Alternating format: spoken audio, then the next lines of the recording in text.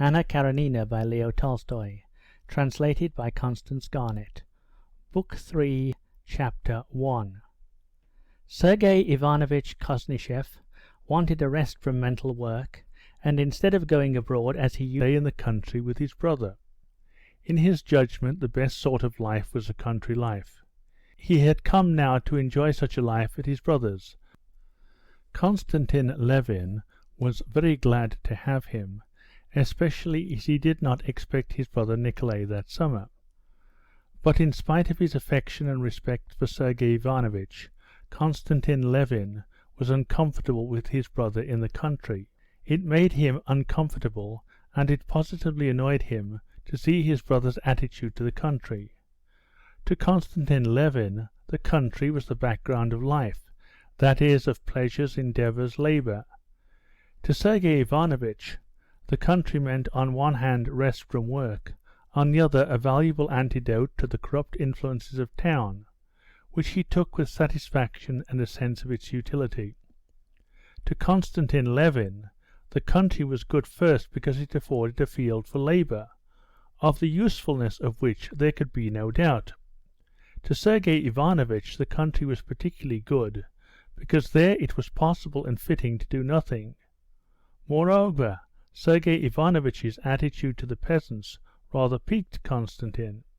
Sergei Ivanovich used to say that he knew and liked the peasantry, and he often talked to the peasants, which he knew how to do without affectation or condescension, and from every such conversation he would deduce general conclusions in favour of the peasantry and in confirmation of his knowing them. Konstantin Levin did not like such an attitude to the peasants. To Konstantin, the peasant was simply the chief partner in their common labour, and in spite of all the respect and the love, almost like that of kinship, he had for the peasants, sucked in probably, as he said himself, with the milk of his peasant nurse. Still, as a fellow worker with them, while sometimes enthusiastic over the vigour, gentleness, and justice of these men, he was very often, when their common labours called for other qualities, exasperated with the peasant for his carelessness, lack of method, drunkenness, and lying. If he had been asked whether he liked or didn't like the peasants, Konstantin Levin would have been absolutely at a loss what to reply. He liked and did not like the peasants, just as he liked and did not like men in general. Of course, being a good-hearted man, he liked men rather than he disliked them, and so too with the peasants. But like or dislike the people as something apart he could not only because he lived with the people, and all his interests were bound up with theirs, but also because he regarded himself as part of the people, did not see any special qualities or failings distinguishing himself and the people, and could not contrast himself with them. Moreover, although he had lived so long in the closest relations with the peasants, as farmer and arbitrator, and what was more, as adviser, the peasants trusted him, and for 30 miles round they would come to ask his advice. He had no definite views of the people, and would have been as much at a loss to answer the question whether he knew the people as the question whether he liked them. For him to say he knew the peasantry would have been the same as to say he knew men. He was continually watching and getting to know people of all sorts, and among them peasants, whom he regarded as good and interesting people, and he was continually observing new points in them, altering his former views of them, and forming new ones. With Sergei Ivanovich it was quite the contrary. Just as he liked and praised the country life in comparison with the life he did not like, so too he liked the peasantry in contradistinction to the class of men he did not like, and so too he knew the peasantry as something distinct from and opposed to men generally. In his methodical brain there were distinctly formulated certain aspects of peasant life, deduced partly from that life itself, but chiefly from contrast with other modes of life. he never changed his opinion of the peasantry and his sympathetic attitude towards them. In the discussions that arose between the brothers on their views on the peasantry, Sergei Ivanovitch always got the better of his brother, precisely because Sergei Ivanovitch had definite ideas about the peasant, his character, his qualities, and his tastes. Konstantin Levin had no definite and unalterable ideas on the subject, and so in their arguments Konstantin was readily convicted of contradicting himself.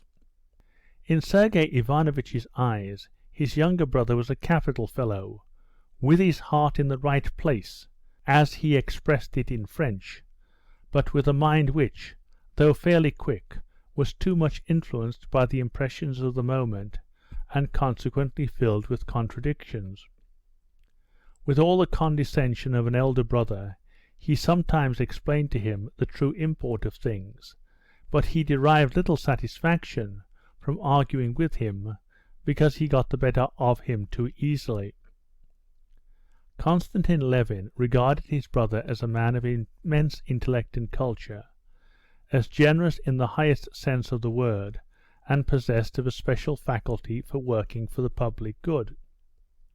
But in the depths of his heart, the older he became, and the more intimately he knew his brother, the more and more frequently the thought struck him that this faculty of working for the public good, of which he felt himself utterly devoid, was possibly not so much a quality as a lack of something. Not a lack of good, honest, noble desires and tastes, but a lack of vital force, of what is called heart, of that impulse which drives a man to choose someone out of the innumerable paths of life, and to care only for that one. The better he knew his brother, the more he noticed that Sergei Ivanovitch and many other people who worked for the public welfare were not led by an impulse of the heart to care for the public good, but reasoned from intellectual considerations that it was the right thing to take interest in public affairs, and consequently took interest in them. Levin was confirmed in this generalization by observing that his brother did not take questions affecting the public welfare, or the question of the immortality of the soul, a bit more to heart than he did chess problems, or the ingenious construction of a new machine. Besides this, Konstantin Levin was not at his ease with his brother, because in summer in the country Levin was continually busy with work on the land, and the long summer day was not long enough for him to get through all he had to do, while Sergei Ivanovitch was taking a holiday. But though he was taking a holiday now, that is to say, he was doing no writing, he was so used to intellectual activity that he liked to put into concise and eloquent shape the ideas that occurred to him, and liked to have someone to listen to him. The most usual and natural listener was his brother, and so, in spite of the friendliness and directness of their relations, Konstantin felt an awkwardness in leaving him alone. Sergei Ivanovitch liked to stretch himself on the grass in the sun, and to lie so basking and chatting lazily. "You wouldn't believe," he would say to his brother, "what a pleasure this rural laziness is to me. Not an idea in one's brain, as empty as a drum." But Konstantin Levin found it dull sitting and listening to him, especially when he knew that while he was away they would be carting dung onto the fields not ploughed ready for it, and heaping it all up anyhow, and would not screw the shares in the ploughs, but would let them come off, and then say that the new ploughs were a silly invention, and there was nothing like the old Andreevna plough, and so on. "Come, you've done enough trudging about in the heat," Sergei Ivanovitch would say to him. "No, I must just run around to the counting-house for a minute," Levin would answer, and would run off to the fields. End of chapter 1.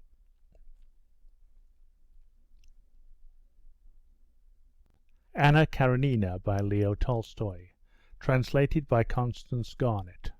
Book 3, Chapter 2.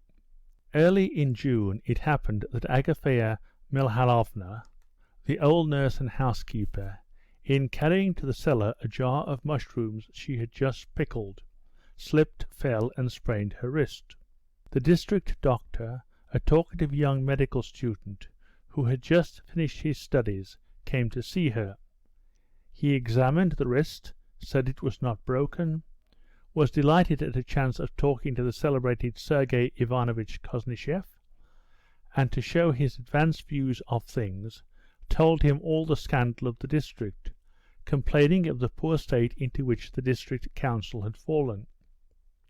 Sergei Ivanovitch listened attentively, asked him questions, and, roused by a new listener, he talked fluently, uttered a few keen and weighty observations, respectfully appreciated by the young doctor, and was soon in that eager frame of mind his brother knew so well, which always with him followed a brilliant and eager conversation.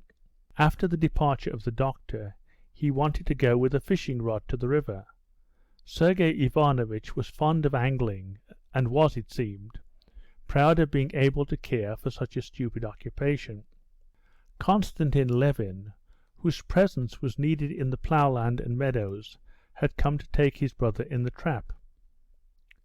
It was that time of the year, the turning point of summer, when the crops of the present year are a certainty, when one begins to think of the sowing for next year, and the mowing is at hand, when the rye is all in ear, though its ears are still light, not yet full, and it waves in grey-green billows in the wind, when the green oats with tufts of yellow grass scattered here and there among it, droop irregularly over the late-sown fields, when the early buckwheat is already out and hiding the ground, when the fallow lands, trodden hard as stone by the cattle, are half ploughed over, with paths left untouched by the plough, when from the dry dung-heaps carted onto the fields there comes at sunset a smell of manure mixed with meadow-sweet, and on the low-lying lands, the riverside meadows, are a thick sea of grass waiting for the mowing, with blackened heaps of the stalks of sorrel among it. It was the time when there comes a brief pause in the toil of the fields before the beginning of the labours of harvest.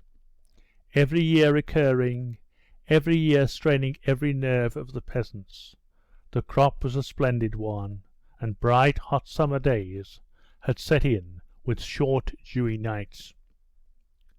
The brothers had to drive through the woods to reach the meadows. Sergei Ivanovitch was all the while admiring the beauty of the woods, which were a tangled mass of leaves, pointing out to his brother now an old lime tree on the point of flowering, dark on the shady side, and brightly spotted with yellow stipules, now the young shoots of this year's saplings, brilliant with emerald. Konstantin Levin did not like talking and hearing about the beauty of nature. Words for him took away the beauty of what he saw. He assented to what his brother said, but he could not help beginning to think of other things. When they came out of the woods, all his attention was engrossed by the view of the fallow land on the upland, in parts yellow with grass, in parts trampled and checkered with furrows, in parts dotted with ridges of dung, and in parts even ploughed. A string of carts was moving across it. Levin counted the carts, and was pleased that all that were wanted had been brought, and at the sight of the meadows his thoughts passed to the mowing. He always felt something special moving him to the quick at the haymaking. On reaching the meadow, Levin stopped the horse. The morning dew was still lying on the thick undergrowth of the grass, and that he might not get his feet wet, Sergei Ivanovitch asked his brother to drive him in the trap up to the willow tree from which the carp was caught. Sorry as Konstantin Levin was to crush down his mowing grass, he drove him into the meadow. The high grass softly turned about the wheels and the horse's legs, leaving its seeds clinging to the wet axles and spokes of the wheels.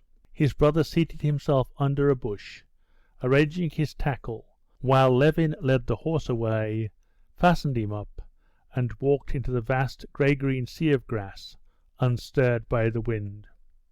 The silky grass with its ripe seeds came almost to his waist in the dampest spots. Crossing the meadow, Konstantin Levin came out onto the road and met an old man with a swollen eye, carrying a skep on his shoulder. "What, taken a stray swarm, Fomitch?" he asked. "No, indeed, Konstantin Dmitrich. All we can do is keep our own. This is the second swarm that has flown away. Luckily the lads caught them. They were ploughing your field. They unyoked the horses and galloped after them. Well, what do you say, Fomitch? Start mowing or wait a bit?" Well, our way's to wait till St. Peter's Day, but you always mow sooner. Well, to be sure, please God, the hay's good. There'll be plenty for the beasts. What do you think about the weather?" "That's in God's hands. Maybe it will be fine." Levin went up to his brother. Sergei Ivanovitch had caught nothing, but he was not bored and seemed in the most cheerful frame of mind. Levin saw that, stimulated by his conversation with the doctor, he wanted to talk. Levin, on the other hand, would have liked to get home as soon as possible, to give orders about getting together the mowers for next day, and to set at rest his doubts about the mowing, which greatly absorbed him. "Well, let's be going," he said. "Why be in such a hurry? Let's stay a little. But how wet you are! Even though one catches nothing, it's nice. That's the best thing about every part of sport, that one has to do with nature. How exquisite this steely water is," said Sergei Ivanovitch. "These riverside banks always remind me of the riddle. Do you know it? The grass says to the water, 'We quiver and we quiver.'" "I don't know the riddle," answered Levin wearily. End of chapter 2.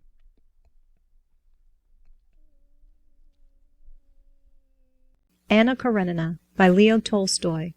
Translated by Constance Garnett. Book 3, Chapter 3. "Do you know, I've been thinking about you," said Sergei Ivanovitch. "It's beyond everything what's being done in the district. According to what this doctor tells me, he's a very intelligent fellow, and as I've told you before, I tell you again, it's not right for you not to go to the meetings, and altogether to keep out of the district business. If decent people won't go into it, of course it's bound to go all wrong. We pay the money, and it all goes in salaries. And there are no schools, nor district nurses, nor midwives, nor drug stores, nothing." "Well, I did try, you know," Levin said slowly and unwillingly. "I can't, and so there's no help for it." "But why can't you?" "I must own I can't make it out. Indifference, incapacity, I won't admit. Surely it's not simply laziness." "None of those things. I've tried, and I see I can do nothing," said Levin. He had hardly grasped what his brother was saying. Looking towards the ploughland across the river, he made out something black, but he could not distinguish whether it was a horse or the bailiff on horseback. "Why is it you can do nothing? You made an attempt and didn't succeed, as you think, and you give in. How can you have so little self-respect?" "Self-respect," said Levin, stung to the quick by his brother's words. "I don't understand. If they'd told me at college that other people understood the integral calculus, and I didn't, then pride would have come in. But in this case, one wants first to be convinced that one has certain qualifications for this sort of business, and especially that all this business is of great importance."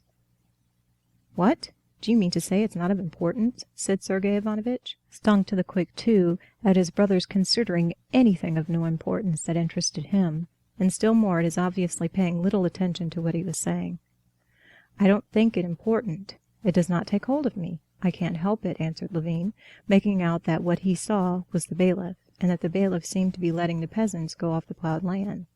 They were turning the plough over. Can they have finished ploughing, he wondered. "Come, really though," said the elder brother, with a frown on his handsome, clever face, "there's a limit to everything. It's very well to be original and genuine, and to dislike everything conventional. I know all about that, but really, what you're saying either has no meaning, or it has a very wrong meaning. How can you think it a matter of no importance whether the peasant whom you love, as you assert—" "I never did assert it," thought Konstantin Levin. "—dies without help? The ignorant peasant women starve the children, and the people stagnate in darkness and are helpless in the hands of every village clerk, while you have at your disposal a means of helping them. And don't help them, because to your mind it's of no importance." And Sergey Ivanovitch put before him the alternative. Either you are so undeveloped that you can't see all that you can do, or you won't sacrifice your ease, your vanity, or whatever it is, to do it. Konstantin Levin felt that there was no course open to him but to submit, or to confess to a lack of zeal for the public good, and this mortified him and hurt his feelings. "It's both," he said resolutely. "I don't see that it was possible." "What? Was it impossible if the money were properly laid out, to provide medical aid?" "Impossible as it seems to me. For the 3,000 square miles of our district, what with our thaws and the storms and the work in the fields, I don't see how it is possible to provide medical aid all over. And besides, I don't believe in medicine." "Oh, well, that's unfair. I can quote to you thousands of instances. But the schools anyway." "Why have schools?" "What do you mean? Can there be two opinions on the advantage of education? If it's a good thing for you, it's a good thing for everyone." Konstantin Levin felt himself morally pinned against a wall, and so he got hot and unconsciously blurted out the chief cause of his indifference to public business. "Perhaps it may all be very good, but why should I worry myself about establishing dispensaries which I shall never make use of, and schools to which I shall never send my children, to which even the peasants don't want to send their children, and to which I have no very firm faith that they ought to send them," said he. Sergey Ivanovitch was for a minute surprised at this unexpected view of the subject, but he promptly made a new plan of attack. He was silent for a little, drew out a hook, threw it in again, and turned to his brothers smiling. "Come now, in the first place, the dispensary is needed. We ourselves sent for the district doctor for Agafya Mihalovna." "Oh well, but I fancy her wrist will never be straight again. That remains to be proved. Next, the peasant who can read and write is a workman of more use and value to you." "No, you can ask anyone you like," Konstantin Levin answered with decision. "The man that can read and write is much inferior as a workman, and mending the highroads is an impossibility, and as soon as they put up bridges, they're stolen."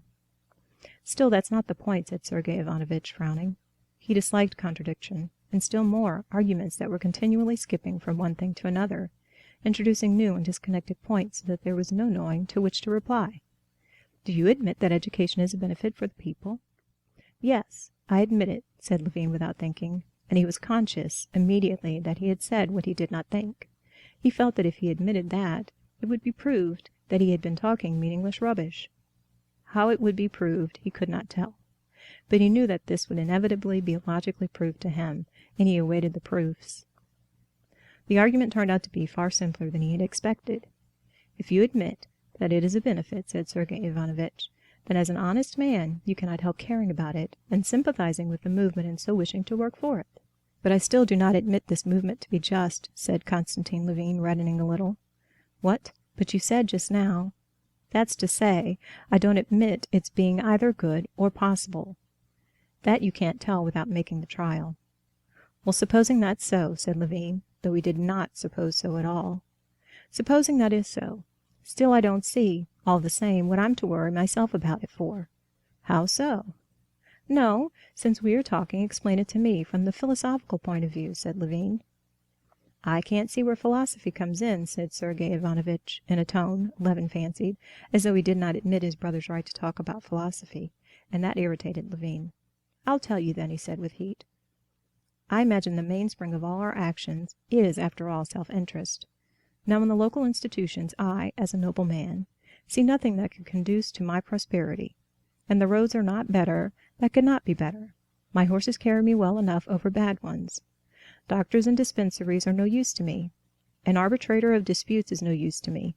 I never appeal to him, and never shall appeal to him. The schools are no good to me, but positively harmful, as I told you. For me the district institutions simply mean the liability to pay 4d. halfpenny for every 3 acres, to drive into the town, sleep with bugs, and listen to all sorts of idiocy and loathsomeness, and self-interest offers me no inducement." "Excuse me," Sergey Ivanovitch interposed with a smile. "Self-interest did not induce us to work for the emancipation of the serfs, but we did work for it." "No," Konstantin Levin broke in with still greater heat. "The emancipation of the serfs was a different matter. Their self-interest did come in. One longed to throw off that yoke that crushed us, all decent people among us. but to be a town councillor and discuss how many dustmen are needed and how chimneys shall be constructed in the town in which I don't live, to serve on a jury and try a peasant who's stolen a flitch of bacon, and listen for 6 hours at a stretch to all sorts of jabber from the counsel for the defense and the prosecution, and the president cross-examining my old half-witted Alyoshka, do you admit, prisoner in the dock, the fact of the removal of the bacon, eh? Konstantin Levin had warmed to his subject and began mimicking the president and the half-witted Alyoshka. It seemed to him that it was all to the point. But Sergey Ivanovitch shrugged his shoulders. Well, what do you mean to say, then? I simply mean to say that those rights that touch me, my interest, I shall always defend to the best of my ability.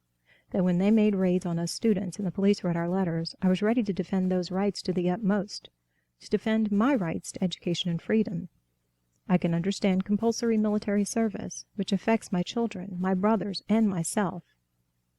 I am ready to deliberate on what concerns me, but deliberating on how to spend 40,000 rubles of district council money, or judging half-wit Alyoshka, I don't understand, and I can't do it. Konstantin Levin spoke as though the floodgates of his speech had burst open. Sergey Ivanovitch smiled. But tomorrow it'll be your turn to be tried.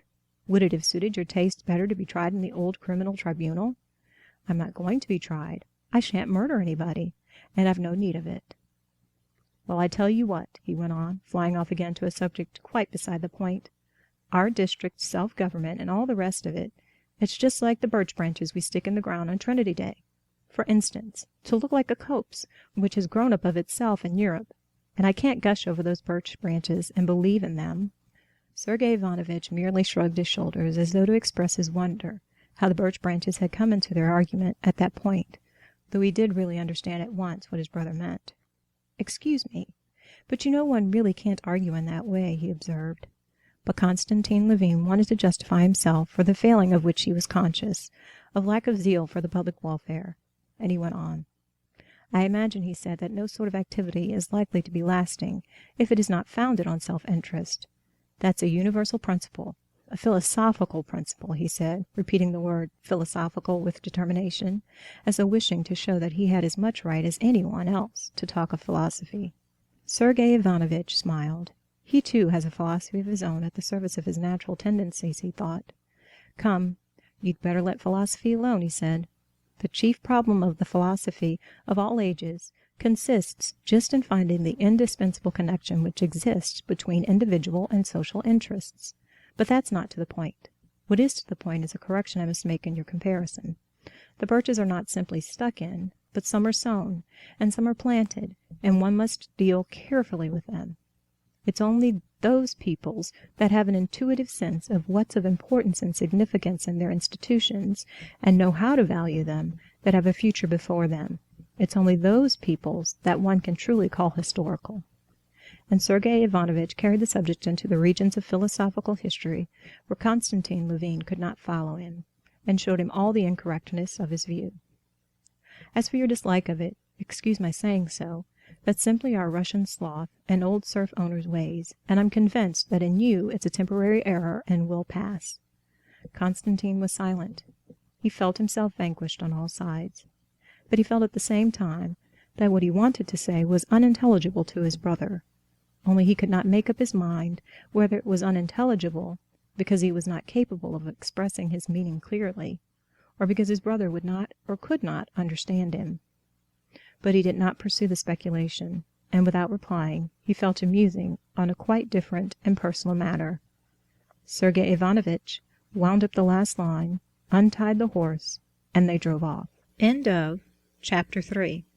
Recording by Natalie Sullivan.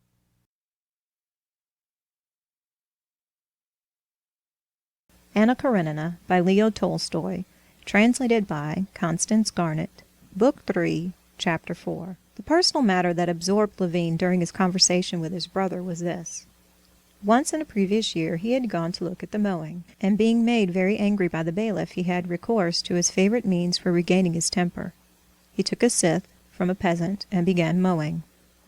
He liked the work so much that he had several times tried his hand at mowing since. He had cut the whole of the meadow in front of his house, and this year, ever since the early spring, he had cherished a plan for mowing for whole days together with the peasants. Ever since his brother's arrival he had been in doubt whether to mow or not. He was loath to leave his brother alone all day long, and he was afraid his brother would laugh at him about it. But as he drove into the meadow and recalled the sensations of mowing, he came near deciding that he would go mowing. After the irritating discussion with his brother, he pondered over this intention again. I must have physical exercise or my temper will certainly be ruined, he thought, and he determined he would go mowing, however awkward he might feel about it with his brother or the peasants. Towards evening, Konstantin Levin went to his counting-house, gave directions as to the work to be done, and sent about the village to summon the mowers for the morrow, to cut the hay in Kalinov meadow, the largest and best of his grasslands. And send my scythe, please, to Tit, for him to set it, and bring it round tomorrow. I shall maybe do some mowing myself, too, he said, trying not to be embarrassed. The bailiff smiled and said, "Yes, sir." At tea the same evening, Levin said to his brother, "I fancy the fine weather will last. Tomorrow I shall start mowing." "I'm so fond of that form of field labor," said Sergey Ivanovitch. "I'm awfully fond of it. I sometimes mow myself with the peasants, and tomorrow I want to try mowing the whole day." Sergey Ivanovitch lifted his head and looked with interest at his brother. "How do you mean? Just like one of the peasants, all day long?" "Yes, it's very pleasant," said Levin. "It's splendid as exercise. Only you'll hardly be able to stand it," said Sergey Ivanovitch without a shade of irony. "I've tried it. It's hard work at first, but you get into it. I dare say I shall manage to keep it up." "Really? What an idea! But tell me, how do the peasants look at it? I suppose they laugh in their sleeves at their master's being such a queer fish." "No, I don't think so. But it's so delightful, and at the same time such hard work, that one has no time to think about it. But how will you do about dining with them? To send you a bottle of Lafitte and roast turkey out there would be a little awkward." "No, I'll simply come home at the time of their noonday rest." Next morning, Konstantin Levin got up earlier than usual, but he was detained giving directions on the farm, and when he reached the mowing grass, the mowers were already at their second row. From the uplands he could get a view of the shaded cut part of the meadow below, with its grayish ridges of cut grass and the black heaps of coats, taken off by the mowers at the place from which they had started cutting. Gradually, as he rode towards the meadow, the peasants came into sight, some in coats, some in their shirts mowing, one behind another in a long string, swinging their scythes differently. He counted 42 of them. They were mowing slowly over the uneven, low-lying parts of the meadow where there had been an old dam. Levin recognized some of his own men. Here was old Yermol, in a very long white smock, bending forward to swing a scythe. There was a young fellow, Vaska, who had been a coachman of Levin's, taking every row with a wide sweep. Here, too, was Tit, Levin's preceptor in the art of mowing, a thin little peasant. He was in front of all, and cut his wide row without bending, as though playing with the scythe. Levin got off his mare, and fastening her up by the roadside, went to meet Tit, who took a second scythe out of a bush and gave it to him. "It's ready, sir. It's like a razor, cuts of itself," said Tit, taking off his cap with a smile and giving him the scythe. Levin took the scythe and began trying it. As they finished their rows, the mowers, hot and good-humored, came out into the road one after another, and, laughing a little, greeted the master. They all stared at him, but no one made any remark, till a tall old man, with a wrinkled, beardless face, wearing a short sheepskin jacket, came out into the road and accosted him. "Look ye now, master. Once take hold of the rope, there's no letting it go," he said, and Levin heard smothered laughter among the mowers. "I'll try not to let it go," he said, taking his stand behind Tit and waiting for the time to begin. "Mindy," repeated the old man. Tit made room, and Levin started behind him. The grass was short, close to the road, and Levin, who had not done any mowing for a long while, and was disconcerted by the eyes fastened upon him, cut badly for the first moments. Though he swung his scythe vigorously, behind him he heard voices. "It's not set right. Handle's too high. See how he has to stoop to it," said one. "Press more on the heel," said another. "Never mind, he'll get on all right," the old man resumed. "He's made a start. You swing it too wide. You'll tire yourself out. The master, sure, does his best for himself. But see the grass missed out?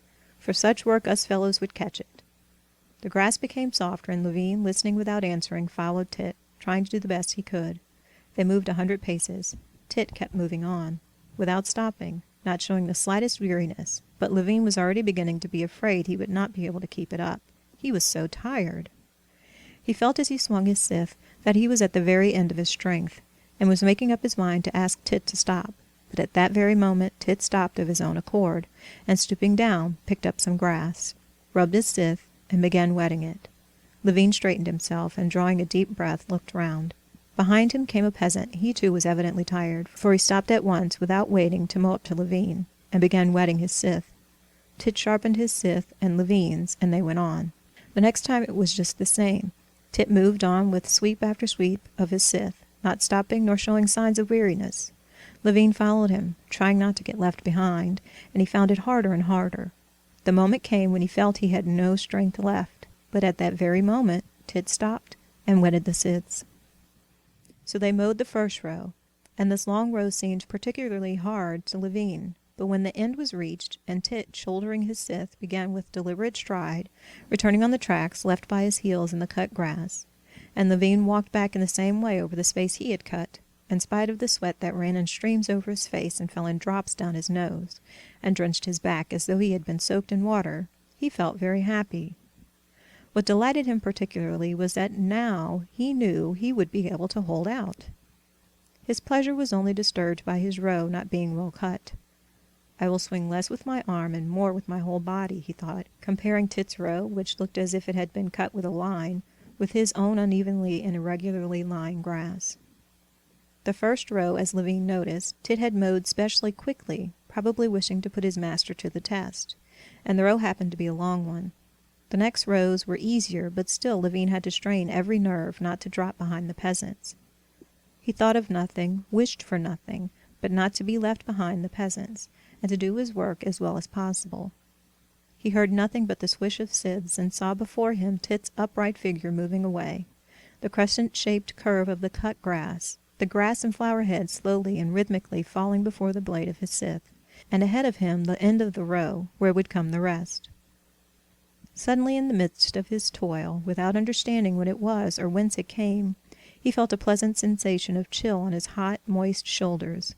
He glanced at the sky in the interval for wetting the scythes. A heavy lowering storm cloud had blown up, and big raindrops were falling. Some of the peasants went to get their coats and put them on. Others, just like Levin himself, merely shrugged their shoulders, enjoying the pleasant coolness of it. Another row, and yet another row followed, long rows and short rows, with good grass and with poor grass. Levin lost all sense of time and could not have told whether it was late or early now. A change began to come over his work, which gave him immense satisfaction. In the midst of his toil there were moments during which he forgot what he was doing, and it came all easy to him, and at those same moments his row was almost as smooth and well cut as Tit's. But so soon as he recollected what he was doing and began trying to do better, he was at once conscious of all the difficulty of his task, and the row was badly mown. On finishing yet another row, he would have gone back to the top of the meadow again to begin the next, but Tit stopped, and going up to the old man said something in a low voice to him. They both looked at the sun. What are they talking about?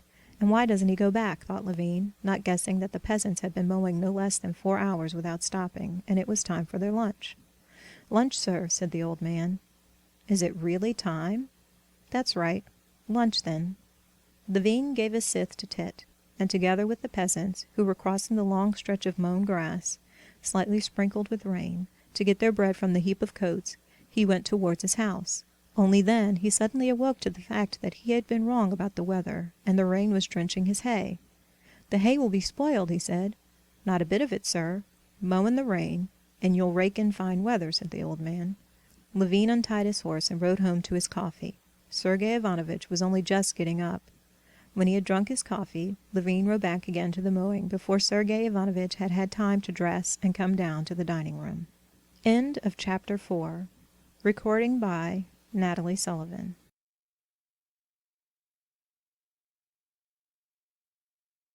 Anna Karenina by Leo Tolstoy, translated by Constance Garnett.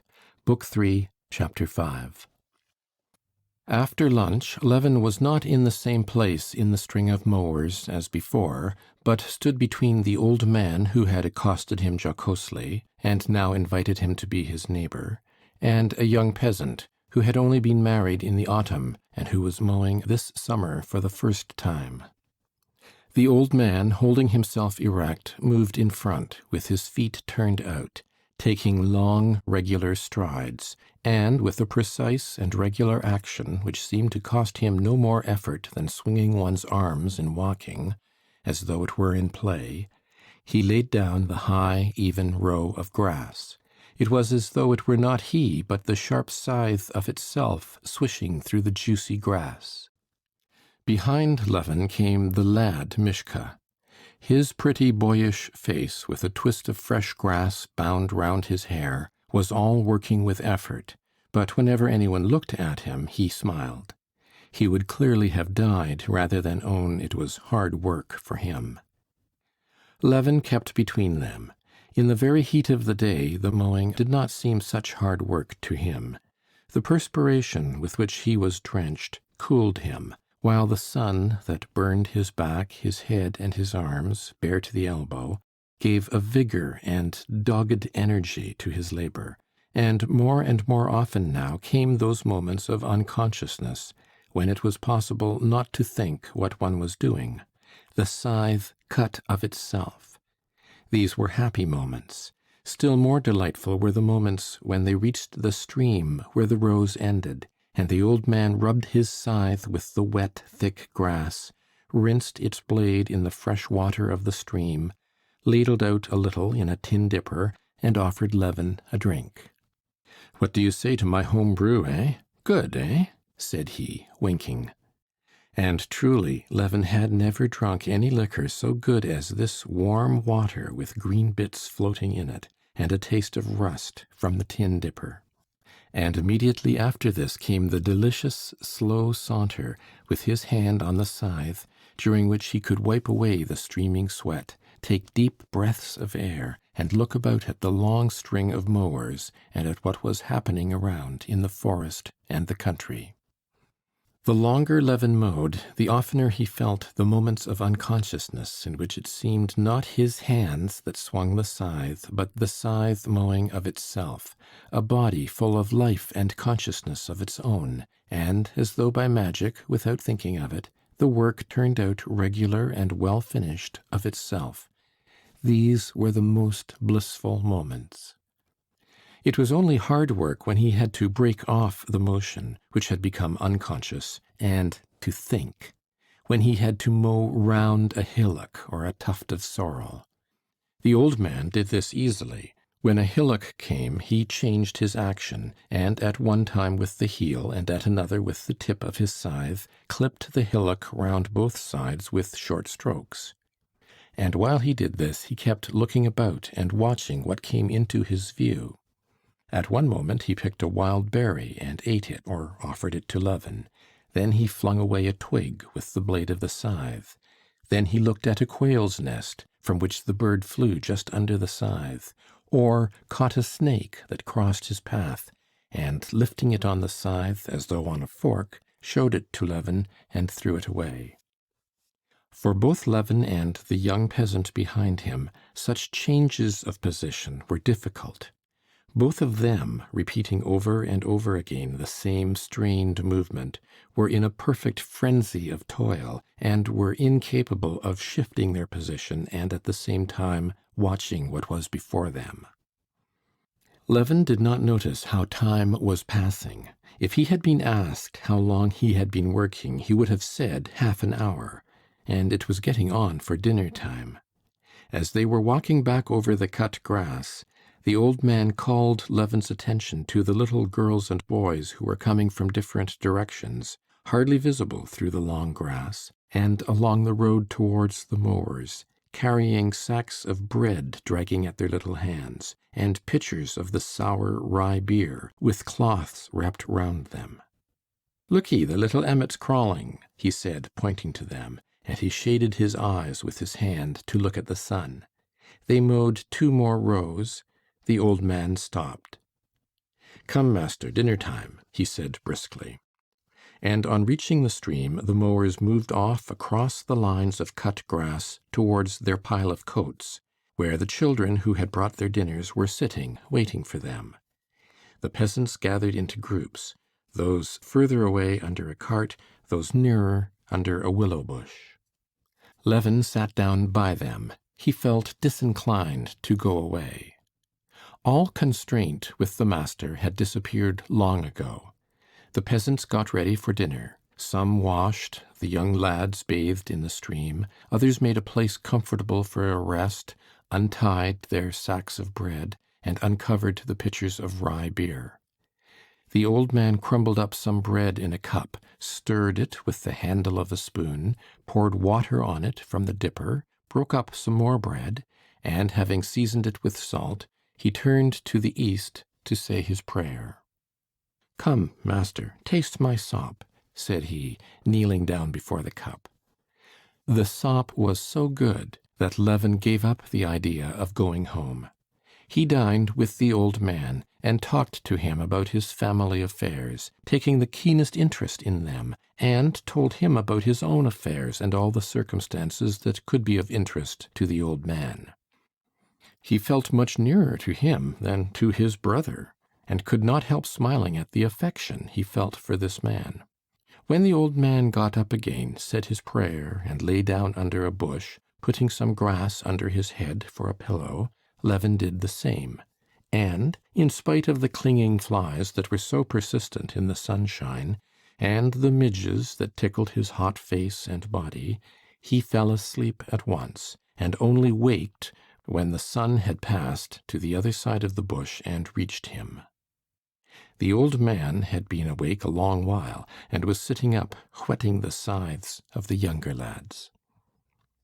Levin looked about him, and hardly recognized the place, everything was so changed. The immense stretch of meadow had been mown, and was sparkling with a peculiar fresh brilliance, with its lines of already sweet-smelling grass in the slanting rays of the evening sun. And the bushes about the river had been cut down, and the river itself, not visible before, now gleaming like steel in its bends, and the moving, ascending peasants, and the sharp wall of grass of the unmown part of the meadow, and the hawks hovering over the stripped meadow, all was perfectly new. Raising himself, Levin began considering how much had been cut, and how much more could still be done that day. The work done was exceptionally much for 42 men. They had cut the whole of the big meadow, which had, in the years of serf labor, taken 30 scythes 2 days to mow. Only the corners remained to do, where the rows were short. But Levin felt a longing to get as much mowing done that day as possible, and was vexed with the sun sinking so quickly in the sky. He felt no weariness. All he wanted was to get his work done more and more quickly, and as much done as possible. "Could you cut Mashkin upland, too? What do you think?" he said to the old man. "As God wills, the sun's not high. A little vodka for the lads?" At the afternoon rest, when they were sitting down again, and those who smoked had lighted their pipes, the old man told the men that Mashkin upland's to be cut. There'll be some vodka. "Why not cut it? Come on, Tit, we'll look sharp. We can eat at night. Come on," cried voices, and eating up their bread, the mowers went back to work. "Come, lads, keep it up," said Tit, and ran on ahead, almost at a trot. Get along," said the old man, hurrying after him and easily overtaking him. "I'll mow you down, look out." And young and old mowed away as though they were racing with one another. But however fast they worked, they did not spoil the grass, and the rows were laid just as neatly and exactly. The little piece left uncut in the corner was mown in 5 minutes. The last of the mowers were just ending their rows, while the foremost snatched up their coats onto their shoulders and crossed the road towards Mashkin upland. The sun was already sinking into the trees when they went with their jingling dippers into the wooded ravine of Mashkin upland.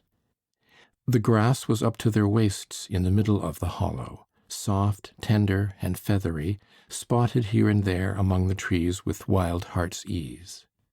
After a brief consultation whether to take the rows lengthwise or diagonally, Prohor Yermolin, also a renowned mower, a huge black-haired peasant, went on ahead. He went up to the top, turned back again and started mowing, and they all proceeded to form in line behind him, going downhill through the hollow, and uphill right up to the edge of the forest. The sun sank behind the forest. The dew was falling by now. The mowers were in the sun only on the hillside, but below, where a mist was rising, and on the opposite side, they mowed into the fresh, dewy shade. The work went rapidly. The grass cut with a juicy sound, and was at once laid in high, fragrant rows. The mowers from all sides, brought closer together in the short row, kept urging one another on to the sound of jingling dippers and clanging scythes, and the hiss of the whetstones sharpening them, and good-humoured shouts. Levin still kept between the young peasant and the old man. The old man, who had put on his short sheepskin jacket, was just as good-humoured, jocose, and free in his movements. Among the trees they were continually cutting with their scythes the so-called birch mushrooms, swollen fat in the succulent grass. But the old man bent down every time he came across a mushroom, picked it up, and put it in his bosom. "Another present for my old woman," he said as he did so. Easy as it was to mow the wet, soft grass, it was hard work going up and down the steep sides of the ravine. But this did not trouble the old man. Swinging his scythe just as ever, and moving his feet in their big plaited shoes with firm little steps, he climbed slowly up the steep place, and though his breeches hanging out below his smock, and his whole frame trembled with effort, he did not miss one blade of grass or one mushroom on his way, and kept making jokes with the peasants and Levin. Levin walked after him and often thought he must fall, as he climbed with a scythe up a steep cliff where it would have been hard work to clamber without anything. But he climbed up and did what he had to do. He felt as though some external force were moving him. End of chapter 5.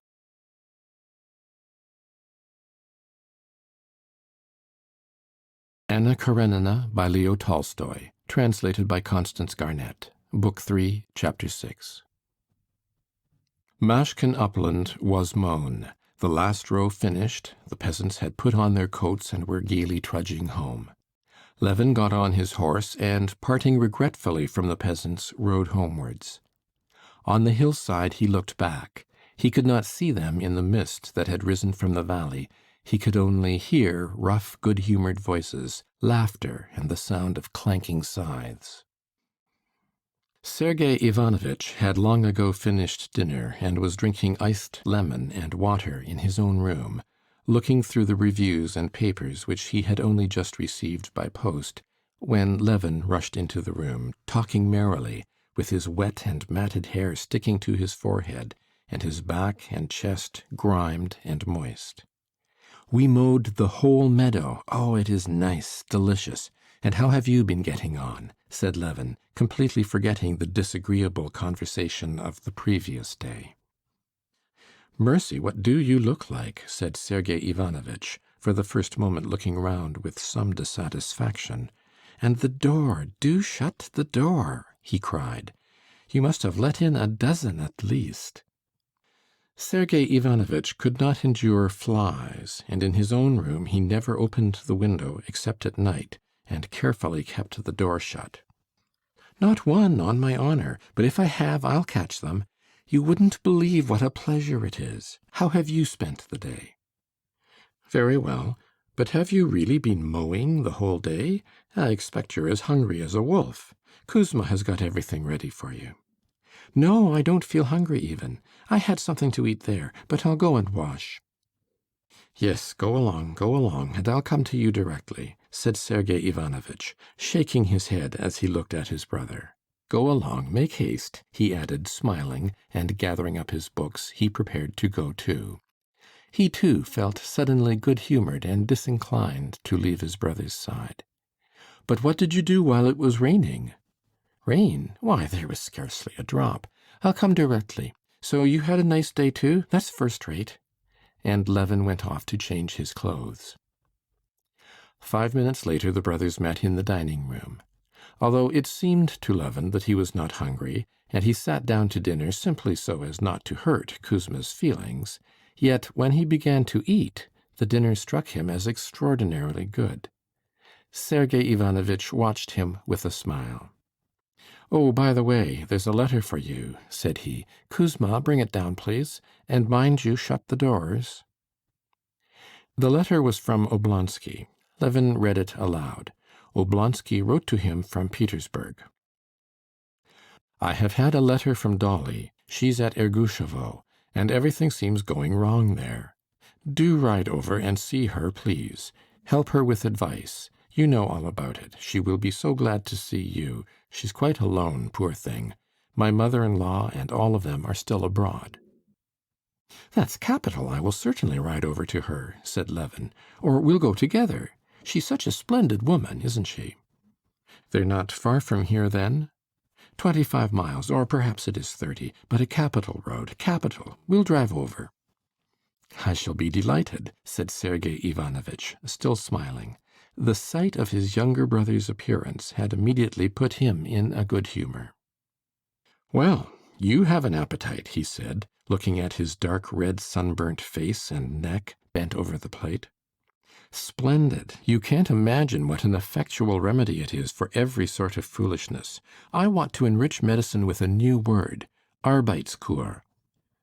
"Well, but you don't need it, I should fancy." "No, but for all sorts of nervous invalids."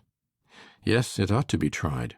I had meant to come to the mowing to look at you, but it was so unbearably hot that I got no further than the forest.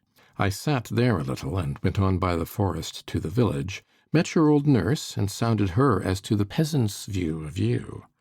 As far as I can make out, they don't approve of this. She said, 'It's not a gentleman's work.' Altogether, I fancy that in the people's ideas there are very clear and definite notions of certain, as they call it, gentlemanly lines of action, and they don't sanction the gentry's moving outside the bounds clearly laid down in their ideas." "Maybe so, but anyway, it's a pleasure such as I have never known in my life, and there's no harm in it, you know, is there?" answered Levin. "I can't help it if they don't like it, though I do believe it's all right, eh?" "Altogether," pursued Sergey Ivanovitch, "you're satisfied with your day?" "Quite satisfied. We cut the whole meadow, and such a splendid old man I made friends with there. You can't fancy how delightful he was." "Well, so you're content with your day. And so am I.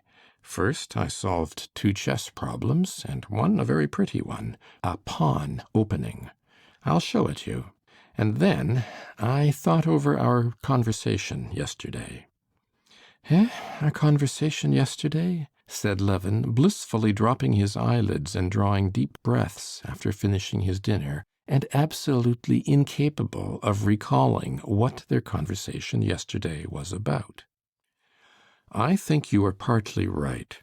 Our difference of opinion amounts to this, that you make the mainspring self-interest, while I suppose that interest in the common weal is bound to exist in every man of a certain degree of advancement.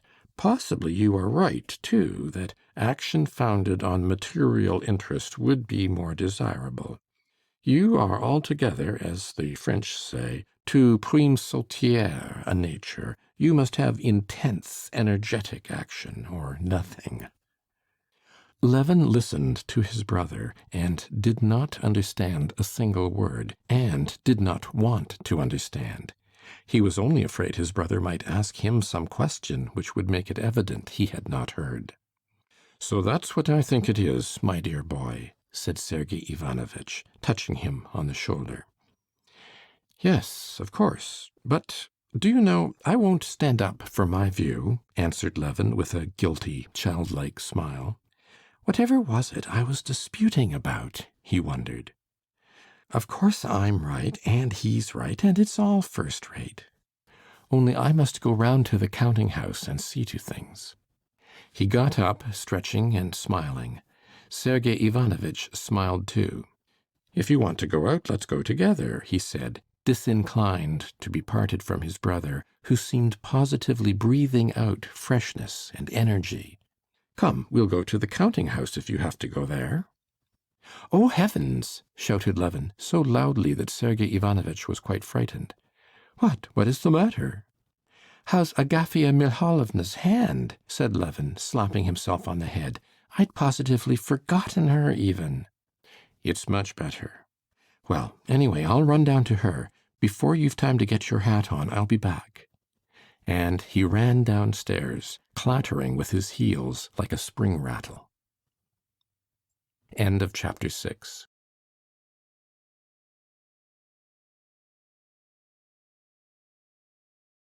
Anna Karenina by Leo Tolstoy, translated by Constance Garnett. Book 3, Chapter 7. Stepan Arkadyevitch had gone to Petersburg to perform the most natural and essential official duty, so familiar to everyone in the government service, though incomprehensible to outsiders. That duty, but for which one could hardly be in government service, of reminding the ministry of his existence. And having, for the due performance of this rite, taken all the available cash from home, was gaily and agreeably spending his days at the races and in the summer villas. Meanwhile, Dolly and the children had moved into the country to cut down expenses as much as possible. She had gone to Ergushovo, the estate that had been her dowry, and the one where in spring the forest had been sold. It was nearly 40 miles from Levin's Pokrovskoe. The big old house at Ergushovo had been pulled down long ago, and the old prince had had the lodge done up and built onto. 20 years before, when Dolly was a child, the lodge had been roomy and comfortable, though, like all lodges, it stood sideways to the entrance avenue and faced the south. But by now this lodge was old and dilapidated. When Stepan Arkadyevitch had gone down in the spring to sell the forest, Dolly had begged him to look over the house and order what repairs might be needed. Stepan Arkadyevitch, like all unfaithful husbands indeed, was very solicitous for his wife's comfort, and he had himself looked over the house and given instructions about everything that he considered necessary. What he considered necessary was to cover all the furniture with cretonne, to put up curtains, to weed the garden, to make a little bridge on the pond, and to plant flowers. But he forgot many other essential matters, the want of which greatly distressed Darya Alexandrovna later on. In spite of Stepan Arkadyevitch's efforts to be an attentive father and husband, he never could keep in his mind that he had a wife and children. He had bachelor tastes, and it was in accordance with them that he shaped his life. On his return to Moscow, he informed his wife with pride that everything was ready, that the house would be a little paradise, and that he advised her most certainly to go. His wife's staying away in the country was very agreeable to Stepan Arkadyevitch from every point of view. It did the children good, it decreased expenses, and it left him more at liberty. Darya Alexandrovna regarded staying in the country for the summer as essential for the children, especially for the little girl, who had not succeeded in regaining her strength after the scarlatina, and also as a means of escaping the petty humiliations, the little bills owing to the wood merchant, the fishmonger, the shoemaker, which made her miserable. Besides this, she was pleased to go away to the country because she was dreaming of getting her sister Kitty to stay with her there. Kitty was to be back from abroad in the middle of the summer, and bathing had been prescribed for her. Kitty wrote that no prospect was so alluring as to spend the summer with Dolly at Ergushovo, full of childish associations for both of them. The first days of her existence in the country were very hard for Dolly. She used to stay in the country as a child, and the impression she had retained of it was that the country was a refuge from all the unpleasantness of the town, that life there, though not luxurious, Dolly could easily make up her mind to that, was cheap and comfortable, that there was plenty of everything, everything was cheap, everything could be got, and children were happy. But now, coming to the country as the head of a family, she perceived that it was all utterly unlike what she had fancied. The day after their arrival there was a heavy fall of rain, and in the night the water came through in the corridor and in the nursery, so that the beds had to be carried into the drawing-room. There was no kitchen maid to be found.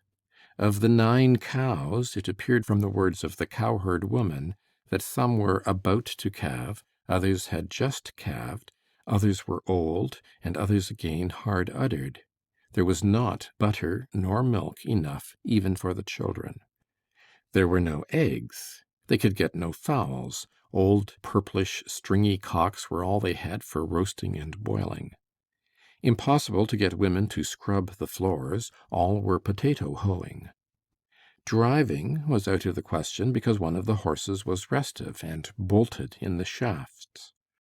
There was no place where they could bathe. The whole of the river bank was trampled by the cattle and open to the road. Even walks were impossible, for the cattle strayed into the garden through a gap in the hedge, and there was one terrible bull who bellowed and therefore might be expected to gore somebody. There were no proper cupboards for their clothes. What cupboards there were either would not close at all, or burst open whenever anyone passed by them. There were no pots and pans, there was no copper in the wash-house, nor even an ironing board in the maid's room. Finding instead of peace and rest all these, from her point of view, fearful calamities, Darya Alexandrovna was at first in despair. She exerted herself to the utmost, felt the hopelessness of the position, and was every instant suppressing the tears that started into her eyes. The bailiff, a retired quartermaster whom Stepan Arkadyevitch had taken a fancy to, and had appointed bailiff on account of his handsome and respectful appearance as a hall porter, showed no sympathy for Darya Alexandrovna's woes. He said respectfully, "Nothing can be done. The peasants are such a wretched lot," and did nothing to help her. The position seemed hopeless. But in the Oblonskys' household, as in all families indeed, there was one inconspicuous but most valuable and useful person, Marya Philimonovna. She soothed her mistress, assured her that everything would come round, it was her expression, and Matvey had borrowed it from her, and without fuss or hurry proceeded to set to work herself. She had immediately made friends with the bailiff's wife, and on the very first day she drank tea with her and the bailiff under the acacias, and reviewed all the circumstances of the position. Very soon Marya Philimonovna had established her club, so to say, under the acacias, and there it was, in this club, consisting of the bailiff's wife, the village elder, and the counting-house clerk, that the difficulties of existence were gradually smoothed away, and in a week's time everything actually had come round. The roof was mended, a kitchen maid was found, a crony of the village elder's, hens were bought, the cows began giving milk, the garden hedge was stopped up with stakes, the carpenter made a mangle, hooks were put in the cupboards, and they ceased to burst open spontaneously, and an ironing board covered with army cloth was placed across the arm of a chair to the chest of drawers, and there was a smell of flat irons in the maid's room. "Just see now, and you were quite in despair," said Marya Philimonovna, pointing to the ironing board. They even rigged up a bathing shed of straw hurdles. Lily began to bathe, and Darya Alexandrovna began to realize, if only in part, her expectations, if not of a peaceful, at least of a comfortable life in the country. Peaceful, with 6 children, Darya Alexandrovna could not be. One would fall ill, another might easily become so, a third would be without something necessary, a fourth would show symptoms of a bad disposition, and so on. Rare indeed were the brief periods of peace. But these cares and anxieties were, for Darya Alexandrovna, the sole happiness possible. Had it not been for them, she would have been left alone to brood over her husband, who did not love her. And besides, hard though it was for the mother to bear the dread of illness, the illnesses themselves, and the grief of seeing signs of evil propensities in her children, the children themselves were even now repaying her in small joys for her sufferings. Those joys were so small that they passed unnoticed, like gold in sand, and at bad moments she could see nothing but the pain, nothing but sand. But there were good moments, too, when she saw nothing but the joy, nothing but gold. Now, in the solitude of the country, she began to be more and more frequently aware of those joys. Often, looking at them, she would make every possible effort to persuade herself that she was mistaken, that she as a mother was partial to her children. All the same, she could not help saying to herself that she had charming children, all 6 of them, in different ways, but a set of children such as is not often to be met with, and she was happy in them, and proud of them. End of chapter 7.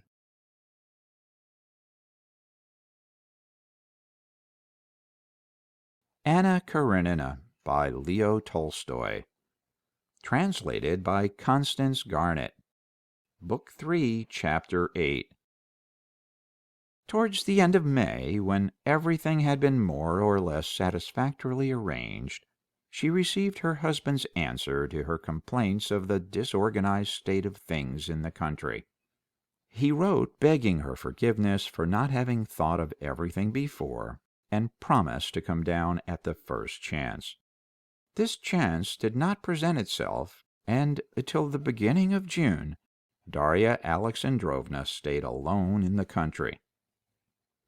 On the Sunday in St. Peter's week, Darya Alexandrovna drove to Mass for all her children to make the sacrament. Darya Alexandrovna, in her intimate philosophical talks with her sister, her mother, and her friends, very often astonished them by the freedom of her views in regard to religion. She had a strange religion of transmigration of souls all her own, in which she had firm faith, troubling herself little about the dogmas of the Church. But in her family she was strict in carrying out all that was required by the Church, and not merely in order to set an example, but with all her heart in it. The fact that the children had not been at the sacrament for nearly a year worried her extremely, and with the full approval and sympathy of Marya Philimonovna, she decided that this should take place now, in the summer. For several days before, Darya Alexandrovna was busily deliberating on how to dress all her children.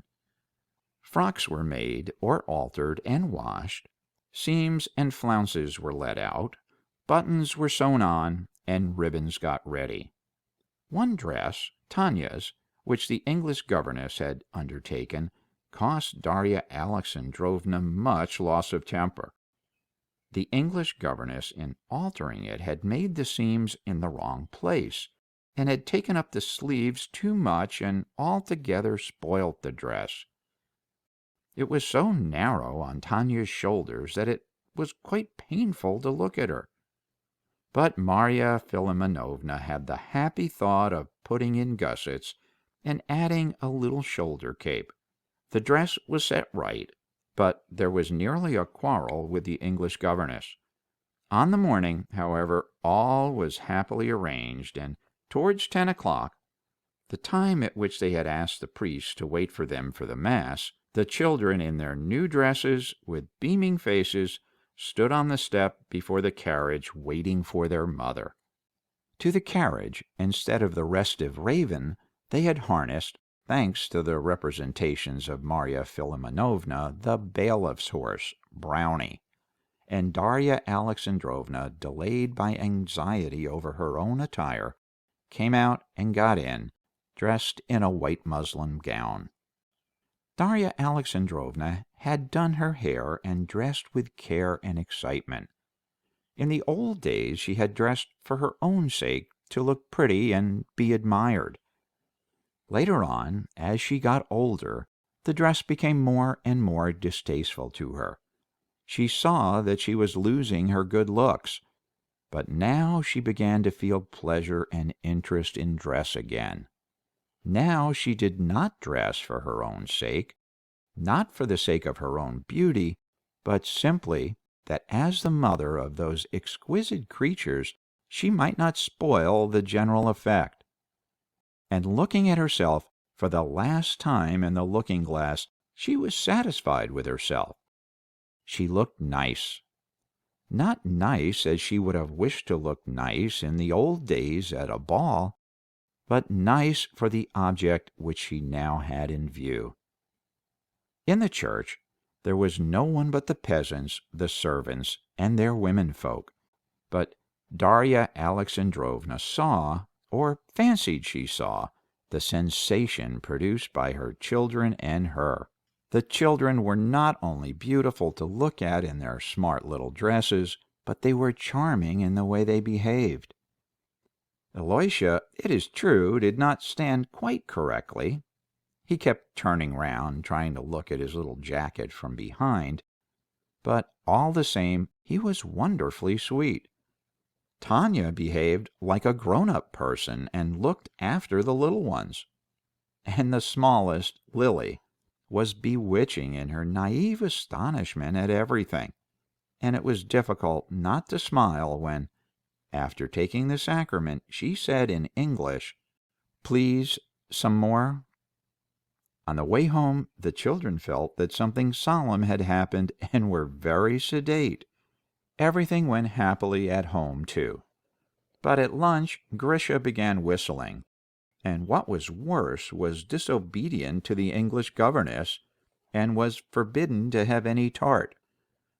Darya Alexandrovna would not have let things go so far on such a day had she been present, but she had to support the English governess's authority, and she upheld her decision that Grisha should have no tart.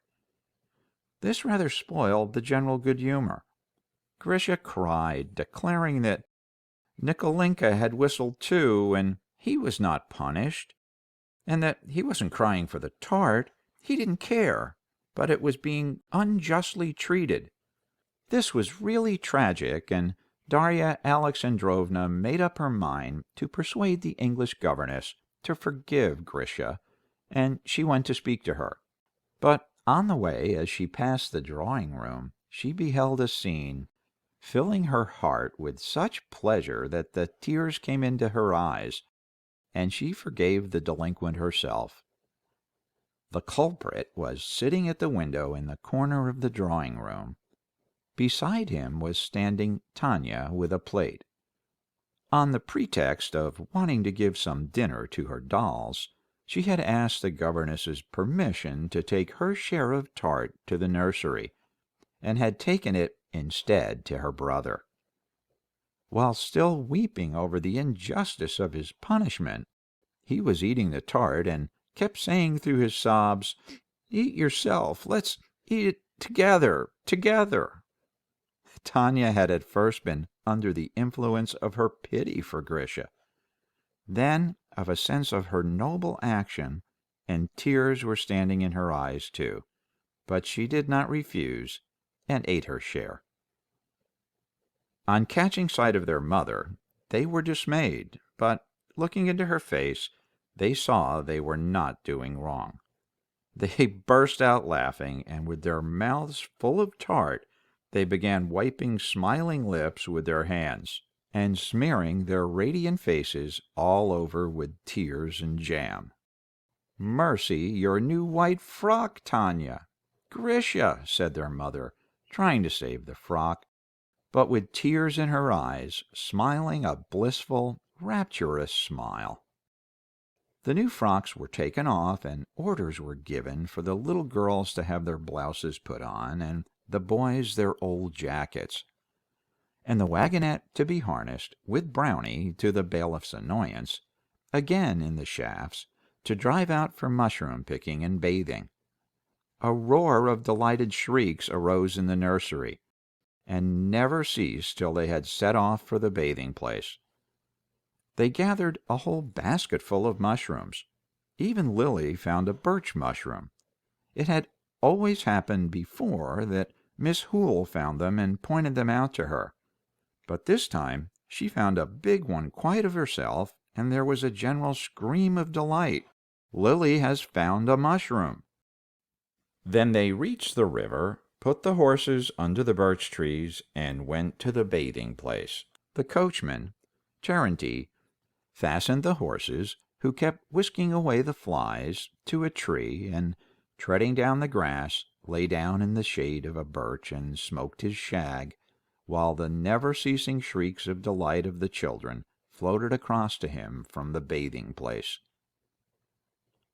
Though it was hard work to look after all the children and restrain their wild pranks, though it was difficult to keep in one's head and not mix up all the stockings, little breeches and shoes for the different legs, and to undo and to do up again all the tapes and buttons, Darya Alexandrovna, who had always liked bathing herself and believed it to be very good for the children, enjoyed nothing so much as bathing with all the children.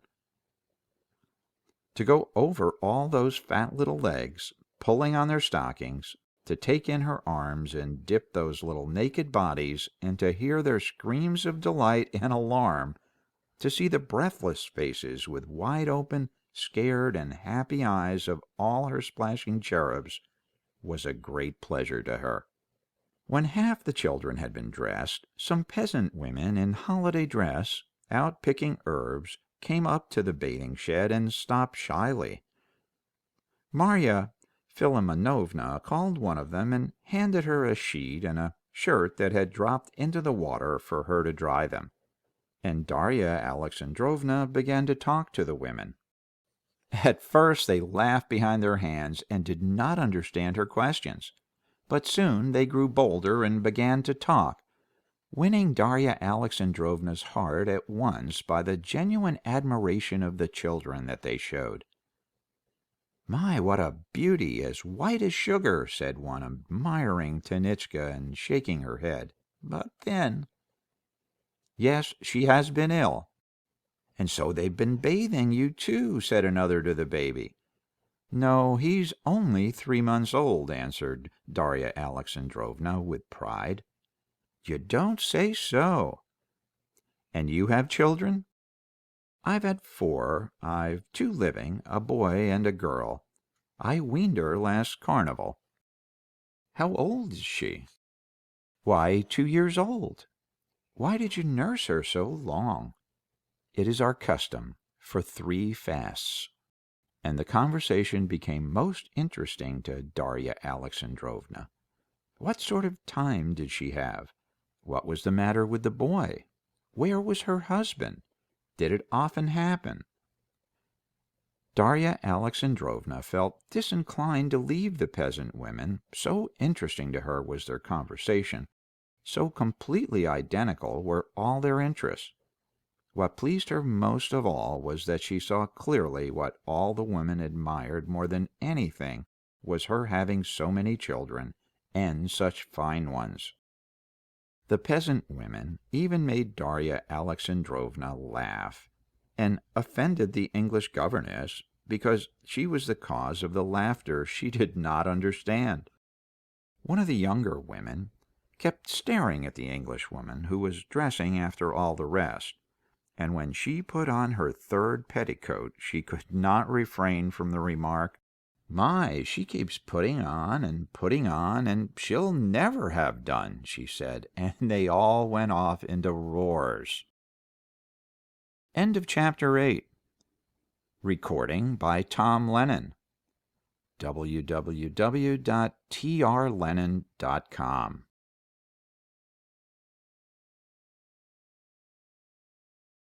Anna Karenina by Leo Tolstoy, translated by Constance Garnett.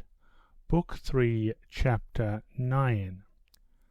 On the drive home, as Darya Alexandrovna, with all her children round her, their heads still wet from their bath, and a kerchief tied over her own head, was getting near the house, the coachman said, "There's some gentleman coming, the master of Pokrovskoe, I do believe." Darya Alexandrovna peeped out in front and was delighted when she recognized in the grey hat and grey coat the familiar figure of Levin walking to meet her. She was glad to see him at any time, but at this moment she was especially glad he should see her in all her glory. No one was better able to appreciate her grandeur than Levin. Seeing her, he found himself face to face with one of the pictures of his daydream of family life. "You're like a hen with your chickens, Darya Alexandrovna." "Oh, how glad I am to see you," she said, holding out her hand to him. "Glad to see me, but you didn't let me know. My brother's staying with me. I got a note from Stivner that you were here." "From Stivner?" Darya Alexandrovna asked with surprise. "Yes. He writes that you are here, and that he thinks you might allow me to be of use to you," said Levin, and as he said it he became suddenly embarrassed, and, stopping abruptly, he walked on in silence by the wagonette, snapping off the buds of the lime trees and nibbling them. He was embarrassed through a sense that Darya Alexandrovna would be annoyed by receiving from an outsider help that she should by rights have come from her own husband. Darya Alexandrovna certainly did not like this little way of Stepan Arkadyevitch's of foisting his domestic duties on others, and she was at once aware that Levin was aware of this. It was just for this fineness of perception, for this delicacy, that Darya Alexandrovna liked Levin. "I know, of course," said Levin, that simply means that you would like to see me, and I am exceedingly glad. Though I can fancy that, used to town housekeeping as you are, you must feel in the wilds here, and if there's anything wanted, I'm altogether at your disposal." "Oh no," said Dolly. "At first things were rather uncomfortable, but now we've settled everything capitally. Thanks to my old nurse," she said, indicating Maria Philimonovna, who, seeing that they were speaking of her, smiled brightly and cordially to Levin. She knew him, and knew that he would be a good match for her young lady, and was very keen to see the matter settled. "Won't you come in, sir? We'll make room this side," she said to him. "No, I'll walk. Children, who'd like to race the horses with me?" The children knew Levin very little, and could not remember when they had seen him, but they experienced in regard to him none of that strange feeling of shyness and hostility which children so often experience towards hypocritical, grown-up people, and for which they are so often and miserably punished. Hypocrisy in anything whatever may deceive the cleverest and most penetrating man, but the least wide-awake of children recognizes it, and is revolted by it, however ingeniously it may be disguised. Whatever faults Levin had, there was not a trace of hypocrisy in him, and so the children showed him the same friendliness that they saw in their mother's face. On his invitation the two elder ones at once jumped out to him, and ran with him as simply as they would have done with their nurse or Miss Hoole or their mother. Lily, too, began begging to go to him, and her mother handed her to him. He sat her on his shoulder and ran along with her. Don't be afraid, Darya Alexandrovna," he said, smiling good-humouredly to the mother. "There's no chance of my hurting or dropping her." And, looking at his strong, agile, assiduously careful, and needlessly wary movements, the mother felt her mind at rest, and smiled gaily and approvingly as she watched him. Here, in the country, with children, and with Darya Alexandrovna, with whom he was in sympathy, Levin was in a mood not infrequent with him, of childlike light-heartedness that she particularly liked in him. As he ran with the children, he taught them gymnastic feats, set Miss Hoole laughing with his queer English accent, and talked to Darya Alexandrovna of his pursuits in the country. After dinner, Darya Alexandrovna, sitting alone with him on the balcony, began to speak of Kitty. "You know Kitty's coming here, and is going to spend the summer with me." "Really?" he said, flushing, and at once, to change the conversation, he said, "Then I'll send you 2 cows, shall I? If you insist on a bill, you shall pay me 5 roubles a month, but it's really too bad of you." "No, thank you. We can manage very well now." "Oh, well then, I'll have a look at your cows, and if you'll allow me, I'll give directions about their food.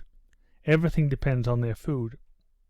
And Levin, to turn the conversation, explained to Darya Alexandrovna the theory of cow-keeping, based on the principle that the cow is simply a machine for the transformation of food into milk, and so on.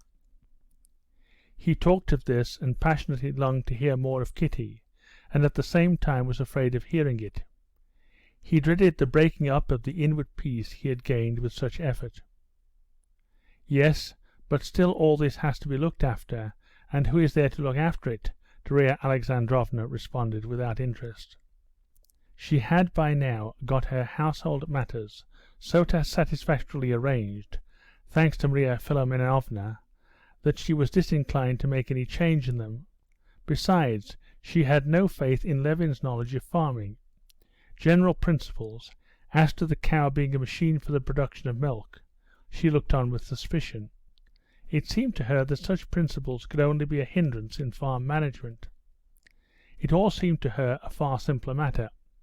All that was needed, as Maria Philimonovna had explained, was to give Brindle and Whitebreast more food and drink, and not to let the cook carry all the kitchen slops to the laundry-maid's cow.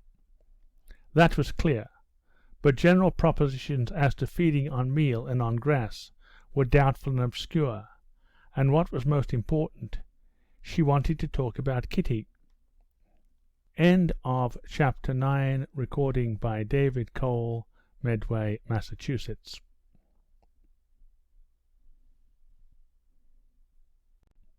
Anna Karenina by Leo Tolstoy, translated by Constance Garnett.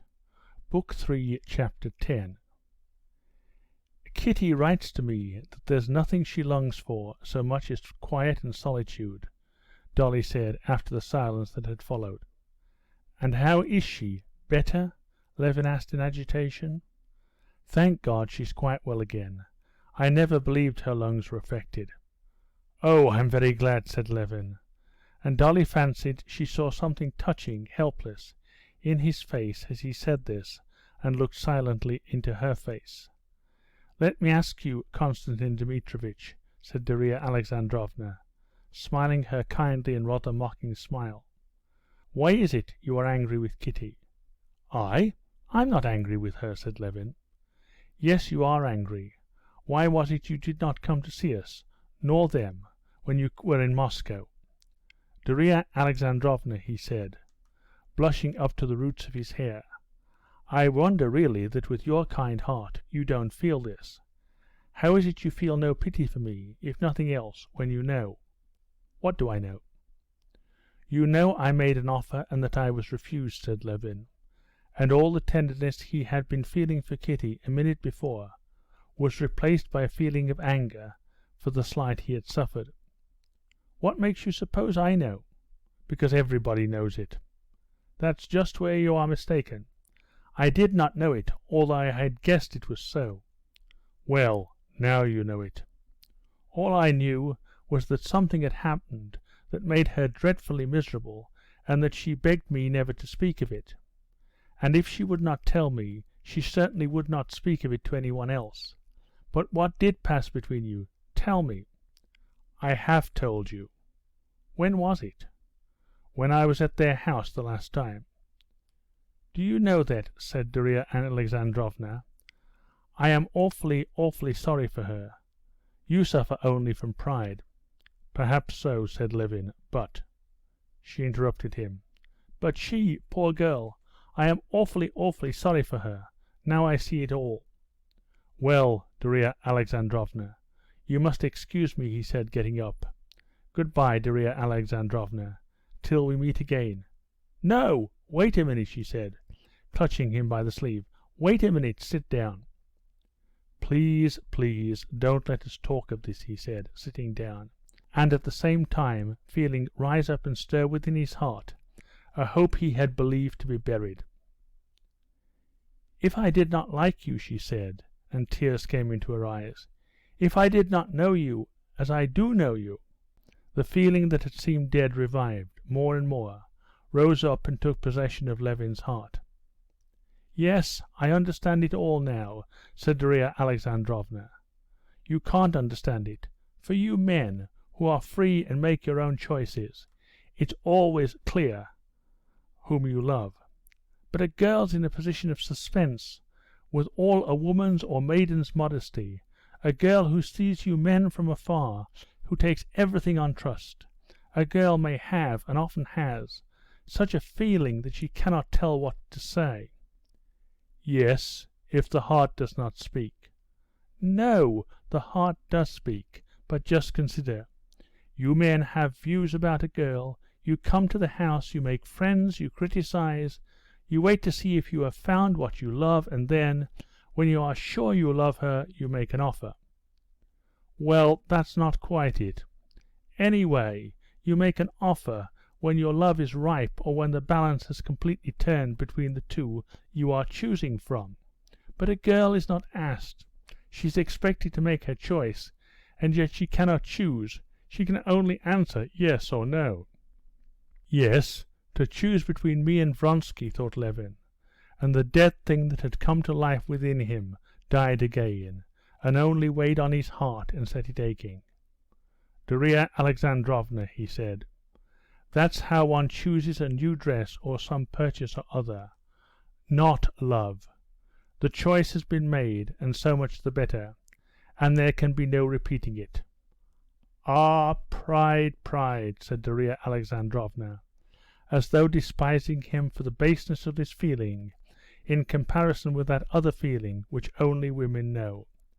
At the time when you made Kitty an offer, she was just in a position in which she could not answer. She was in doubt. Doubt between you and Vronsky.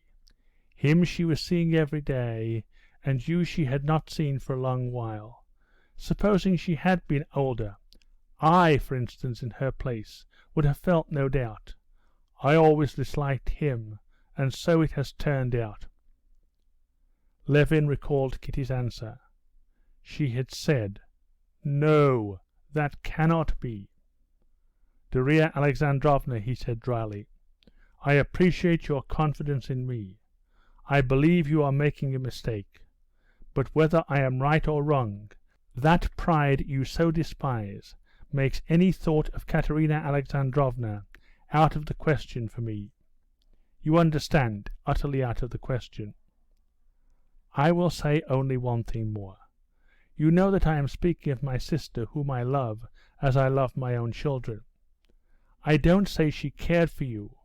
All I meant to say is that her refusal at that moment proves nothing. I don't know, said Levin, jumping up. If you only knew how you are hurting me. It's just as if a child of yours was dead, and they were to say to you, he would have been like this and like that, and he might have lived, and how happy you would have been in him. But he's dead, dead, dead. How absurd you are, said Darya Alexandrovna, looking with mournful tenderness at Levin's excitement. Yes, I see it all more and more clearly, she went on musingly. So you won't come to see us then, when Kitty's here? No, I shan't come. Of course I won't avoid meeting Katerina Alexandrovna, but as far as I can, I will try to save her the annoyance of my presence. You are very, very absurd, repeated Darya Alexandrovna, looking with tenderness into his face. Very well then, let it be as though we had not spoken of this. What have you come for, Tanya? She said in French to the little girl who had come in. Where's my spade, mamma? I speak French, and you must too. The little girl tried to say it in French, but could not remember the French for spade. The mother prompted her, and then told her in French where to look for the spade, and this made a disagreeable impression on Levin. Everything in Darya Alexandrovna's house and children struck him now as by no means so charming as a little while before. And what does she talk French with the children for, he thought. How unnatural and false it is, and the children feel it so, learning French and unlearning sincerity, he thought to himself, unaware that Darya Alexandrovna had thought all that over 20 times already, and yet, even at the cost of some loss of sincerity, believed it necessary to teach her children French in that way. "But why are you going? Do stay a little." Levin stayed to tea, but his good humour had vanished and he felt ill at ease. After tea he went out into the hall to order his horses to be put in, and when he came back he found Darya Alexandrovna greatly disturbed, with a troubled face and tears in her eyes. While Levin had been outside, an incident had occurred which had utterly shattered all the happiness she had been feeling that day, and her pride in her children. Grisha and Tanya had been fighting over a ball. Darya Alexandrovna, hearing a scream in the nursery, ran in and saw a terrible sight.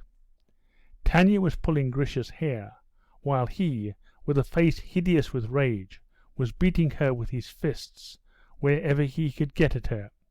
Something snapped in Darya Alexandrovna's heart when she saw this. It was as if darkness had swooped down upon her life.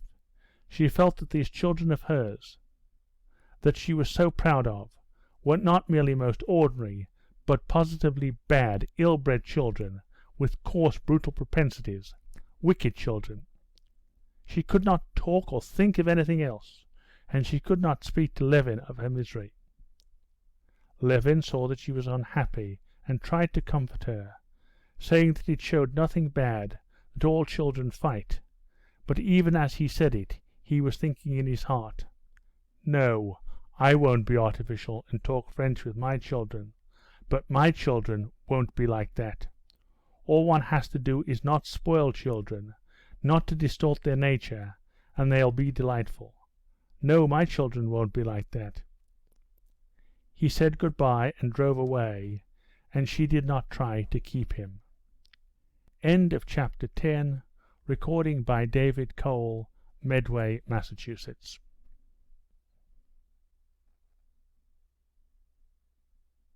Anna Karenina by Leo Tolstoy, translated by Constance Garnett, Book 3, Chapter 11. In the middle of July, the elder of the village on Levin's sister's estate, about 15 miles from Pokrovskoe, came to Levin to report on how things were going there and on the hay. The chief source of income on his sister's estate was from the riverside meadows. In former years the hay had been bought by the peasants for 20 roubles the 3 acres.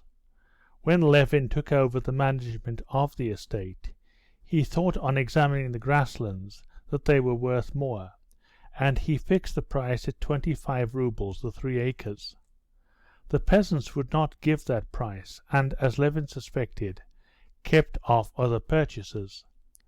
Then Levin had driven over himself and arranged to have the grass cut, partly by hired labour, partly at a payment of a certain proportion of the crop. His own peasants put every hindrance they could in the way of this new arrangement, but it was carried out, and the first year the meadows had yielded a profit almost double.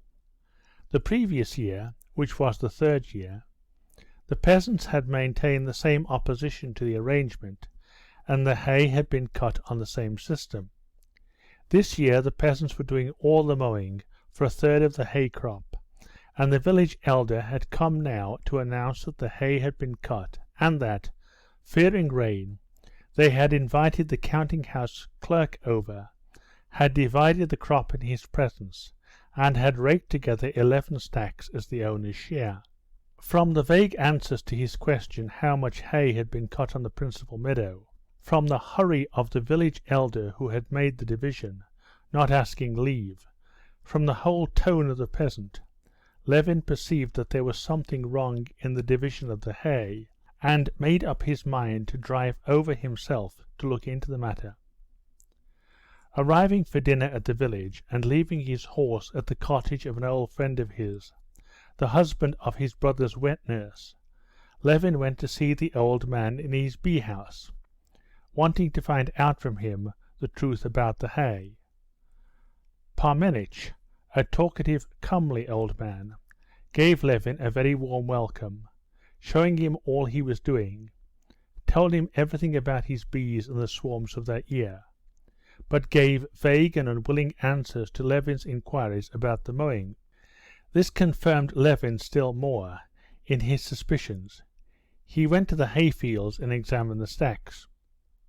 The haystacks could not possibly contain 50 wagon loads each, and to convict the peasants, Levin ordered the wagons that had carried the hay to be brought up directly, to lift one stack and carry it into the barn. There turned out to be only 32 loads in the stack. In spite of the village elder's assertions about the compressibility of hay, and its having settled down in the stacks, and his swearing that everything had been done in the fear of God, Levin stuck to his point that the hay had been divided without his orders, and that therefore he would not accept that hay as 50 loads to a stack. After a prolonged dispute, the matter was decided by the peasants taking these 11 stacks, reckoning them as 50 loads each. The arguments and the division of the haycocks lasted the whole afternoon. When the last of the hay had been divided, Levin, entrusting the superintendence of the rest to the counting-house clerk, sat down on a haycock marked off by a stake of willow, and looked admiringly at the meadow swarming with peasants. In front of him, in the bend of the river beyond the marsh, moved a bright-coloured line of peasant women, and the scattered hay was being rapidly formed into grey winding rows over the pale green stubble. After the women came the men with pitchforks, and from the grey rows there were growing up broad, high, soft haycocks. To the left, carts were rumbling over the meadow that had been already cleared, and one after another the haycocks vanished, flung up in huge forkfuls, and in their place there were rising heavy cartloads of fragrant hay, hanging over the horses' hind quarters. "What weather for haying! What hay it'll be!" said an old man, squatting down beside Levin. "It's tea, not hay. It's like scattering grain to the ducks, the way they pick it up," he added, pointing to the growing haycocks. "Since dinner time they've carried a good half of it. The last load, eh?" he shouted to a young peasant who drove by, standing in the front of an empty cart, shaking the cord reins. "The last, Dad," the lad shouted back, pulling in the horse and smiling. He looked round at a bright, rosy-cheeked peasant girl, who sat in the cart smiling too, and drove on. "Who's that, your son?" asked Levin. "My baby," said the old man with a tender smile. "What a fine fellow!" "The lad's all right." "Married already?" "Yes, it's 2 years last St. Philip's Day." "Any children?" "Children indeed." "Why, for over a year he was innocent as a babe himself, and bashful too," answered the old man. "Well, the hay, it's as fragrant as tea," he repeated, wishing to change the subject. Levin looked more attentively at Ivan Parmenov and his wife. They were loading a haycock onto the cart not far from him. Ivan Parmenov was standing on the cart, taking, laying in place, and stamping down the huge bundles of hay, which his pretty young wife deftly handled up to him, at first in armfuls, and then on the pitchfork. The young wife worked easily, merrily, and dexterously. The close-packed hay did not once break away off her fork. First she gathered it together, stuck the fork in it, then with a rapid, supple movement, leaned the whole weight of her body on it, and at once, with a bend of her back under the red belt, she drew herself up, and, arching her full bosom under the white smock, with a smart turn, swung the fork in her arms, and flung the bundle of hay high onto the cart. Ivan, obviously doing his best to save her every minute of unnecessary labour, made haste, opening his arms to clutch the bundle and lay it in the cart. As she raked together what was left of the hay, the young wife shook off the bits of hay that had fallen on her neck, and straightening the red kerchief that had dropped forward over her white brow, not browned like her face by the sun, she crept under the cart to tie up the load. Ivan directed her how to fasten the cord to the crosspiece, and at something she said he laughed aloud. In the expressions of both faces was to be seen vigorous, young, freshly awakened love. End of chapter 11. Read by David Cole, Medway, Massachusetts.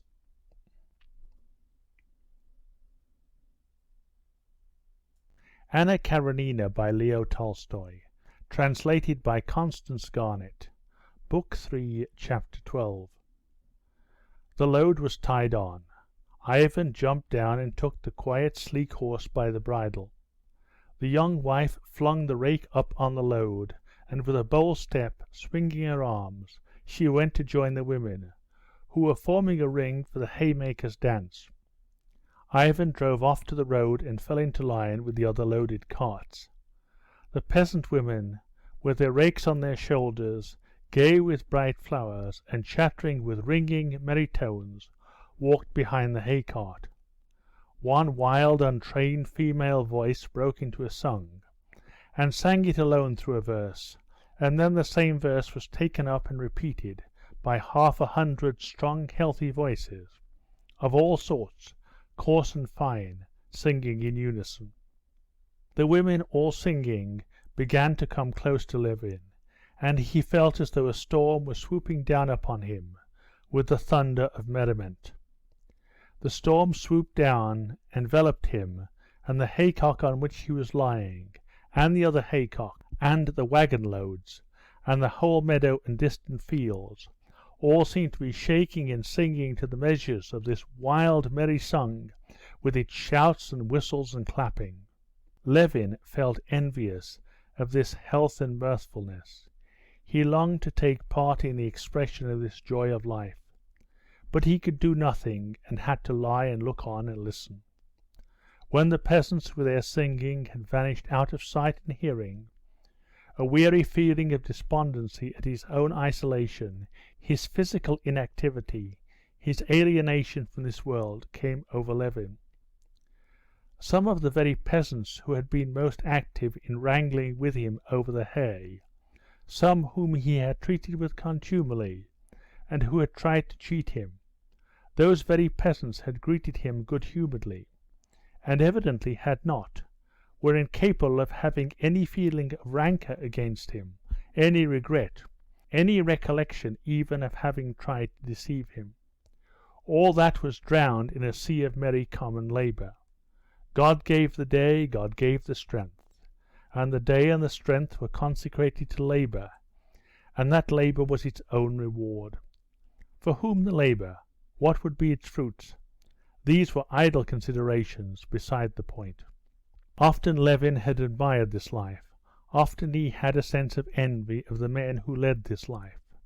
But today, for the first time, especially under the influence of what he had seen in the attitude of Ivan Parmenov to his young wife, the idea presented itself definitely to his mind that it was in his power to exchange the dreary, artificial, idle, individualistic life he was leading for this laborious, pure, and socially delightful life. The old man who had been sitting beside him had long ago gone home. The people had all separated. Those who lived near had gone home, while those who came from far were gathered into a group for supper, and to spend the night in the meadow. Levin, unobserved by the peasants, lay still on the haycock, and still looked on and listened and mused. The peasants who remained for the night in the meadow scarcely slept all the short summer night. At first there was the sound of merry talk and laughing all together over the supper, then singing again and laughter. All the long day of toil had left no trace in them but lightness of heart. Before the early dawn all was hushed. Nothing was to be heard but the night sounds of the frogs that never ceased in the marsh, and the horses snorting in the mist that rose over the meadow before the morning. Rousing himself, Levin got up from the haycock, and looking at the stars he saw that the night was over.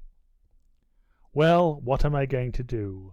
How am I to set about it?" he said to himself, trying to express to himself all the thoughts and feelings he had passed through in that brief night.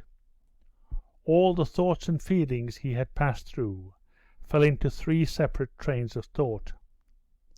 One was the renunciation of his old life, of his utterly useless education. This renunciation gave him satisfaction and was easy and simple. Another series of thoughts and mental images related to the life he longed to live now. The simplicity, the purity, the sanity of this life he felt clearly, and he was convinced that he would find in it the content, the peace and the dignity, of the lack of which he was so miserably conscious. But a third series of ideas turned upon the question how to effect this transition from the old life to the new, and there nothing took clear shape for him. Have a wife, have work and the necessity of work, leave Pokrovskoe, buy land, become a member of a peasant community, marry a peasant girl. How am I to set about it, he asked himself again, and could not find an answer. I haven't slept all night though, and I can't think it out clearly, he said to himself. I'll work it out later. One thing's certain, this night has decided my fate. All my old dreams of home life were absurd, not the real thing, he told himself. It's all ever so much simpler and better. How beautiful, he thought, looking at the strange, as it were, mother-of-pearl shell of white fleecy cloudlets resting right over his head in the middle of the sky. How exquisite it all is in this exquisite night. And when was there time for that cloud shell to form? Just now I looked at the sky and there was nothing in it, only 2 white streaks. Yes, and so imperceptibly too, my views of life changed. He went out to the meadow and walked along the high road towards the village. A slight wind arose and the sky looked grey and sullen. The gloomy moment had come that usually precedes the dawn, the full triumph of light over darkness. Shrinking from the cold, Levin walked rapidly, looking at the ground. What's that? Someone coming, he thought, catching the tinkle of bells and lifting his head. 40 paces from him, a carriage with 4 horses harnessed abreast was driving towards him along the grassy road on which he was walking. The shaft horses were tilted against the shafts by the ruts, but the dexterous driver sitting on the box held the shaft over the ruts, so that the wheels ran on the smooth part of the road. This was all Levin noticed, and without wondering who it could be, he gazed absently at the coach. In the coach was an old lady dozing in one corner, and at the window, evidently only just awake, sat a young girl holding in both hands the ribbons of a white cap. With a face full of light and thought, full of a subtle, complex inner life that was remote from Levin, she was gazing beyond him at the glow of the sunrise. At the very instant when this apparition was vanishing, the truthful eyes glanced at him. She recognized him, and her face lighted up with wondering delight. He could not be mistaken. There were no other eyes like those in the world. There was only one creature in the world that could concentrate for him all the brightness and meaning of life. It was she. It was Kitty. He understood that she was driving to Ergushova from the railway station, and everything that had been stirring Levin during that sleepless night, all the resolutions he had made, all vanished at once. He recalled with horror his dreams of marrying a peasant girl. There only, in the carriage that had crossed over to the other side of the road and was rapidly disappearing, there only could he find the solution of the riddle of his life, which had weighed so agonizingly upon him of late. She did not look out again. The sound of the carriage springs was no longer audible. The bells could scarcely be heard. The barking of dogs showed the carriage had reached the village, and all that was left was the empty fields all round, the village in front, and he himself, isolated and apart from it all, wandering lonely along the deserted highroad. He glanced at the sky, expecting to find there the cloud shell he had been admiring, and taking as the symbol of the ideas and feeling of that night. There was nothing in the sky in the least like a shell. There, in the remote heights above, a mysterious change had been accomplished. There was no trace of shell, and there was stretched over fully half the sky an even cover of tiny and ever tinier cloudlets. The sky had grown blue and bright, and with the same softness, but with the same remoteness, it met his questioning gaze. No, he said to himself, however good that life of simplicity and toil may be, I cannot go back to it. I love her. End of chapter 12, read by David Cole, Medway, Massachusetts.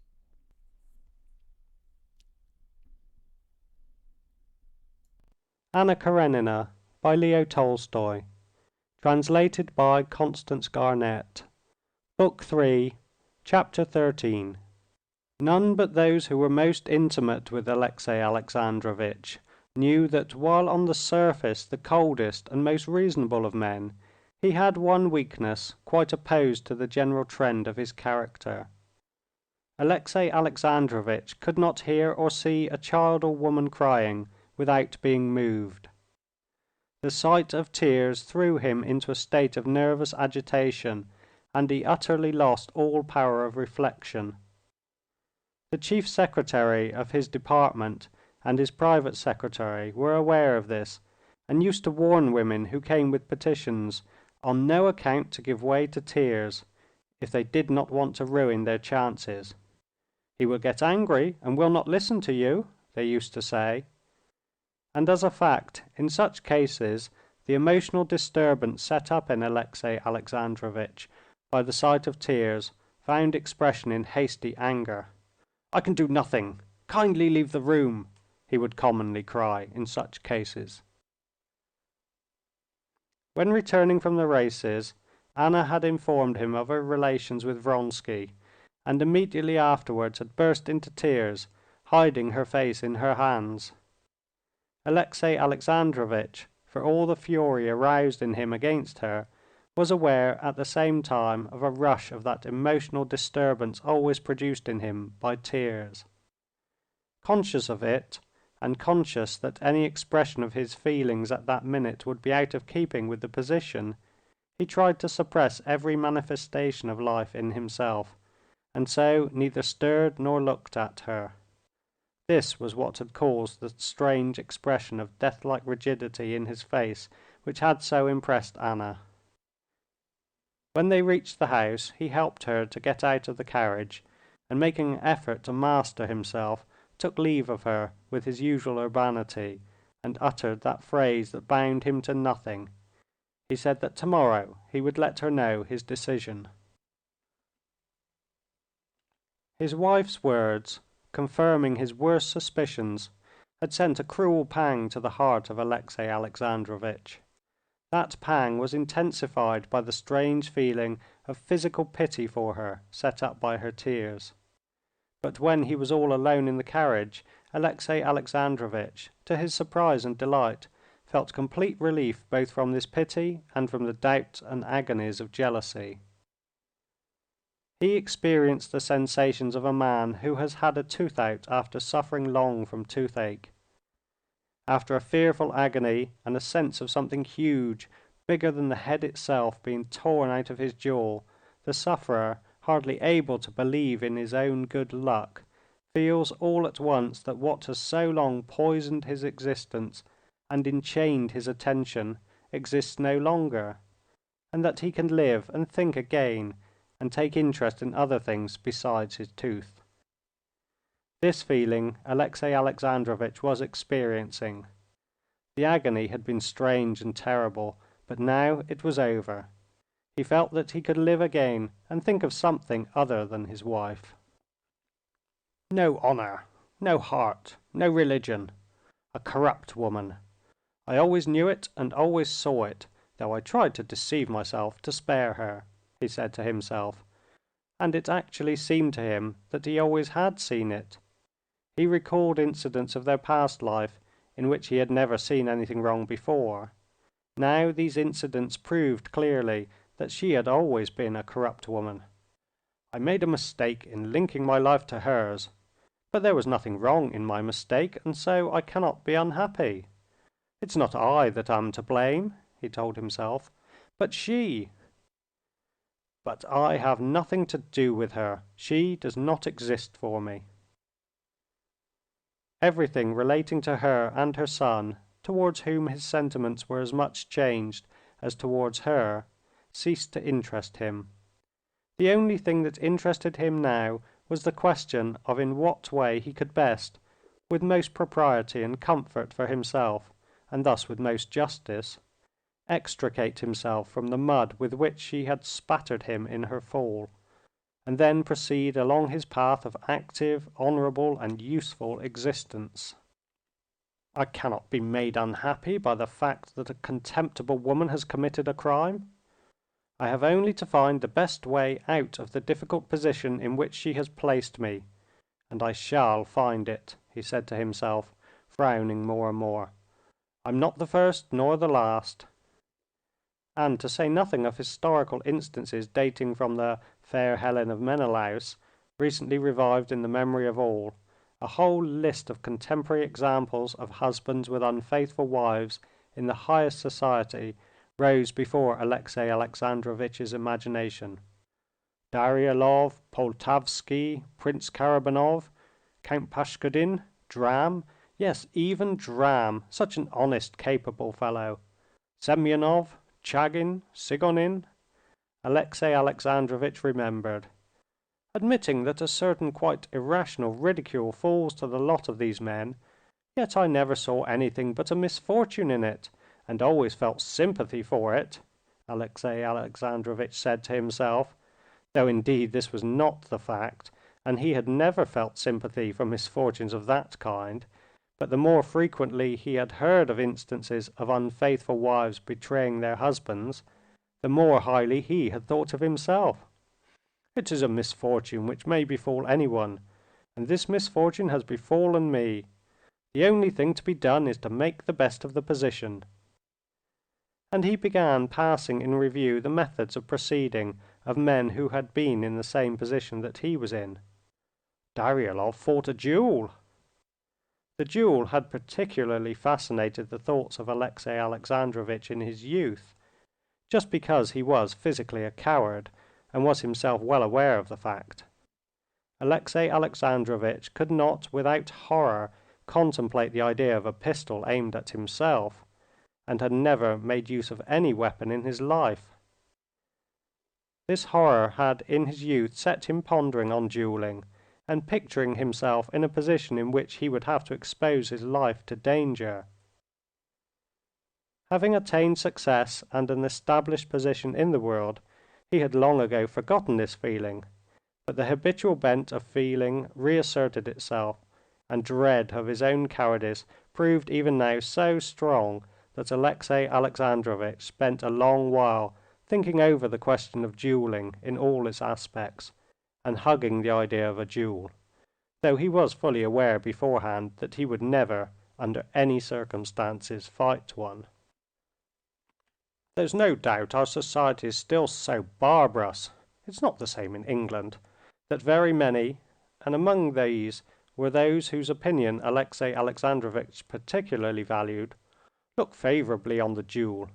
But what result is attained by it? Suppose I call him out," Alexey Alexandrovitch went on to himself, and vividly picturing the night he would spend after the challenge and the pistol aimed at him, he shuddered and knew that he never would do it.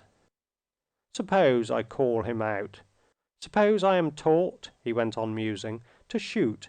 I press the trigger," he said to himself, closing his eyes, "and it turns out I have killed him," Alexey Alexandrovitch said to himself, and he shook his head as though to dispel such silly ideas. What sense is there in murdering a man in order to define one's relation to a guilty wife and son? I should still just as much have to decide what I ought to do with her. But what is more probable, and what would doubtless occur, I should be killed or wounded. I, the innocent person, should be the victim, killed or wounded. It's even more senseless.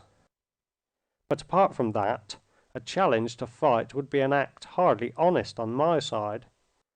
Don't I know perfectly well that my friends would never allow me to fight a duel, would never allow the life of a statesman needed by Russia to be exposed to danger? Knowing perfectly well beforehand that the matter would never come to real danger, it would amount to my simply trying to gain a certain sham reputation by such a challenge. That would be dishonest. That would be false. That would be deceiving myself and others.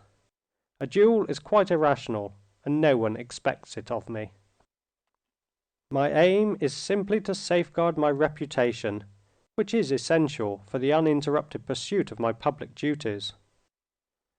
Official duties, which had always been of great consequence in Alexey Alexandrovitch's eyes, seemed of special importance to his mind at this moment.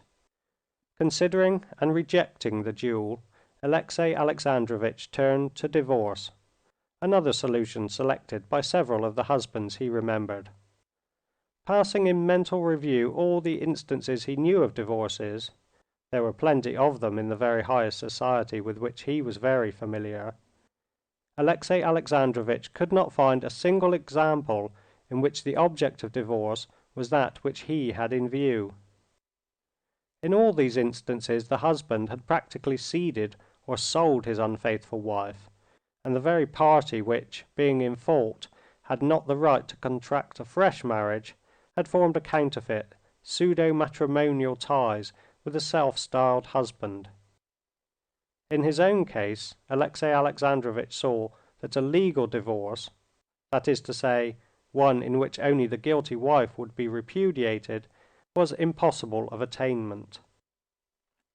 He saw that the complex conditions of the life they led made the coarse proofs of his wife's guilt, required by the law, out of the question. He saw that a certain refinement in that life would not admit of such proofs being brought forward, even if he had them, and that to bring forward such proofs would damage him in the public estimation more than it would her. An attempt at divorce could lead to nothing but a public scandal, which would be a perfect godsend to his enemies for calumny and attacks on his high position in society. His chief object, to define the position with the least amount of disturbance possible, would not be attained by divorce either. Moreover, in the event of divorce, or even of an attempt to obtain a divorce, it was obvious that the wife broke off all relations with the husband and threw in her lot with the lover. And in spite of the complete, as he supposed, contempt and indifference he now felt for his wife, at the bottom of his heart, Alexey Alexandrovitch still had one feeling left in regard to her, a disinclination to see her free to throw in her lot with Vronsky, so that her crime would be to her advantage. The mere notion of this so exasperated Alexey Alexandrovitch that directly it rose to his mind he groaned with inward agony, and got up and changed his place in the carriage, and for a long while after he sat with scowling brows, wrapping his numbed and bony legs in the fleecy rug. Apart from formal divorce, one might still do like Karabanov, Paskudin, and that good fellow Dram, that is, separate from one's wife, he went on thinking, when he had regained his composure. But this step too presented the same drawback of public scandal as a divorce, and what was more, a separation, quite as much as a regular divorce, flung his wife into the arms of Vronsky. "No, it's out of the question. Out of the question," he said again, twisting his rug about him. "I cannot be unhappy, but neither she nor he ought to be happy." The feeling of jealousy, which had tortured him during the period of uncertainty, had passed away at the instant when the tooth had been with agony extracted by his wife's words. But that feeling had been replaced by another, the desire not merely that she should not be triumphant, but that she should get due punishment for her crime. He did not acknowledge this feeling, but at the bottom of his heart he longed for her to suffer for having destroyed his peace of mind, his honor. And going once again over the conditions inseparable from a duel, a divorce, a separation, and once again rejecting them, Alexey Alexandrovitch felt convinced that there was only one solution: to keep her with him, concealing what had happened from the world, and using every measure in his power to break off the intrigue, and still more, though this he did not admit to himself, to punish her. I must inform her of my conclusion, that thinking over the terrible position in which she has placed her family, all other solutions will be worse for both sides than an external status quo, and that such I agree to retain, on the strict condition of obedience on her part to my wishes, that is to say, cessation of all intercourse with her lover. When this decision had been finally adopted, another weighty consideration occurred to Alexey Alexandrovitch in support of it. "By such a course only shall I be acting in accordance with the dictates of religion," he told himself. "In adopting this course, I am not casting off a guilty wife, but giving her a chance of amendment, and indeed, difficult as the task will be to me, I shall devote part of my energies to her reformation and salvation." Though Alexey Alexandrovitch was perfectly aware that he could not exert any moral influence over his wife, that such an attempt at reformation could lead to nothing but falsity, though in passing through these difficult moments he had not once thought of seeking guidance in religion, yet now, when his conclusion corresponded, as it seemed to him, with the requirements of religion, this religious sanction to his decision gave him complete satisfaction, and to some extent restored his peace of mind. He was pleased to think that, even in such an important crisis in life, no one would be able to say that he had not acted in accordance with the principles of that religion whose banner he had always held aloft amid the general coolness and indifference. As he pondered over subsequent developments, Alexey Alexandrovitch did not see, indeed, why his relations with his wife should not remain practically the same as before. No doubt she could never again regain his esteem, but there was not, and there could not be, any sort of reason that his existence should be troubled, and that he should suffer because she was a bad and faithless wife. Yes, time will pass, time which arranges all things, and the old relations will be re-established, Alexey Alexandrovitch told himself. So far re-established, that is, that I shall not be sensible of a break in the continuity of my life. She is bound to be unhappy, but I am not to blame, and so I cannot be unhappy. End of chapter 13.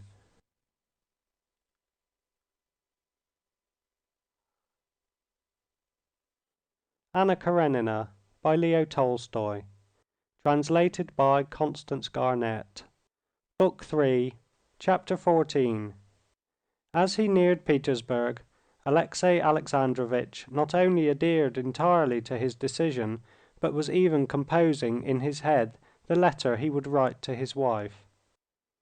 Going into the porter's room, Alexey Alexandrovitch glanced at the letters and papers brought from his office and directed that they should be brought to him in his study. "The horses can be taken out, and I will see no one," he said in answer to the porter, with a certain pleasure indicative of his agreeable frame of mind, emphasizing the words "see no one."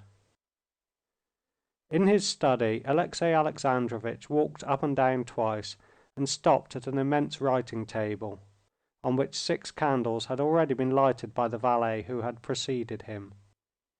He cracked his knuckles and sat down, sorting out his writing appurtenances. Putting his elbows on the table, he bent his head on one side, thought a minute, and began to write without pausing for a second.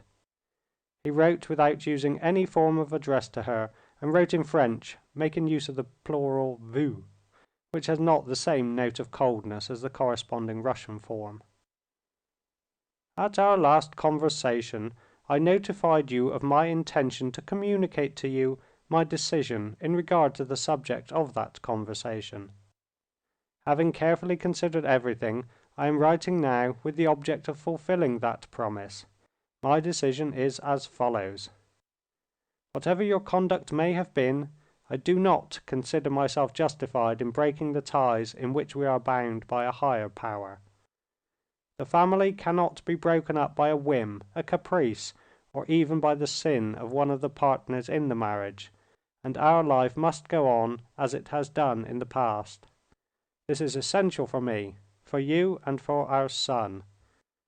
I am fully persuaded that you have repented and do repent of what has called forth the present letter, and that you will cooperate with me in eradicating the cause of our estrangement and forgetting the past.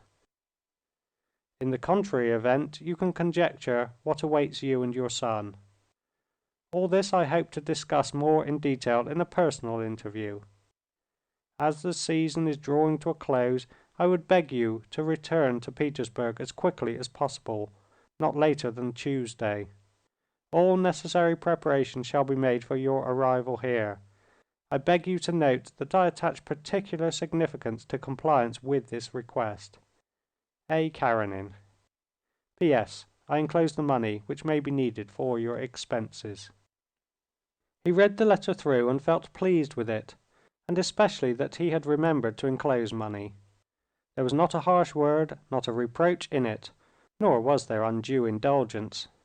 Most of all, it was a golden bridge for return. Folding the letter and smoothing it with a massive ivory knife, and putting it in an envelope with the money, he rang the bell with the gratification it always afforded him to use the well-arranged appointments of his writing-table. "Give this to the courier, to be delivered to Anna Arkadyevna tomorrow at the summer villa," he said, getting up. "Certainly, your excellency. Tea to be served in the study?" Alexey Alexandrovitch ordered tea to be brought to the study, and played with the massive paper knife. He moved to his easy-chair, near which there had been placed ready for him a lamp and the French work on Egyptian hieroglyphics that he had begun. Over the easy-chair there hung in a gold frame an oval portrait of Anna, a fine painting by a celebrated artist.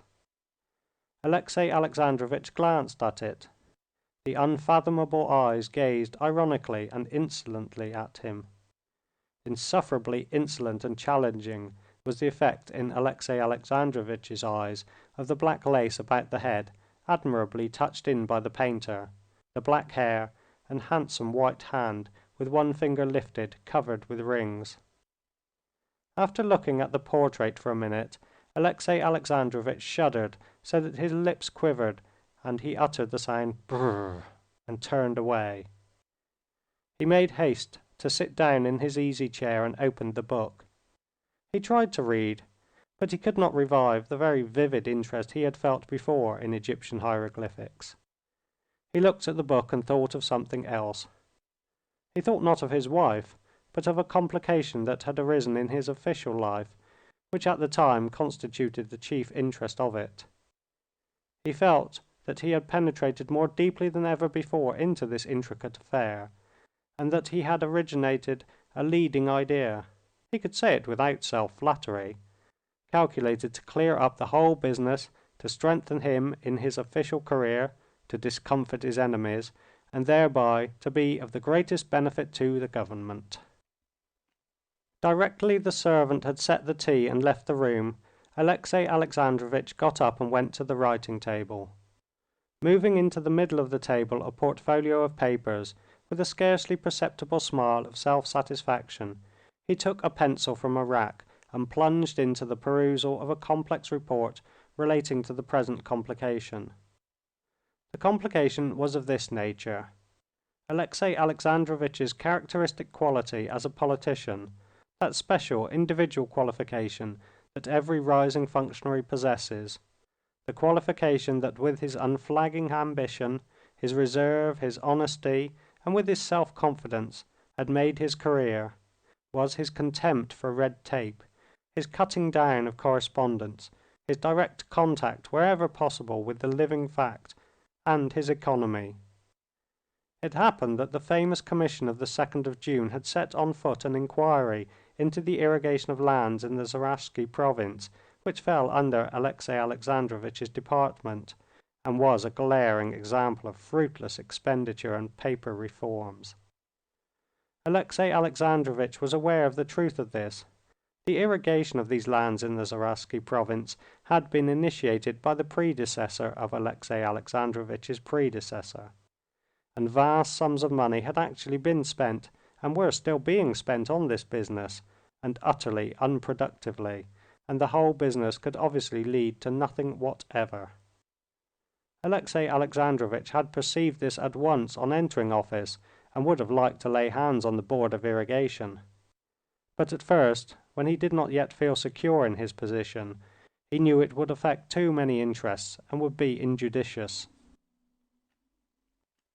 Later on he had been engrossed in other questions and had simply forgotten the Board of Irrigation. It went of itself, like all such boards, by the mere force of inertia.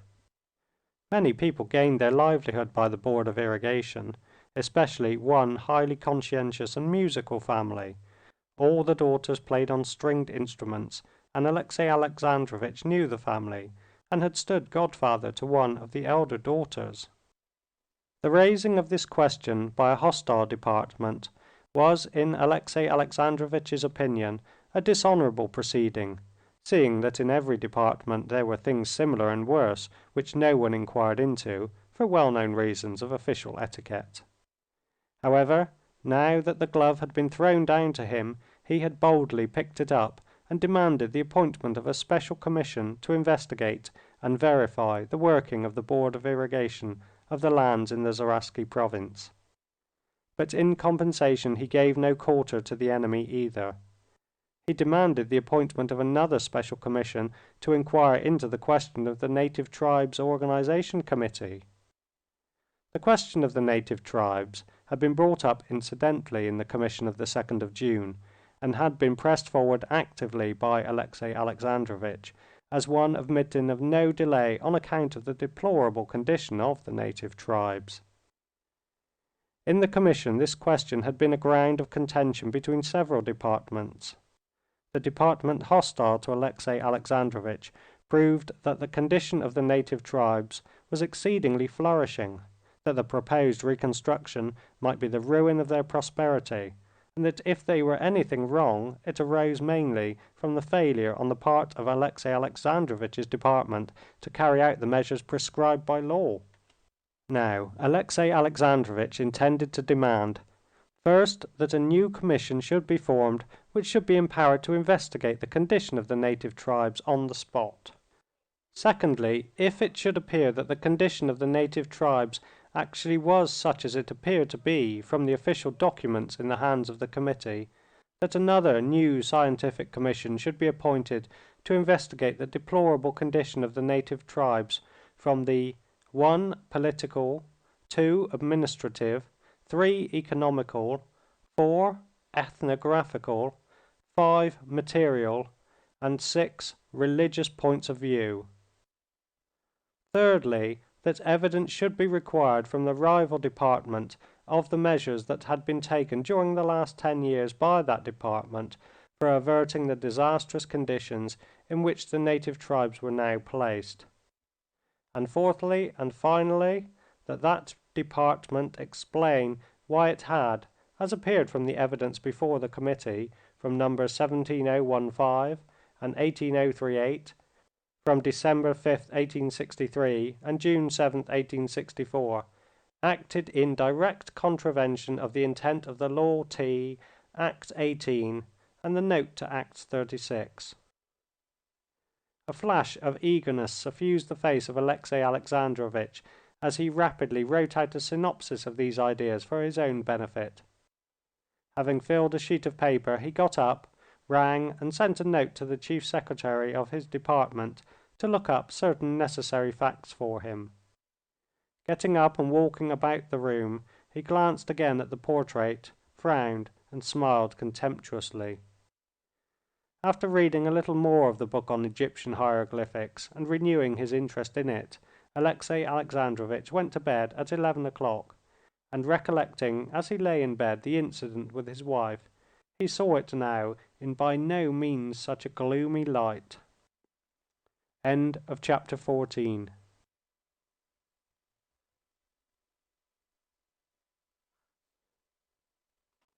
Anna Karenina by Leo Tolstoy. Translated by Constance Garnett. Book 3, Chapter 15. Though Anna had obstinately and with exasperation contradicted Vronsky when he told her their position was impossible, at the bottom of her heart she regarded her own position as false and dishonorable, and she longed with her whole soul to change it. On the way home from the races she had told her husband the truth in a moment of excitement, and in spite of the agony she had suffered in doing so, she was glad of it. After her husband had left her, she told herself that she was glad, that now everything was made clear, and at least there would be no more lying and deception. It seemed to her beyond doubt that her position was now made clear forever. It might be bad, this new position, but it would be clear. There would be no indefiniteness or falsehood about it. The pain she had caused herself and her husband in uttering those words would be rewarded now by everything being made clear, she thought. That evening she saw Vronsky, but she did not tell him of what had passed between her and her husband, though to make the position definite it was necessary to tell him. When she woke up next morning, the first thing that rose to her mind was what she had said to her husband, and those words seemed to her so awful that she could not conceive now how she could have brought herself to utter those strange, coarse words, and could not imagine what would come of it. But the words were spoken, and Alexey Alexandrovitch had gone away without saying anything. "I saw Vronsky and did not tell him. At the very instant he was going away, I would have turned him back and told him, but I changed my mind, because it was strange that I had not told him the first minute. Why was it I wanted to tell him and did not tell him?" And in answer to this question, a burning blush of shame spread over her face. She knew what had kept her from it. She knew that she had been ashamed. Her position, which had seemed to her simplified the night before, suddenly struck her now as not only not simple, but as absolutely hopeless. She felt terrified at the disgrace of which she had not ever thought before. Directly she thought of what her husband would do, the most terrible ideas came to her mind. She had a vision of being turned out of the house, of her shame being proclaimed to all the world. She asked herself where she should go when she was turned out of the house, and she could not find an answer. When she thought of Vronsky, it seemed to her that he did not love her, that he was already beginning to be tired of her, that she could not offer herself to him, and she felt bitter against him for it. It seemed to her that the words that she had spoken to her husband, and had continually repeated in her imagination, she had said to everyone, and everyone had heard them. She could not bring herself to look those of her own household in the face. She could not bring herself to call her maid, and still less go downstairs and see her son and his governess. The maid, who had been listening at her door for a long while, came into her room of her own accord. Anna glanced inquiringly into her face and blushed with a scared look. The maid begged her pardon for coming in, saying that she had fancied the bell rang. She brought her clothes and a note. The note was from Betsy. Betsy reminded her that Liza Merkalova and Baroness Stoltz were coming to play croquet with her that morning with their adorers, Kalosky and old Stremov. "Come, if only as a study in morals, I shall expect you," she finished. Anna read the note and heaved a deep sigh. "Nothing, I need nothing," she said to Annushka, who was rearranging the bottles and brushes on the dressing table. "You can go. I'll dress at once and come down. I need nothing." Annushka went out, but Anna did not begin dressing, and sat in the same position, her head and hands hanging listlessly, and every now and then she shivered all over, seemed as though she would make some gesture, utter some word, and sank back into lifelessness again. She repeated continually, "My God, my God," but neither God nor my had any meaning to her. The idea of seeking help in her difficulty in religion was as remote from her as seeking help from Alexey Alexandrovitch himself, although she had never had doubts of the faith in which she had been brought up. She knew that the support of religion was possible only upon condition of renouncing what made up for her the whole meaning of life. She was not simply miserable, she began to feel alarm at the new spiritual condition, never experienced before, in which she found herself. She felt as though everything were beginning to be double in her soul, just as objects sometimes appear double to overtired eyes. She hardly knew at times what it was she feared and what she hoped for, whether she feared or desired what had happened or what was going to happen, and exactly what she longed for she could not have said. What am I doing?" she said to herself, feeling a sudden thrill of pain in both sides of her head. When she came to herself she saw that she was holding her hair in both hands, each side of her temples, and pulling it. She jumped up and began walking about. "The coffee is ready, and Mademoiselle and Seryozha are waiting," said Annushka, coming back again and finding Anna in the same position. "Seryozha? What about Seryozha?" Anna asked with sudden eagerness, recollecting her son's existence for the first time that morning. "He's been naughty, I think," answered Annushka with a smile. "In what way?" "Some peaches were lying on the table in the corner room. I think he slipped in and ate one of them on the sly." The recollection of her son suddenly roused Anna from the helpless condition in which she found herself. She recalled the partly sincere, though greatly exaggerated, role of the mother living for her child, which she had taken up of late years, and she felt with joy that in the plight in which she found herself she had a support, quite apart from her relation to her husband or to Vronsky. This support was her son. In whatever position she might be placed she could not lose her son. Her husband might put her to shame and turn her out. Vronsky might grow cold to her and go on living his own life apart. She thought of him again with bitterness and reproach. She could not leave her son. She had an aim in life, and she must act to secure this relation to her son, so that he might not be taken from her. Quickly indeed, as quickly as possible, she must take action before he was taken from her. She must take her son and go away. Here was the one thing she had to do now. She needed consolation. She must be calm and get out of this insufferable position. The thought of immediate action binding her to her son, of going away somewhere with him, gave her this consolation.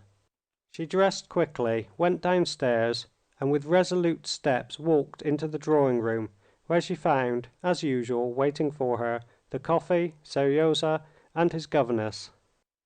Seryozha, all in white, with his back and head bent, was standing at a table under a looking-glass, and with an expression of intense concentration, which she knew well, and in which he resembled his father. He was doing something to the flowers he carried. The governess had a particularly severe expression. Seryozha screamed shrilly, as he often did, "Ah, mamma!" and stopped, hesitating whether to go to greet his mother and put down the flowers, or to finish making the wreath and go with the flowers. The governess, after saying good morning, began a long and detailed account of Seryozha's naughtiness, but Anna did not hear her. She was considering whether she would take her with her or not. "No, I won't take her," she decided. "I'll go alone with my child."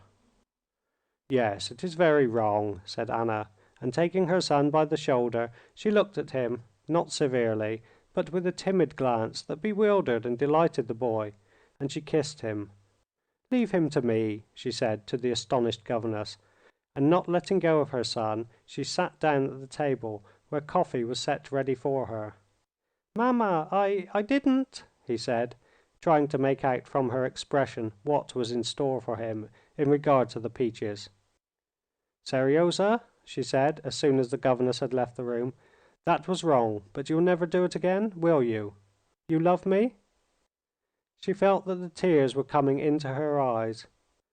Can I help loving him? She said to herself, looking deeply into his scared and at the same time delighted eyes. And can he ever join his father in punishing me? Is it possible he will not feel for me? Tears were already flowing down her face, and to hide them she got up abruptly and almost ran out onto the terrace. After the thunder showers of the last few days, cold, bright weather had set in. The air was cold in the bright sun that filtered through the freshly washed leaves. She shivered, both from the cold and from the inward horror which had clutched her with fresh force in the open air. Run along to Mariette," she said to Seryozha, who had followed her out, and she began walking up and down on the straw matting of the terrace.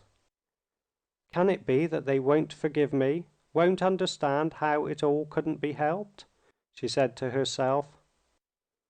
Standing still and looking at the tops of the aspen trees waving in the wind, with their freshly washed, brightly shining leaves in the cold sunshine, she knew that they would not forgive her, that everyone and everything would be merciless to her now, as was that sky, that green. And again she felt that everything was split in two in her soul. "I mustn't think," she said to herself. "I must get ready. To go where? When? Whom to take with me? Yes, to Moscow, by the evening train, Annushka and Seryozha, and only the most necessary things. But first I must write to them both." She went quickly indoors into her boudoir, sat down at the table, and wrote to her husband. "After what has happened I cannot remain any longer in your house. I am going away and taking my son with me. I don't know the law, and so I don't know with which of the parents the son should remain, but I take him with me because I cannot live without him. Be generous. Leave him to me." Up to this point she wrote rapidly and naturally, but the appeal to his generosity, a quality she did not recognize in him, and the necessity of winding up the letter with something touching pulled her up. "Of my fault and my remorse I cannot speak because...." She stopped again, finding no connection in her ideas. "No," she said to herself, "there's no need of anything," and tearing up the letter she wrote it again, leaving out the allusion to generosity, and sealed it up. Another letter had to be written to Vronsky. "I have told my husband," she wrote, and she sat a long while unable to write more. It was so coarse, so unfeminine. "And what more am I to write to him?" she said to herself. Again a flush of shame spread over her face. She recalled his composure, and a feeling of anger against him impelled her to tear the sheet with the phrase she had written into tiny bits.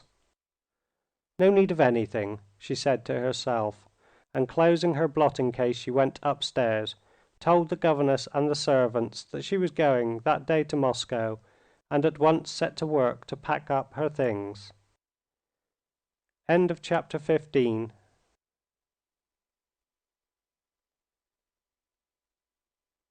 Anna Karenina by Leo Tolstoy, translated by Constance Garnett.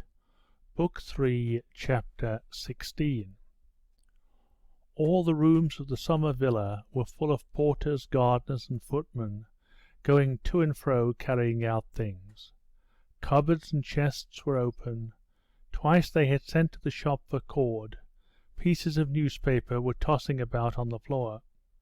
2 trunks, some bags, and strapped-up rugs had been carried down into the hall. The carriage and 2 hired cabs were waiting on the steps. Anna, forgetting her inward agitation in the work of packing, was standing at a table in her boudoir packing her travelling bag, when Annushka called her attention to the rattle of some carriage driving up. Anna looked out of the window and saw Alexey Alexandrovitch's courier on the steps, ringing at the front door-bell.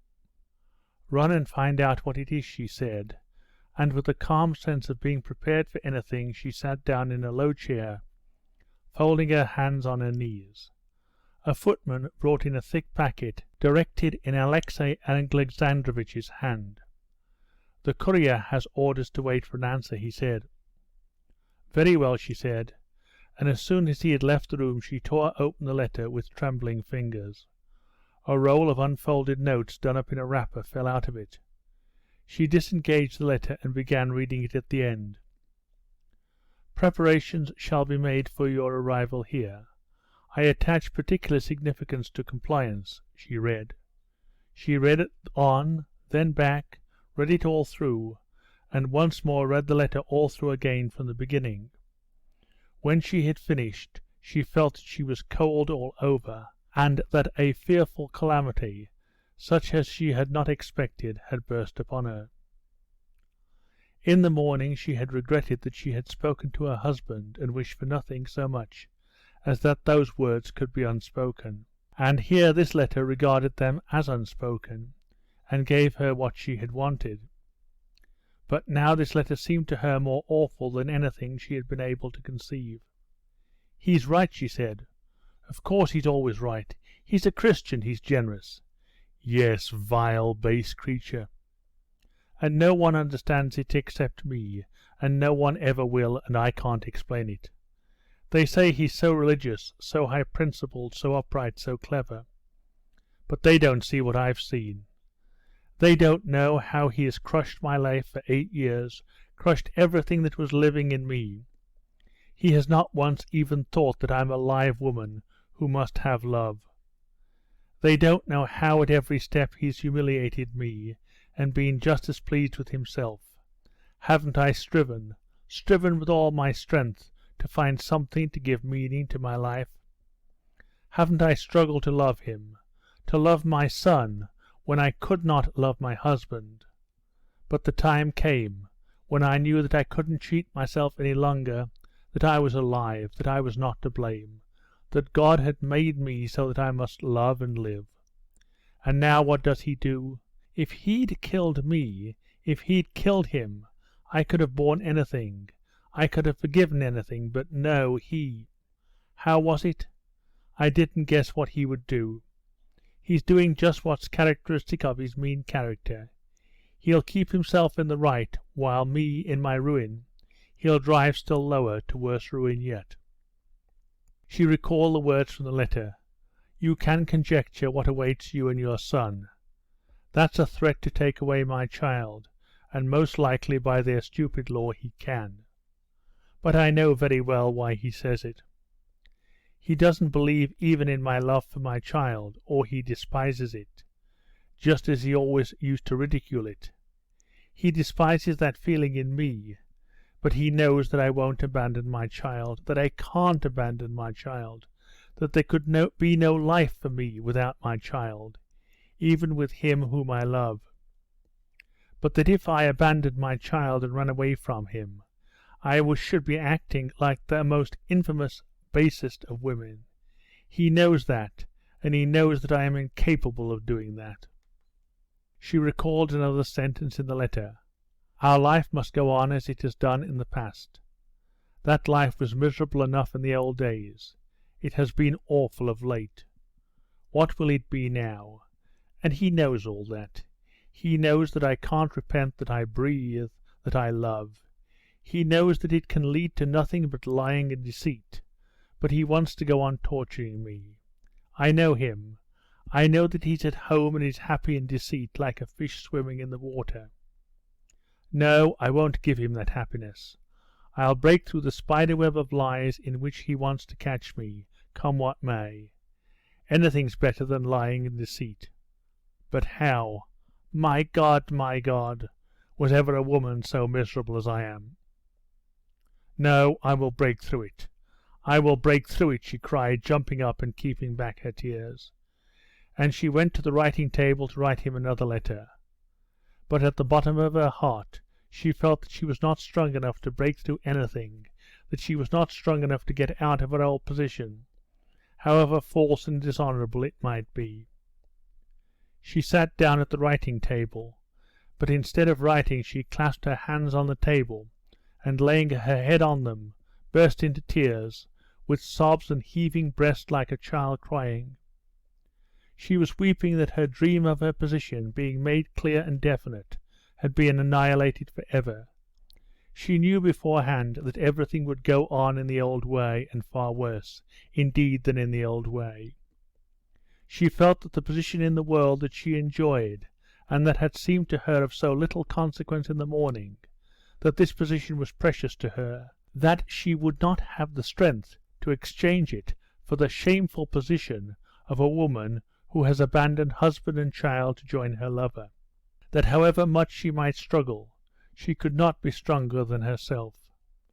She would never know freedom in love, but would remain for ever a guilty wife, with the menace of detection hanging over her at every instant. Deceiving her husband for the sake of a shameful connection with a man living apart and away from her, whose life she could never share.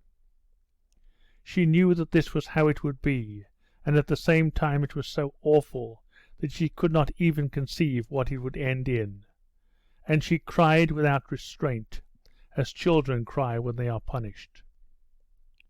The sound of the footman's steps forced her to rouse herself, and hiding her face from him, she pretended to be writing. "The courier asks if there's an answer," the footman announced. "An answer? Yes," said Anna. "Let him wait. I'll ring."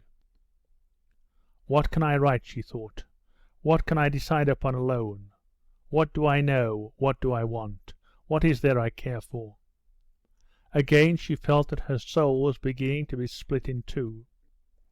And she was terrified again at this feeling, and clutched at the first pretext for doing something which might divert her thoughts from herself. "I ought to see Alexey," as she called Vronsky in her thoughts. "No one but he can tell me what I ought to do. I'll go to Betsy's. Perhaps I shall see him there," she said to herself, completely forgetting that when she had told him the day before that she was not going to Princess Tverskaya's, he had said that in that case he should not go either. She went up to the table, wrote to her husband, "I have received your letter, A," and ringing the bell, gave it to the footman. "We are not going," she said to Annushka as she came in. "Not going at all? No. Don't unpack till tomorrow, and let the carriage wait. I'm going to the princess's. Which dress am I to get ready?" End of chapter 16.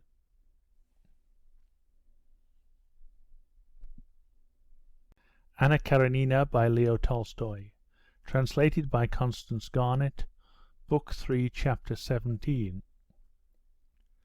The croquet party to which the Princess Tverskaya had invited Anna was to consist of two ladies and their adorers. These two ladies were the chief representatives of a select New Petersburg circle, nicknamed, in imitation of some imitation, Les Sept Merveilles du Monde. These ladies belonged to a circle which, though of the highest society, was utterly hostile to that in which Anna moved. Moreover, Stremov, one of the most influential people in Petersburg, and the elderly admirer of Liza Merkalova, was Alexey Alexandrovitch's enemy in the political world. From all these considerations Anna had not meant to go, and the hints in Princess Tverskaya's note referred to her refusal. But now Anna was eager to go in the hope of seeing Vronsky. Anna arrived at Princess Tverskaya's earlier than the other guests. At the same moment as she entered, Vronsky's footman, with side whiskers combed out like a kammerjunker, came in too. He stopped at the door and, taking off his cap, let her pass. Anna recognized him, and only then recalled that Vronsky had told her the day before that he would not come. Most likely he was sending a note to say so. As she took off her outer garment in the hall, she heard the footman, pronouncing his R's even like a kammerjunker, say, "From the Count for the Princess," and hand the note. She longed to question him as to where his master was. She longed to turn back and send him a letter to come and see her, or to go herself to see him. But neither the first nor the second nor the third course was possible. Already she heard bells ringing to announce her arrival ahead of her, and Princess Tverskaya's footman was standing at the open door, waiting for her to go forward into the inner rooms. "The princess is in the garden. They will inform her immediately. Would you be pleased to walk into the garden?" announced another footman in another room. The position of uncertainty, of indecision, was still the same as at home. Worse, in fact, since it was impossible to take any step, impossible to see Vronsky, and she had to remain here among outsiders, in company so uncongenial to her present mood. But she was wearing a dress that she knew suited her. She was not alone. All around was that luxurious setting of idleness that she was used to, and she felt less wretched than at home. She was not forced to think what she was to do. Everything would be done of itself. On meeting Betsy coming towards her in a white gown that struck her by its elegance, Anna smiled at her just as she always did. Princess Tverskaya was walking with Tushkevitch and a young lady, a relation, who, to the great joy of her parents in the provinces, was spending the summer with a fashionable princess.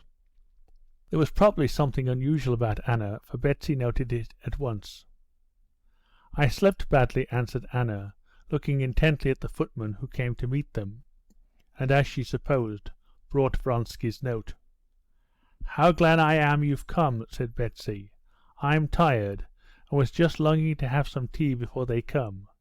You might go," she turned to Tushkevitch, "with Masha, and try the croquet ground over there, where they've been cutting it. We shall have time to talk a little over tea. We'll have a cosy chat, eh?" she said in English to Anna with a smile, pressing the hand with which she held a parasol. "Yes, especially as I can't stay very long with you. I'm forced to go on to old Madame Vreda."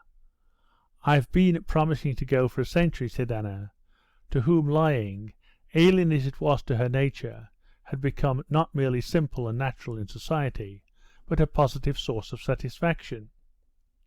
Why she said this, which she had not thought of a second before, she could not have explained. She had said it simply from the reflection that as Vronsky would not be here, she had better secure her own freedom and try to see him somehow. But why had she spoken of old Madame Vreda, whom she had to go and see, as she had to see many other people, she could not have explained. And yet, as it afterwards turned out, had she contrived the most cunning devices to meet Vronsky, she could have thought of nothing better. "No, I'm not going to let you go for anything," answered Betsy, looking intently into Anna's face. "Really, if I were not fond of you, I should feel offended. One would think you were afraid my society would compromise you. Tea in the little dining room, please," she said, half closing her eyes, as she always did when addressing the footman. Taking the note from him, she read it. "Alexey's playing us false," she said in French. "He writes that he can't come." She added in a tone as simple and natural as though it could never enter her head that Vronsky had meant anything more to Anna than a game of croquet. Anna knew that Betsy knew everything, but hearing how she spoke of Vronsky before her, she almost felt persuaded for a minute that she knew nothing. "Ah," said Anna indifferently, as though not greatly interested in the matter, and she went on smiling. "How can you or your friends compromise any one?" This playing with words, this hiding of a secret, had a great fascination for Anna, as indeed it has for all women. And it was not the necessity of concealment, not the aim with which the concealment was contrived, but the process of concealment itself which attracted her. "I can't be more Catholic than the Pope," she said. "Stremov and Lisa Merkalova, why, they're the cream of society. Besides, they're received everywhere, and I," she laid special stress on the "I," "have never been strict and intolerant. It's simply that I haven't the time." "No, you don't care perhaps to meet Stremov? Let him and Alexey Alexandrovitch tilt at each other in the committee. That's no affair of ours. But in the world he's the most amiable man I know, and a devoted croquet player. You shall see. And, in spite of his absurd position as Lisa's lovesick swain at his age, You ought to see how he carries off the absurd position. He's very nice. Sappho Stolz, you don't know. Oh, that's a new type, quite new." Betsy said all this, and at the same time, from her good-humoured, shrewd glance, Anna felt that she partially guessed her plight, and was hatching something for her benefit. They were in the little boudoir. "I must write to Alexei, though," and Betsy sat down to the table, scribbled a few lines, and put the note in an envelope. "I'm telling him to come to dinner. I've one lady extra to dinner with me, and no man to take her in. Look what I've said. Will that persuade him? Excuse me, I must leave you for a moment. Would you seal it up, please, and send it off?" she said from the door. "I have to give some directions." Without a moment's thought, Anna sat down to the table with Betsy's letter, and without reading it, wrote below: "It's essential for me to see you. Come to the Vrede garden. I shall be there at 6 o'clock." She sealed it up, and Betsy, coming back, in her presence, handed the note to be taken. At tea, which was brought them on a little tea-table in the cool little drawing-room, the cosy chat promised by Princess Tverskaya before the arrival of her visitors really did come off between the two women. They criticized the people they were expecting, and the conversation fell upon Lisa Merkalova. "She's very sweet, and I always liked her," said Anna. "You ought to like her. She raves about you. Yesterday she came up to me after the races, and was in despair at not finding you. She says you're a real heroine of romance, and if she were a man she would do all sorts of mad things for your sake. Stremoff says she does that as it is." "But do tell me, please. I never could make it out," said Anna, after being silent for some time, speaking in a tone that showed she was not asking an idle question, but that what she was asking was of more importance to her than it should have been. "Do tell me, please, what are her relations with Prince Kalusky, Mishka, as he's called? I've met them so little. What does it mean?" Betsy smiled with her eyes, and looked intently at Anna. "It's a new manner," she said. "They've all adopted that manner. They've flung their caps over the windmills. But there are ways and means of flinging them." "Yes, but what are her relations precisely with Kalusky?" Betsy broke down into unexpectedly mirthful and irrepressible laughter, a thing which rarely happened with her. "You're encroaching on Princess Myakaya's special domain now. That's a question of an enfant terrible," and Betsy obviously tried to restrain herself, but could not, and went off into peals of that infectious laughter that people laugh who do not laugh often. "You'd better ask them," she brought out, between tears of laughter. "No, you laugh," said Anna, laughing too in spite of herself. "But I could never understand it. I can't understand the husband's role in it." "The husband? Lisa Merkalova's husband carries her shawl, and is always ready to be of use. But anything more than that in reality no one cares to inquire. You know, in decent society one doesn't talk or think even of certain details of the toilet. That's how it is with this." "Will you be at Madame Rallandak's fete?" asked Anna, to change the conversation. "I don't think so," answered Betsy, and without looking at her friend, she began filling the little transparent cups with fragrant tea. Putting a cup before Anna, she took out a cigarette, and fitting it in a silver holder, she lighted it. "It's like this, you see. I'm in a fortunate position," she began, quite serious now, as she took up her cup. "I understand you, and I understand Lisa. Lisa now is one of those naive natures that, like children, don't know what's good and what's bad. Anyway, she didn't comprehend it when she was very young, and now she's aware that the lack of comprehension suits her. Now perhaps she doesn't know on purpose," said Betsy with a subtle smile, "but anyway it suits her. The very same thing, don't you see, may be looked at tragically and turned into a misery, or it may be looked at simply and even humorously. Possibly you are inclined to look at things too tragically." "How I should like to know other people just as I know myself," said Anna, seriously and dreamily. Am I worse than other people, or better? I think I'm worse. Enfant terrible, enfant terrible, repeated Betsy. But here they are. End of chapter 17.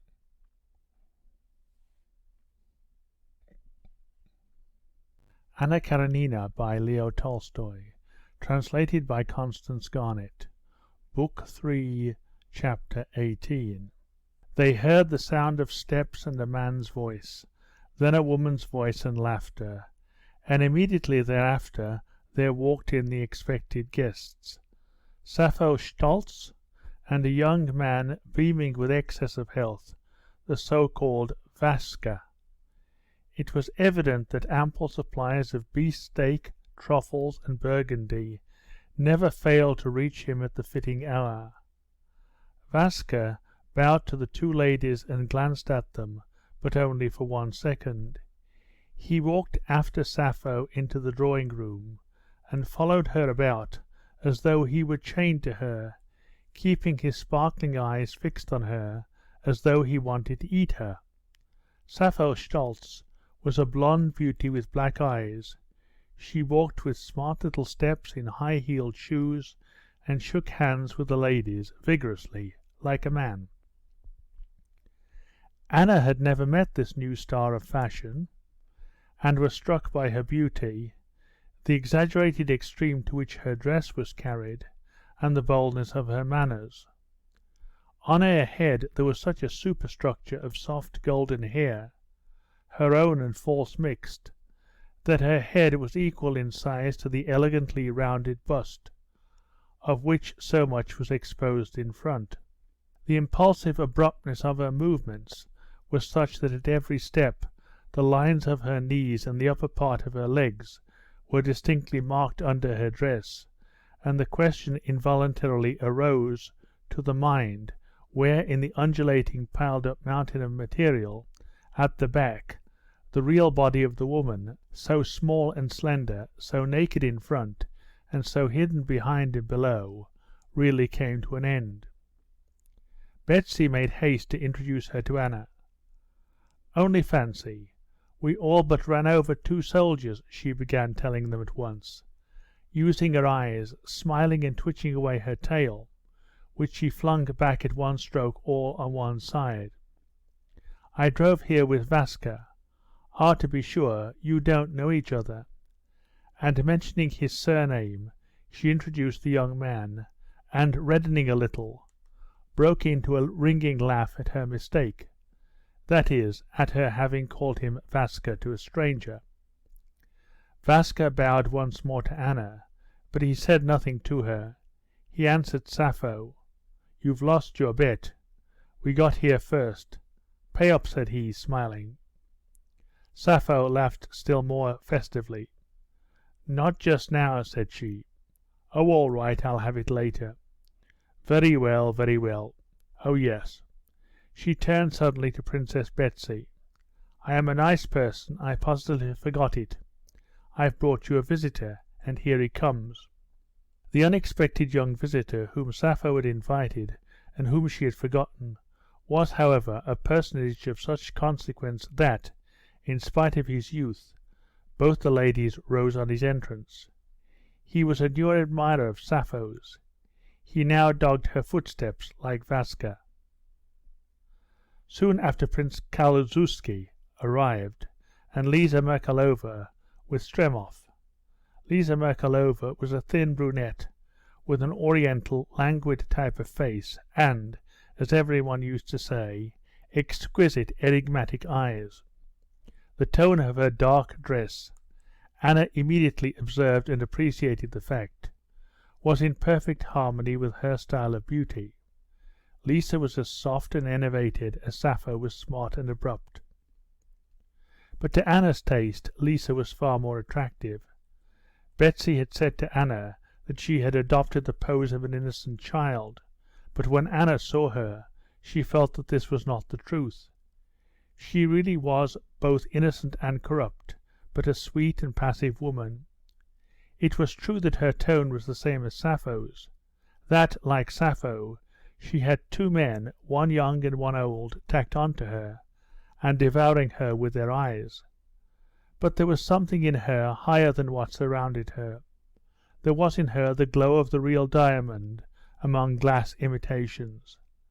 This glow shone out in her exquisite, truly enigmatic eyes. The weary, and at the same time passionate, glance of those eyes, encircled by dark rings, impressed one by its perfect sincerity. Every one looking into those eyes fancied he knew her wholly, and knowing her, could not but love her. At the sight of Anna, her whole face lighted up at once with a smile of delight. "Ah, how glad I am to see you," she said, going up to her. "Yesterday at the races all I wanted was to get to you, but you'd gone away. I did so want to see you, yesterday especially. Wasn't it awful?" she said, looking at Anna with eyes that seemed to lay bare all her soul. "Yes, I had no idea it would be so thrilling," said Anna, blushing. The company got up at this moment to go into the garden. "I'm not going," said Lisa, smiling and settling herself close to Anna. "You won't go either, will you? Who wants to play croquet?" "Oh, I like it," said Anna. "There, how do you manage never to be bored by things? It's delightful to look at you. You're alive, but I'm bored." "How can you be bored? Why, you live in the liveliest set in Petersburg," said Anna. "Possibly the people who are not of our set are even more bored, but I certainly am not happy, but awfully, awfully bored." Sappho, smoking a cigarette, went off into the garden with the two young men. Betsy and Stremov remained at the tea-table. "What, bored?" said Betsy. "Sappho says they did enjoy themselves tremendously at your house last night." "Ah, how dreary it all was," said Lisa Merkalova. "We all drove back to my place after the races, and always the same people, always the same thing. We lounged about on sofas all the evening. What is there to enjoy in that? No, do tell me how you manage never to be bored," she said, addressing Anna again. "One has but to look at you, and one sees, here's a woman who may be happy or unhappy, but isn't bored. Tell me how you do it." "I do nothing," answered Anna, blushing at these searching questions. "That's the best way," Stremov put in. Stremov was a man of 50, partly grey, but still vigorous looking, very ugly, but with a characteristic and intelligent face. Lisa Merkalova was his wife's niece, and he spent all his leisure hours with her. On meeting Anna Karenina, as he was Alexey Alexandrovitch's enemy in the government, he tried, like a shrewd man and a man of the world, to be particularly cordial with her, the wife of his enemy. "Nothing," he put in with a subtle smile. "That's the very best way. I told you long ago," he said, turning to Lisa Merkalova, "that if you don't want to be bored, you mustn't think you're going to be bored. It's just as you mustn't be afraid of not being able to fall asleep, if you're afraid of sleeplessness. That's just what Anna Arkadyevna has just said." "I should be very glad if I had said it, for it's not only clever but true," said Anna, smiling. "No, do tell me why it is one can't go to sleep, and one can't help being bored. To sleep well one ought to work, and to enjoy oneself one ought to work too." "What am I to work for, when my work is no use to anybody, and I can't and won't knowingly make a pretence about it?" "You're incorrigible," said Stremov, not looking at her, and he spoke again to Anna. As he rarely met Anna, he could say nothing but commonplaces to her, but he said those commonplaces as to when she was returning to Petersburg, and how fond Countess Lydia Ivanovna was of her, with an expression which suggested that he longed with his whole soul to please her, and to show his regard for her, and even more than that. Tushkevitch came in, announcing that the party was awaiting the other players to begin croquet. "No, don't go away, please don't," pleaded Lisa Merkalova, hearing that Anna was going. Stremov joined in her entreaties. "It's too violent a transition," he said, "to go from such company to old Madame Vrede. And besides, you will only give her a chance for talking scandal, while here you arouse none but such different feelings of the highest and most opposite kind," he said to her. Anna pondered for an instant in uncertainty. This shrewd man's flattering words, the naive, childlike affection shown her by Lisa Merkalova, and all the social atmosphere she was used to. It was all so easy, and what was in store for her was so difficult, that she was for a minute in uncertainty whether to remain, whether to put off a little longer the painful moment of explanation.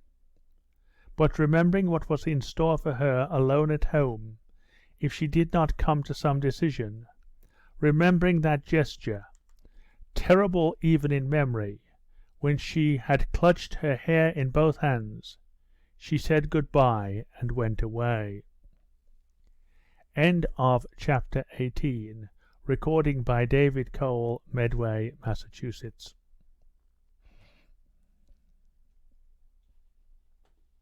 Anna Karenina by Leo Tolstoy. Translated by Constance Garnett. Book 3, Chapter 19.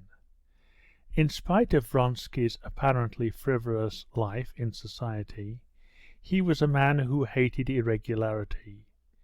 In early youth, in the Corps of Pages, he had experienced the humiliation of a refusal when he had tried, being in difficulties, to borrow money, and since then he had never once put himself in the same position again. In order to keep his affairs in some sort of order, he used about 5 times a year, more or less frequently according to circumstances, to shut himself up alone and put all his affairs into definite shape. This he used to call his day of reckoning, or faire la lessive. On waking up the day after the races, Vronsky put on a white linen coat, and without shaving or taking his bath, he distributed about the table moneys, bills, and letters, and set to work. Petritsky, who knew he was ill-tempered on such occasions, on waking up and seeing his comrade at the writing table, quietly dressed and went out without getting in his way. Every man who knows to the minutest details all the complexity of the conditions surrounding him cannot help imagining that the complexity of these conditions and the difficulty of making them clear is something exceptional and personal, peculiar to himself, and never supposes that others are surrounded by just as complicated an array of personal affairs as he is. So indeed it seemed to Vronsky, and not without inward pride, and not without reason, he thought that any other man would long ago have been in difficulties, would have been forced to some dishonourable course, if he had found himself in such a difficult position. But Vronsky felt that now especially it was essential for him to clear up and define his position, if he were to avoid getting into difficulties. What Vronsky attacked first as being the easiest was his pecuniary position. Writing out on notepaper in his minute hand all that he owed, he added up the amount and found that his debts amounted to 17,000 and some odd hundreds, which he left out for the sake of clearness. Reckoning up his money and his bank book, he found that he had left 1,800 roubles, and nothing coming in before the new year. Reckoning over again his list of debts, Vronsky copied it, dividing it into 3 classes. In the first class he put the debts which he would have to pay at once, or for which he must in any case have the money ready, so that on demand for payment there could not be a moment's delay in paying. Such debts amounted to about 4,000, 1,500 for a horse, and 2,500 as surety for a young comrade, Vinovsky, who had lost that sum to a card sharper in Vronsky's presence. Vronsky had wanted to pay the money at the time, he had that amount then, but Vinovsky and Yashvin had insisted that they would pay and not Vronsky, who had not played. That was so far well, but Vronsky knew that in this dirty business, though his only share in it was undertaking by word of mouth to be surety for Vanovsky, it was absolutely necessary for him to have the 2,500 roubles, so as to be able to fling it at the swindler and have no more words with him. And so for this first and most important division he must have 4,000 roubles. The second class, 8,000 roubles, consisted of less important debts. These were principally accounts owing in connection with his racehorses, to the purveyor of oats and hay, the English saddler, and so on. He would have to pay some 2,000 roubles on these debts too, in order to be quite free from anxiety. The last class of debts, to shops, to hotels, to his tailor, were such as need not be considered, so that he needed at least 6,000 roubles for current expenses, and he only had 1,800. For a man with 100,000 roubles of income, which was what everyone fixed as Vronsky's income, such debts, one would suppose, could hardly be embarrassing. But the fact was that he was far from having 100,000. His father's immense property, which alone yielded a yearly income of 200,000, was left undivided between the brothers. At the time when the elder brother, with a mass of debts, married Princess Varya Tekhova, the daughter of a Decembrist without any fortune whatever, Alexey had given up to his elder brother almost the whole income from his father's estate, reserving for himself only 25,000 a year from it. Alexey had said at the time to his brother that that sum would be sufficient for him until he married, which he probably never would do. And his brother, who was in command of one of the most expensive regiments, and was only just married, could not decline the gift. His mother, who had her own separate property, had allowed Alexey every year 20,000 in addition to the 25,000 he had reserved, and Alexey had spent it all. Of late his mother, incensed with him on account of his love affair and his leaving Moscow, had given up sending him the money, and in consequence of this, Vronsky, who had been in the habit of living on the scale of 45,000 a year, having only received 20,000 that year, found himself now in difficulties. To get out of these difficulties, he could not apply to his mother for money. Her last letter, which he had received the day before, had particularly exasperated him by the hints in it that she was quite ready to help him to succeed in the world and in the army, but not to lead a life which was a scandal to all good society. His mother's attempt to buy him stung him to the quick, and made him feel colder than ever to her. But he could not draw back from the generous word when it was once uttered, even though he felt now, vaguely foreseeing certain eventualities in his intrigue with Madame Karenina, that this generous word had been spoken thoughtlessly, and that even though he were not married, he might need all the 100,000 of income. But it was impossible to draw back. He had only to recall his brother's wife, to remember how that sweet, delightful Varya sought at every convenient opportunity to remind him that she remembered his generosity and appreciated it, to grasp the impossibility of taking back his gift.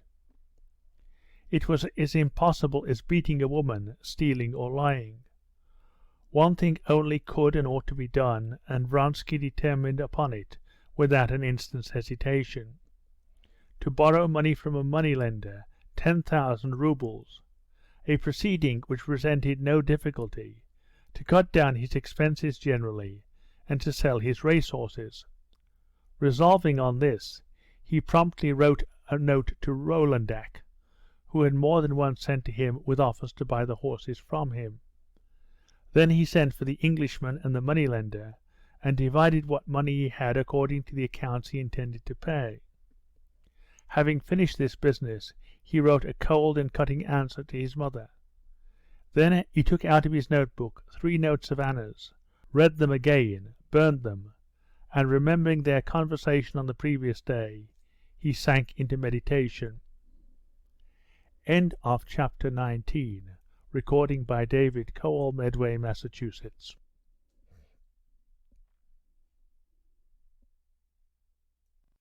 Anna Karenina by Leo Tolstoy.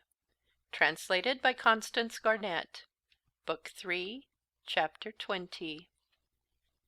Vronsky's life was particularly happy in that he had a code of principles which defined with unfailing certitude what he ought and what he ought not to do. This code of principles covered only a very small circle of contingencies, but then the principles were never doubtful, and Vronsky, as he never went outside that circle, had never had a moment's hesitation about doing what he ought to do.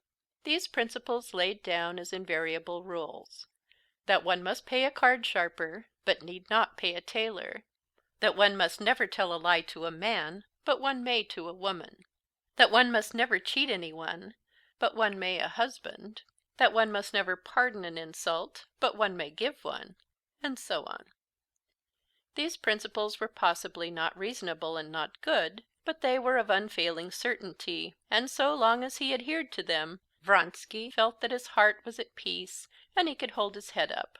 Only, quite lately, in regard to his relations with Anna, Vronsky had begun to feel that his code of principles did not fully cover all possible contingencies, and to foresee in the future difficulties and perplexities for which he could find no guiding clue. His present relation to Anna and her husband was to his mind clear and simple. It was clearly and precisely defined in the code of principles by which he was guided. She was an honorable woman who had bestowed her love upon him, and he loved her, and therefore she was in his eyes a woman who had a right to the same, or even more, respect than a lawful wife. He would have had his hand chopped off before he would have allowed himself by a word, by a hint, to humiliate her, or even to fall short of the fullest respect a woman could look for. His attitude to society, too, was clear. Everyone might know, might suspect it, but no one might dare to speak of it. If any did so, he was ready to force all who might speak to be silent, and to respect the non-existent honor of the woman he loved. His attitude to the husband was the clearest of all. From the moment that Anna loved Vronsky, he had regarded his own right over her as the one thing unassailable. Her husband was simply a superfluous and tiresome person. No doubt he was in a pitiable position, but how could that be helped? The one thing the husband had a right to was to demand satisfaction with a weapon in his hand, and Vronsky was prepared for this at any minute. But of late new inner relations had arisen between him and her, which frightened Vronsky by their indefiniteness. Only the day before she had told him that she was with child, and he felt that this fact, and what she expected of him, called for something not fully defined in that code of principles by which he had hitherto steered his course in life. And he had been indeed caught unawares, and at the first moment when she spoke to him of her position, his heart had prompted him to beg her to leave her husband. He had said that, but now, thinking things over, he saw clearly that it would be better to manage to avoid that, and at the same time, as he told himself so, he was afraid whether it was not wrong. If I told her to leave her husband, that must mean uniting her life with mine. Am I prepared for that? How can I take her away now when I have no money? Supposing I could arrange... But how can I take her away while I'm in the service? If I say that, I ought to be prepared to do it. That is, I ought to have the money, and to retire from the army. And he grew thoughtful. The question whether to retire from the service or not brought him to the other, and perhaps the chief, though hidden interest of his life, of which none knew but he. Ambition was the old dream of his youth and childhood. A dream which he did not confess even to himself, though it was so strong that now this passion was even doing battle with his love. His first steps in the world and in the service had been successful, but 2 years before he had made a great mistake. Anxious to show his independence and to advance, he had refused a post that had been offered to him, hoping that this refusal would heighten his value. But it turned out that he had been too bold, and he was passed over. And having, whether he liked it or not, taken up for himself the position of an independent man, he carried it off with great tact and good sense, behaving as though he bore no grudge against anyone, did not regard himself as injured in any way, and cared for nothing but to be left alone, since he was enjoying himself. In reality, he had ceased to enjoy himself as long ago as the year before, when he went away to Moscow. He felt that this independent attitude of a man who might have done anything but cared to do nothing was already beginning to pall, that many people were beginning to fancy that he was not really capable of anything but being a straightforward, good-natured fellow. His connection with Madame Karenina, by creating so much sensation and attracting general attention, had given him a fresh distinction, which soothed his gnawing worm of ambition for a while. But a week before, that worm had been roused up again with fresh force.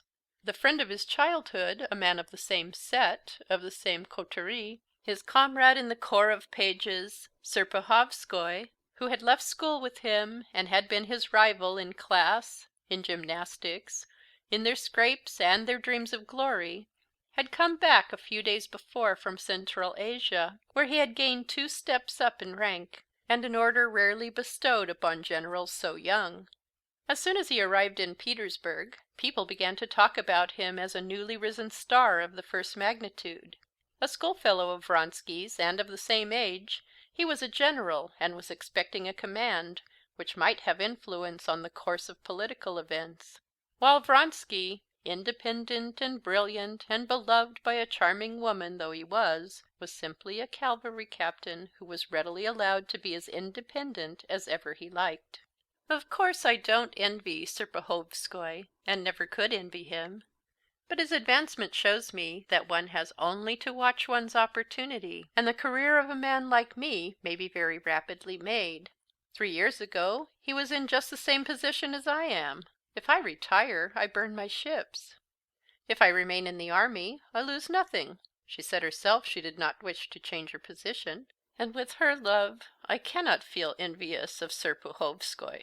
And slowly twirling his mustaches, he got up from the table and walked about the room. His eyes shone particularly brightly, and he felt in that confident, calm, and happy frame of mind which always came after he had thoroughly faced his position. Everything was straight and clear, just as after former days of reckoning. He shaved, took a cold bath, dressed, and went out. End of chapter 20. Recording by Patty Cunningham. Anna Karenina by Leo Tolstoy. Translated by Constance Garnett. Book 3, Chapter 21. "We've come to fetch you. Your lessive lasted a good time today," said Petritsky. "Well, is it over?" "It is over," answered Vronsky, smiling with his eyes only, and twirling the tips of his mustaches as circumspectly as though after the perfect order into which his affairs had been brought, any overbold or rapid movement might disturb it. "You're always just as if you'd come out of a bath after it," said Petritsky. "I've come from Gritsky's." That was what they called the colonel. "They're expecting you." Vronsky, without answering, looked at his comrade, thinking of something else. "Yes, is that music at his place?" he said, listening to the familiar sounds of polkas and waltzes floating across to him. "What's the fete?" "Serpuhovskoy's come." "Aha," said Vronsky. "Why, I didn't know." The smile in his eyes gleamed more brightly than ever. Having once made up his mind that he was happy in his love, that he sacrificed his ambition to it, having anyway taken up this position, Vronsky was incapable of feeling either envious of Serpuhovskoy or hurt with him for not coming first to him when he came to the regiment. Serpuhovskoy was a good friend, and he was delighted he had come. "Ah, I'm very glad." The colonel, Demine, had taken a large country house. The whole party were in the wide lower balcony. In the courtyard, the first objects that met Vronsky's eyes were a band of singers in white linen coats, standing near a barrel of vodka, and the robust, good-humored figure of the colonel, surrounded by officers. He had gone out as far as the first step of the balcony, and was loudly shouting across the band that played Offenbach's quadrille, waving his arms and giving some orders to a few soldiers standing on one side. A group of soldiers, a quartermaster, and several subalterns came up to the balcony with Vronsky. The colonel returned to the table, went out again onto the steps with a tumbler in his hand, and proposed the toast. "To the health of our former comrade, the gallant General Prince Serpuhovskoy! Hurrah!" The colonel was followed by Serpuhovskoy, who came out onto the steps smiling, with a glass in his hand. "You always get younger, Bondarenko," he said to the rosy-cheeked, smart-looking quartermaster standing just before him, still youngish-looking, though doing his second term of service. It was 3 years since Vronsky had seen Serpuhovskoy. He looked more robust, had let his whiskers grow, but was still the same graceful creature whose face and figure were even more striking from their softness and nobility than their beauty. The only change Vronsky detected in him was that subdued, continual radiance of beaming content which settles on the faces of men who are successful and are sure of the recognition of their success by everyone. Vronsky knew that radiant air, and immediately observed it in Serpuhovskoy. As Serpuhovskoy came down the steps he saw Vronsky. A smile of pleasure lighted up his face. He tossed his head upwards and waved the glass in his hand, greeting Vronsky, and showing him by the gesture that he could not come to him before the quartermaster, who stood craning forward his lips, ready to be kissed. "Here he is!" shouted the colonel. "Yashvin told me you were in one of your gloomy tempers." Serpuhovskoy kissed the moist, fresh lips of the gallant-looking quartermaster, and wiping his mouth with his handkerchief, went up to Vronsky. "How glad I am!" he said, squeezing his hand and drawing him on one side. "You look after him," the colonel shouted to Yashvin, pointing to Vronsky, and he went down below to the soldiers. "Why weren't you at the races yesterday? I expected to see you there," said Vronsky, scrutinizing Serpuhovskoy. "I did go, but late. I beg your pardon," he added, and he turned to the adjutant. "Please have this divided from me, each man as much as it runs to." And he hurriedly took notes for 300 rubles from his pocketbook, blushing a little. "Vronsky, have anything to eat or drink?" asked Yashvin. "Hi! Something for the count to eat!" "Ah, here it is. Have a glass." The fete at the colonel's lasted a long while. There was a great deal of drinking. They tossed Serpuhovskoy in the air and caught him again several times. Then they did the same to the colonel. Then, to the accompaniment of the band, the colonel himself danced with Petritsky. Then the colonel, who began to show signs of feebleness, sat down on a bench in the courtyard and began demonstrating to Yashvin the superiority of Russia over Poland, especially in cavalry attack, and there was a lull in the revelry for a moment. Serpuhovskoy went into the house to the bathroom to wash his hands, and found Vronsky there. Vronsky was drenching his head with water. He had taken off his coat and put his sunburnt, hairy neck under the tap, and was rubbing it and his head with his hands. When he had finished, Vronsky sat down by Serpuhovskoy. They both sat down in the bathroom on a lounge, and a conversation began which was very interesting to both of them. "I've always been hearing about you through my wife," said Serpuhovskoy. "I'm glad you've been seeing her pretty often." "She's friendly with Varya, and they're the only women in Petersburg I care about seeing," answered Vronsky, smiling. He smiled because he foresaw the topic the conversation would turn on, and he was glad of it. "The only ones?" Serpuhovskoy queried, smiling. "Yes, and I heard news of you, but not only through your wife," said Vronsky, checking his hint by a stern expression of face. "I was greatly delighted to hear of your success, but not a bit surprised. I expected even more." Serpuhovskoy smiled. Such an opinion of him was obviously agreeable to him, and he did not think it necessary to conceal it.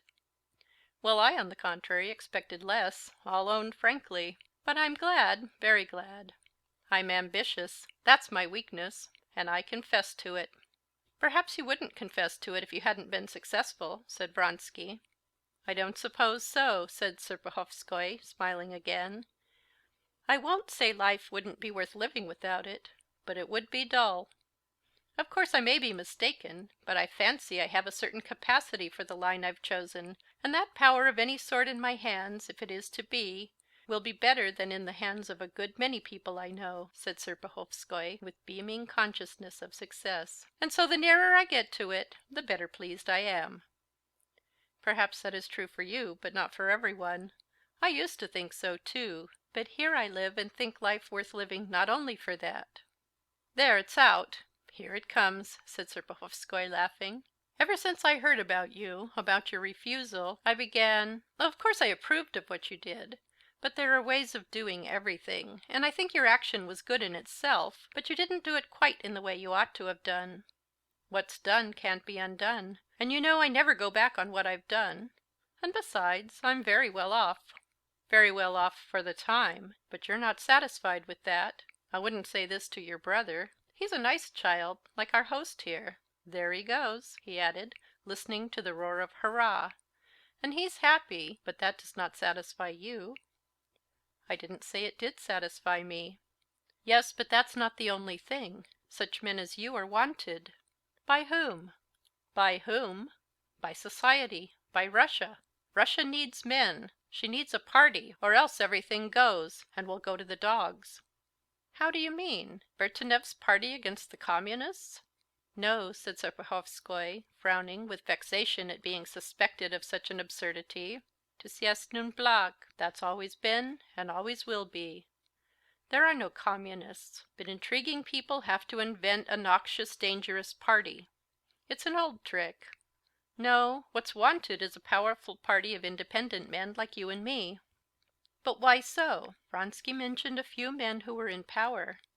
Why aren't they independent men? Simply because they have not, or have not had from birth, an independent fortune.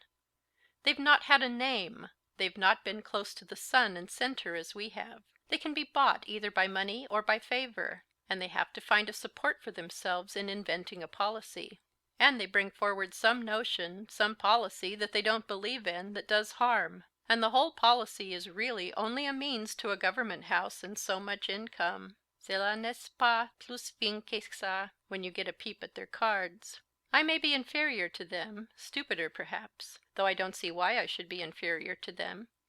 But you and I have one important advantage over them for certain, in being more difficult to buy. And such men are more needed than ever. Vronsky listened attentively, but he was not so much interested by the meaning of the words as by the attitude of Serpuhovskoy, who was already contemplating a struggle with the existing powers, and already had his likes and dislikes in that higher world, while his own interest in the governing world did not go beyond the interests of his regiment.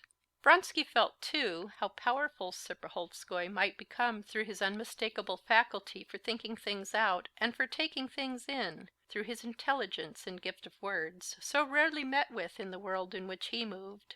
And ashamed as he was of the feeling, he felt envious. Still, I haven't the one thing of most importance for that, he answered. I haven't the desire for power. I had it once, but it's gone. Excuse me, that's not true, said Serpuhovskoy, smiling. Yes, it is true. It is true now, Vronsky added, to be truthful. Yes, it's true now. That's another thing. But that now won't last forever. Perhaps, answered Vronsky. You say perhaps, Serpuhovskoy went on, as though guessing his thoughts. But I say for certain. And that's what I wanted to see you for. Your action was just what it should have been. I see that, but you ought not to keep it up. I only ask you to give me carte blanche. I'm not going to offer you my protection, though indeed, why shouldn't I protect you? You have protected me often enough. I should hope our friendship rises above all that sort of thing. Yes, he said, smiling to him as tenderly as a woman. Give me carte blanche. Retire from the regiment, and I'll draw you upwards imperceptibly. But you must understand that I want nothing, said Vronsky, except that all should be as it is. Serpuhovskoy got up and stood facing him. You say that all should be as it is. I understand what that means. But listen, we're the same age. You've known a greater number of women, perhaps, than I have. Serpuhovskoy's smile and gestures told Vronsky that he mustn't be afraid, that he would be tender and careful in touching the sore place. But I'm married, and believe me, in getting to know thoroughly one's wife, if one loves her, as someone has said, one gets to know all women better than if one knew thousands of them.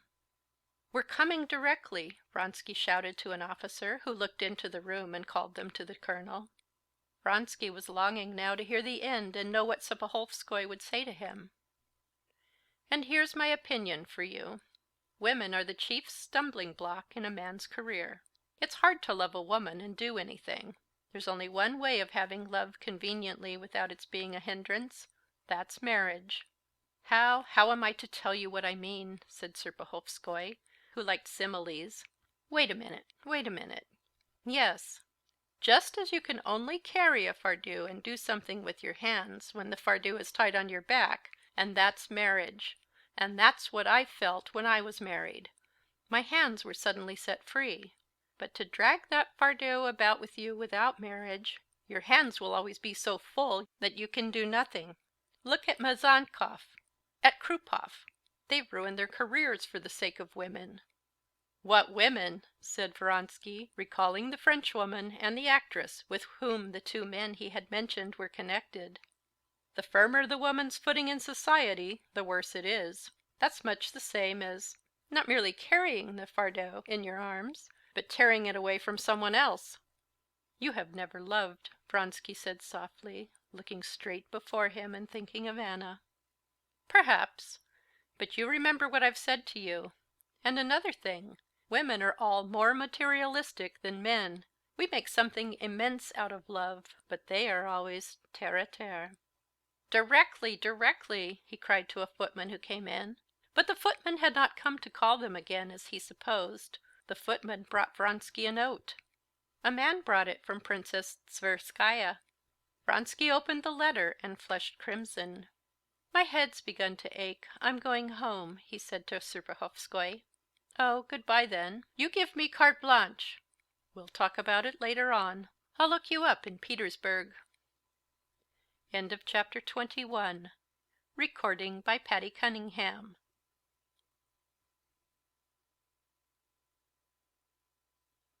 Anna Karenina by Leo Tolstoy. Translated by Constance Garnett. Book 3, Chapter 22. It was 6 o'clock already, and so in order to be there quickly, and at the same time not to drive with his own horses known to everyone, Vronsky got into Yashvin's hired fly and told the driver to drive as quickly as possible. It was a roomy, old-fashioned fly, with seats for 4. He sat in one corner, stretched his legs out on the front seat, and sank into meditation. A vague sense of the order into which his affairs had been brought, a vague recollection of the friendliness and flattery of Serpuhovskoy, who had considered him a man that was needed, and most of all the anticipation of the interview before him, all blended into a general, joyous sense of life. This feeling was so strong that he could not help smiling. He dropped his legs, crossed one leg over the other knee, and taking it in his hand, felt the springing muscle of the calf where it had been grazed the day before by his fall, and leaning back, he drew several deep breaths. "I'm happy, very happy," he said to himself. He had often before had this sense of physical joy in his own body, but he had never felt so fond of himself, of his own body, as at that moment. He enjoyed the slight ache in his strong leg. He enjoyed the muscular sensation of movement in his chest as he breathed. The bright, cold August day, which had made Anna feel so hopeless, seemed to him keenly stimulating, and refreshed his face and neck that still tingled from the cold water. The scent of brilliantine on his whiskers struck him as particularly pleasant in the fresh air. Everything he saw from the carriage window, everything in that cold pure air in the pale light of the sunset, was as fresh and gay and strong as he was himself. The roofs of the houses shining in the rays of the setting sun, the sharp outlines of fences and angles of buildings, the figures of passers-by, the carriages that met him now and then, the motionless green of the trees and grass, the fields with evenly drawn furrows of potatoes, and the slanting shadows that fell from the houses and trees and bushes, and even from the rows of potatoes, everything was bright like a pretty landscape just finished and freshly varnished. Get on," he said to the driver, putting his head out of the window, and pulling a 3-ruble note out of his pocket, he handed it to the man as he looked round. The driver's hand fumbled with something at the lamp, the whip cracked, and the carriage rolled rapidly along the smooth highroad. "I want nothing but this happiness," he thought, staring at the bone button of the bell in the space between the windows, and picturing to himself Anna just as he had seen her last time. And as I go on, I love her more and more. Here's the garden of the Vrede villa. Whereabouts will she be? Where? How? Why did she fix on this place to meet me, and why does she write in Betsy's letter, he thought, wondering now for the first time at it. But there was now no time for wonder. He called to the driver to stop before reaching the avenue, and opening the door, jumped out of the carriage as it was moving, and went into the avenue that led up to the house. There was no one in the avenue, but looking round to the right he caught sight of her. Her face was hidden by a veil, but he drank in with glad eyes the special movement in walking peculiar to her alone, the slope of the shoulders, and the setting of the head, and at once a sort of electric shock ran all over him. With fresh force he felt conscious of himself from the springy motions of his legs to the movement of his lungs as he breathed, and something set his lips twitching. She pressed his hand tightly. "You're not angry that I sent for you?" "I absolutely had to see you," she said, and the serious and set line of her lips, which he saw under the veil, transformed his mood at once. "I angry? But how have you come? Where from?" "Never mind," she said, laying her hand on his. "Come along. I must talk to you." He saw that something had happened, and that the interview would not be a joyous one. In her presence he had no will of his own. Without knowing the grounds of her distress, he already felt the same distress unconsciously passing over him. "What is it? What?" he asked her, squeezing her hand with his elbow and trying to read her thoughts in her face. She walked on a few steps in silence, gathering up her courage. Then suddenly she stopped. "I did not tell you yesterday," she began, breathing quickly and painfully, "that coming home with Alexey Alexandrovitch I told him everything. I told him I could not be his wife, and told him everything." He heard her, unconsciously bending his whole figure down to her as though hoping in this way to soften the hardness of her position for her. But directly she had said this he suddenly drew himself up, and a proud and hard expression came over his face. "Yes, yes, that's better, 1,000 times better. I know how painful it was," he said. But she was not listening to his words. She was reading his thoughts from the expression of his face. She could not guess that that expression arose from the first idea that presented itself to Vronsky, that a duel was now inevitable. The idea of a duel had never crossed her mind, and so she put a different interpretation on this passing expression of hardness. When she got her husband's letter, she knew then at the bottom of her heart that everything would go on in the old way, that she would not have the strength of will to forego her position, to abandon her son, and to join her lover. The morning spent at Princess Tverskaya's had confirmed her still more in this, but this interview was still of the utmost gravity for her. She hoped that this interview would transform her position and save her. If on hearing this news he were to say to her resolutely, passionately, without an instant's wavering, "Throw up everything and come with me," she would give up her son and go away with him. But this news had not produced what she had expected in him. He simply seemed as though he were resenting some affront. "It was not in the least painful to me. It happened of itself," she said irritably. "And see," she pulled her husband's letter out of her glove. I understand," he interrupted her, taking the letter, but not reading it, and trying to soothe her. "The one thing I longed for, the one thing I prayed for, was to cut short this position, so as to devote my life to your happiness." "Why do you tell me that?" she said. "Do you suppose I can doubt it? If I doubted— Who's that coming?" said Vronsky suddenly, pointing to two ladies walking towards them. "Perhaps they know us." And he hurriedly turned off, drawing her after him into a side path. "Oh, I don't care," she said. Her lips were quivering, and he fancied that her eyes looked with strange fury at him from under the veil. "I tell you that's not the point. I can't doubt that. But see what he writes to me. Read it." She stood still again. Again, just as at the first moment of hearing of her rupture with her husband, Vronsky, on reading the letter, was unconsciously carried away by the natural sensation aroused in him by his own relation to the betrayed husband. Now, while he held his letter in his hands, he could not help picturing the challenge, which he would most likely find at home today or tomorrow, and the duel itself, in which, with the same cold and haughty expression that his face was assuming at this moment, he would await the injured husband's shot after having himself fired into the air. And at that instant there flashed across his mind the thought of what Serpuhovskoy had just said to him, and what he had himself been thinking in the morning, that it was better not to bind himself, and he knew that this thought he could not tell her. Having read the letter, he raised his eyes to her, and there was no determination in them. She saw at once that he had been thinking about it before by himself. She knew that whatever he might say to her, he would not say all he thought, and she knew that her last hope had failed her. This was not what she had been reckoning on. "You see the sort of man he is," she said with a shaking voice. "He—" "Forgive me, but I rejoice at it," Vronsky interrupted. "For God's sake, let me finish," he added, his eyes imploring her to give him time to explain his words. "I rejoice because things cannot possibly remain as he supposes." "Why can't they?" Anna said, restraining her tears, and obviously attaching no sort of consequence to what he said. She felt that her fate was sealed. Vronsky meant that after the duel, inevitable he thought, things could not go on as before, but he said something different. "It can't go on. I hope that now you will leave him. I hope," he was confused and reddened, "that you will let me arrange and plan our life. Tomorrow," he was beginning. She did not let him go on. "But my child," she shrieked. "You see what he writes.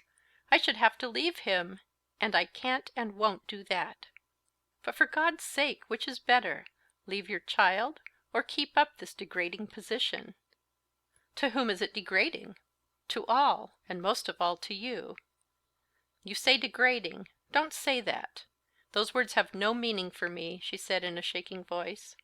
She did not want him now to say what was untrue. She had nothing left her but his love, and she wanted to love him. "Don't you understand that from the day I loved you everything has changed for me? For me there is one thing, and one thing only, your love. If that's mine, I feel so exalted, so strong, that nothing can be humiliating to me.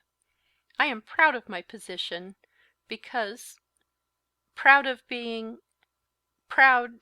She could not say what she was proud of. Tears of shame and despair choked her utterance. She stood still and sobbed. He felt, too, something swelling in his throat and twitching in his nose, and for the first time in his life he felt on the point of weeping. He could not have said exactly what it was touched him so. He felt sorry for her, and he felt he could not help her, and with that he knew that he was to blame for her wretchedness, and that he had done something wrong. "Is not a divorce possible?" he said feebly. She shook her head, not answering. "Couldn't you take your son and still leave him?" "Yes, but it all depends on him. Now I must go to him," she said shortly. Her presentiment that all would again go on in the old way had not deceived her. "On Tuesday I shall be in Petersburg, and everything can be settled." "Yes," she said, "but don't let us talk any more of it." Anna's carriage, which she had sent away and ordered to come back to the little gate of the Vrede garden, drove up. Anna said good-bye to Vronsky and drove home. End of chapter 22. Recording by Patty Cunningham.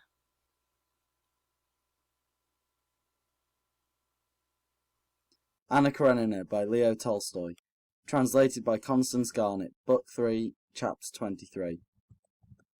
On Monday there was the usual sitting of the Commission of the 2nd of June. Alexey Alexandrovitch walked into the hall where the sitting was held, greeted the members and the president, as usual, and sat down in his place, putting his hand on the papers laid ready before him. Among these papers lay the necessary evidence and a rough outline of the speech he intended to make. But he did not really need these documents. He remembered every point, and did not think it necessary to go over in his memory what he would say. He knew that when the time came, and when he saw his enemy facing him, and studiously endeavouring to assume an expression of indifference, his speech would flow of itself better than he could prepare it now. He felt that the import of his speech was of such magnitude that every word of it would have weight. Meantime, as he listened to the usual report, he had the most innocent and inoffensive air. No one, looking at his white hands, with their swollen veins and long fingers, so softly stroking the edges of the white paper that lay before him, and at the air of weariness with which his head drooped on one side, would have suspected that in a few minutes a torrent of words would flow from his lips that would arouse a fearful storm, set the members shouting and attacking one another, and force the president to call for order. When the report was over, Alexey Alexandrovitch announced in his subdued, delicate voice that he had several points to bring before the meeting in regard to the Commission for the Reorganization of the Native Tribes. All attention was turned upon him. Alexey Alexandrovitch cleared his throat, and not looking at his opponent, but selecting, as he always did while he was delivering his speeches, the first person sitting opposite him, an inoffensive little old man, who never had an opinion of any sort in the Commission, began to expound his views. When he reached the point about the fundamental and radical law, his opponent jumped up and began to protest. Stremov, who was also a member of the Commission, and also stung to the quick, began defending himself, and altogether a stormy sitting followed. But Alexey Alexandrovitch triumphed, and his motion was carried. 3 new commissions were appointed, and the next day, in a certain Petersburg circle, nothing else was talked of but this sitting. Alexey Alexandrovitch's success had been even greater than he had anticipated. Next morning, Tuesday, Alexey Alexandrovitch, on waking up, recollected with pleasure his triumph of the previous day, and he could not help smiling, though he tried to appear indifferent, when the chief secretary of his department, anxious to flatter him, informed him of the rumours that had reached him concerning what had happened in the commission. Absorbed in business with the chief secretary, Alexey Alexandrovitch had completely forgotten that it was Tuesday, the day fixed by him for the return of Anna Arkadyevna, and he was surprised and received a shock of annoyance when a servant came in to inform him of her arrival. Anna had arrived in Petersburg early in the morning. The carriage had been sent to meet her in accordance with her telegram, and so Alexey Alexandrovitch might have known of her arrival. But when she arrived, he did not meet her. She was told that he had not yet gone out, but was busy with his secretary. She sent word to her husband that she had come, went to her own room, and occupied herself in sorting out her things, expecting he would come to her. But an hour passed. He did not come. She went into the dining room on the pretext of giving some directions, and spoke loudly on purpose, expecting him to come out there, but he did not come, though she heard him go to the door of his study as he parted from the chief secretary. She knew that he usually went out quickly to his office, and she wanted to see him before that, so that their attitude to one another might be defined. She walked across the drawing-room and went resolutely to him. When she went into his study, he was in official uniform, obviously ready to go out, sitting at a little table on which he rested his elbows, looking dejectedly before him. She saw him before he saw her, and she saw that he was thinking of her. On seeing her, he would have risen, but changed his mind. Then his face flushed hotly, a thing Anna had never seen before, and he got up quickly and went to meet her, looking not at her eyes, but above them at her forehead and hair. He went up to her, took her by the hand, and asked her to sit down. "I am very glad you have come," he said, sitting down beside her, and obviously wishing to say something. He stuttered. Several times he tried to begin to speak, but stopped, in spite of the fact that, preparing herself for meeting him, she had schooled herself to despise and reproach him. She did not know what to say to him, and she felt sorry for him. And so the silence lasted for some time. "Seryozha quite well?" he said, and not waiting for an answer, he added, "I shan't be dining at home today, and I have to go out directly." "I had thought of going to Moscow," she said. "No, you did quite right to come," he said, and was silent again. Seeing that he was powerless to begin the conversation, she began herself. "Alexey Alexandrovitch," she said, looking at him and not dropping her eyes under his persistent gaze at her hair, "I'm a guilty woman, I'm a bad woman, but I am the same as I was. As I told you then, and I've come to tell you that I can change nothing." "I have asked you no question about that," he said all at once, resolutely and with hatred, looking her straight in the face. "That was as I had supposed." Under the influence of anger, he apparently regained complete possession of all his faculties. "But as I told you then, and have written to you," he said in a thin, shrill voice, "I repeat now, that I am not bound to know this. I ignore it. Not all wives are so kind as you to be in such a hurry to communicate such agreeable news to their husbands. He laid special emphasis on the word agreeable. I shall ignore it so long as the world knows nothing of it, so long as my name is not disgraced, and so I simply inform you that our relations must be just as they have always been, and that only in the event of your compromising me I shall be obliged to take steps to secure my honour. But our relations cannot be the same as always, Anna began in a timid voice, looking at him with dismay. When she saw once more those composed gestures, heard that shrill, childish, and sarcastic voice, her aversion for him extinguished her pity for him, and she felt only afraid, but at all costs she wanted to make clear her position. I cannot be your wife while she began. He laughed a cold and malignant laugh. The manner of life you have chosen is reflected, I suppose, in your ideas. I have too much respect or contempt, or both. I respect your past and despise your present. That I was far from the interpretation you put on my words. Anna sighed and bowed her head. Though indeed I fail to comprehend how, with the independence you show, he went on, getting hot, announcing your infidelity to your husband and seeing nothing reprehensible in it, apparently you can see anything reprehensible in performing a wife's duties in relation to your husband. Alexey Alexandrovitch, what is it you want of me? I want you not to meet that man here, and to conduct yourself so that neither the world nor the servants can reproach you. Not to see him. That's not much, I think, and in return you will enjoy all the privileges of a faithful wife without fulfilling her duties. That's all I have to say to you. Now it's time for me to go. I'm not dining at home.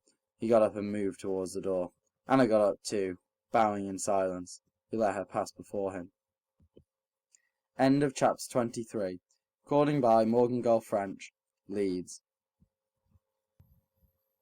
Anna Karenina by Leo Tolstoy. Translated by Constance Garnett. Book 3, Chapter 24. The night spent by Levin on the haycock did not pass without result for him. The way in which he had been managing his land revolted him, and had lost all attraction for him. In spite of the magnificent harvest, never had there been, or at least never it seemed to him, had there been so many hindrances and so many quarrels between him and the peasants as that year, and the origin of these failures and this hostility was now perfectly comprehensible to him.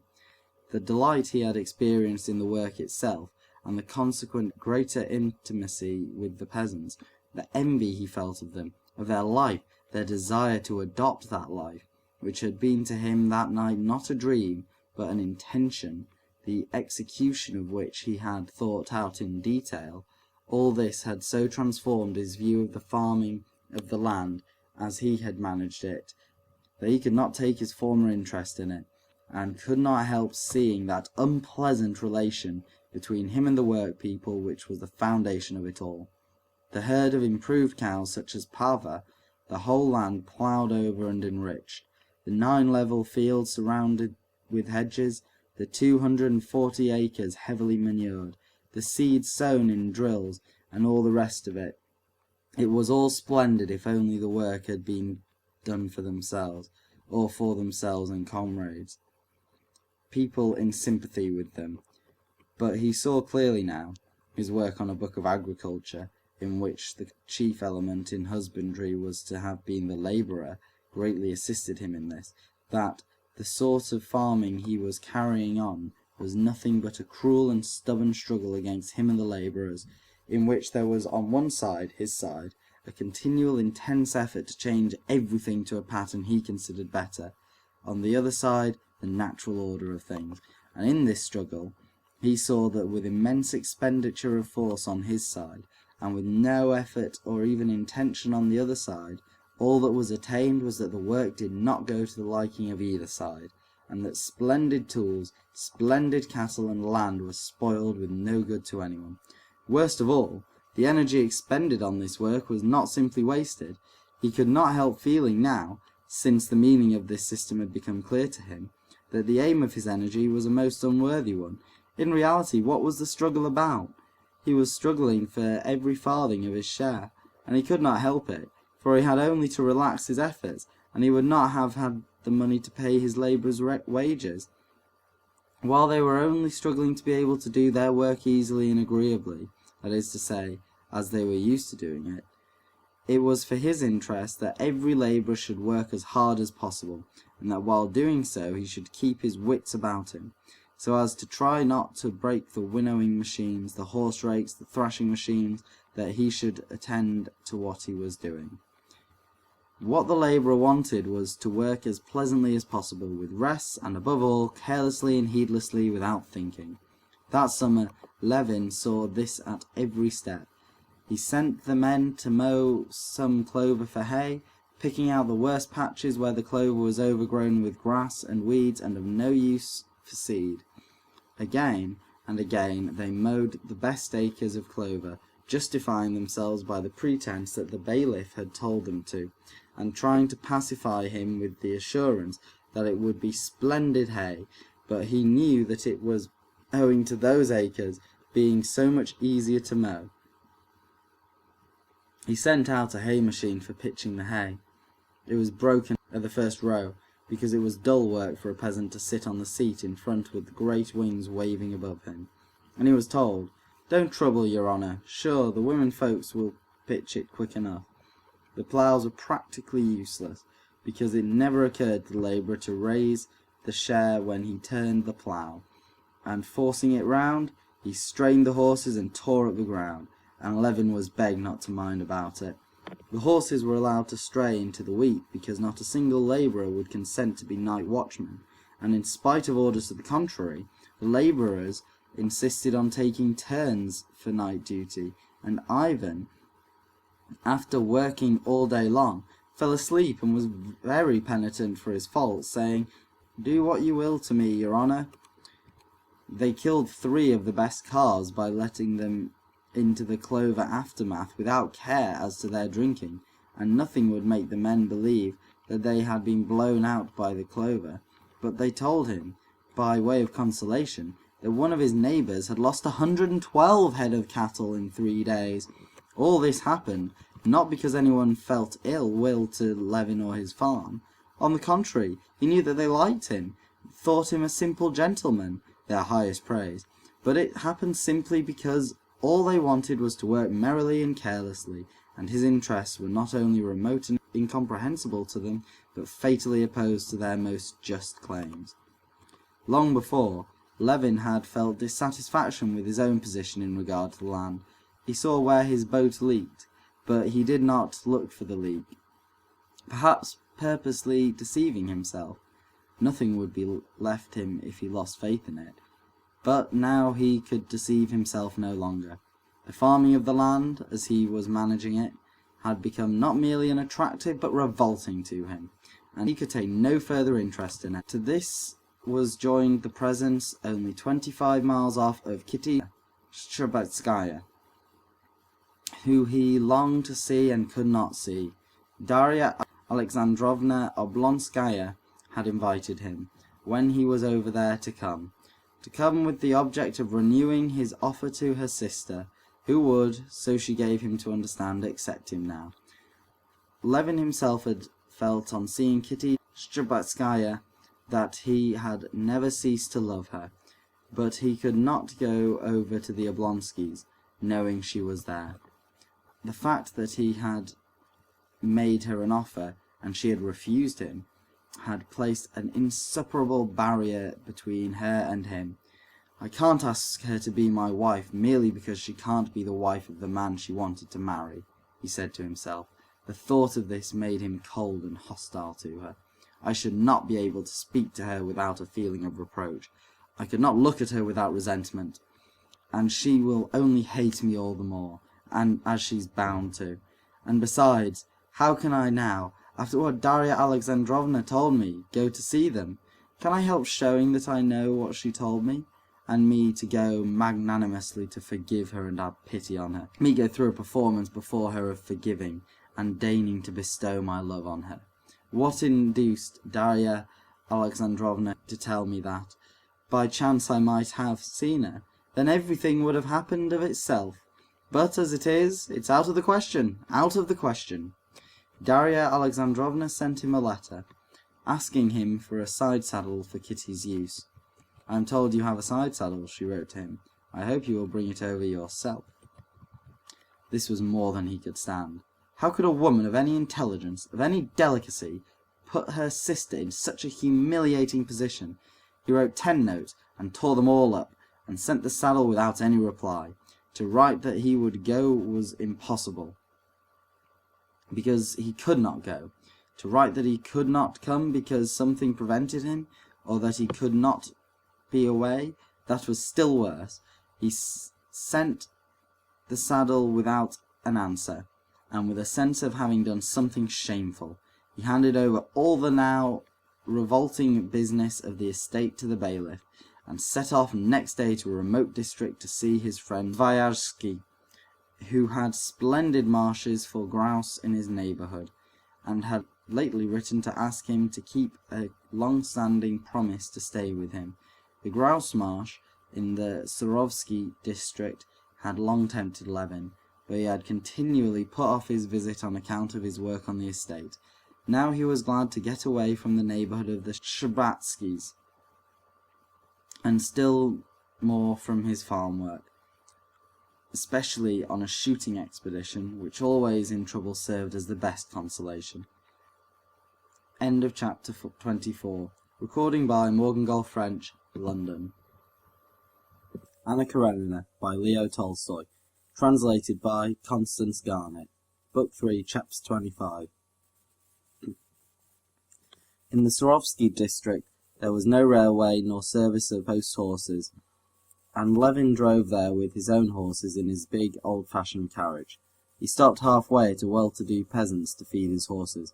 A bold, well-preserved old man, with a broad red beard, grey on his cheeks, opened the gate, squeezing against the gatepost to let the 3 horses pass.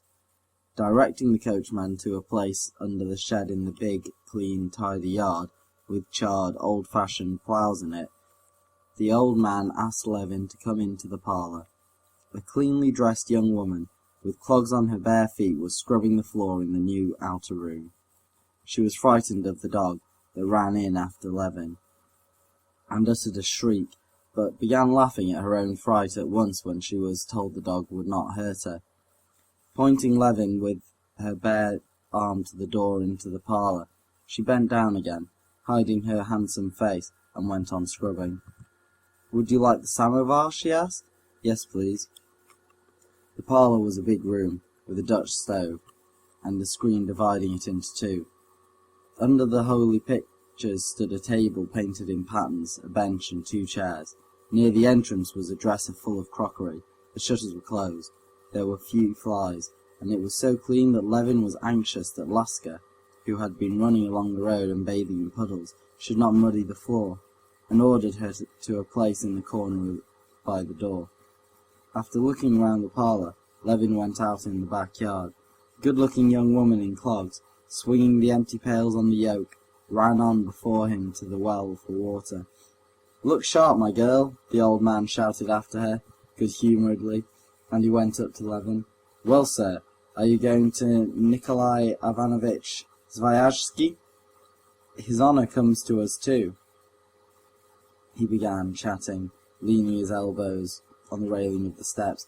In the middle of the old man's account of his acquaintance with Sviajsky, the gates creaked again, and labourers came into the yard from the fields, with wooden ploughs and harrows.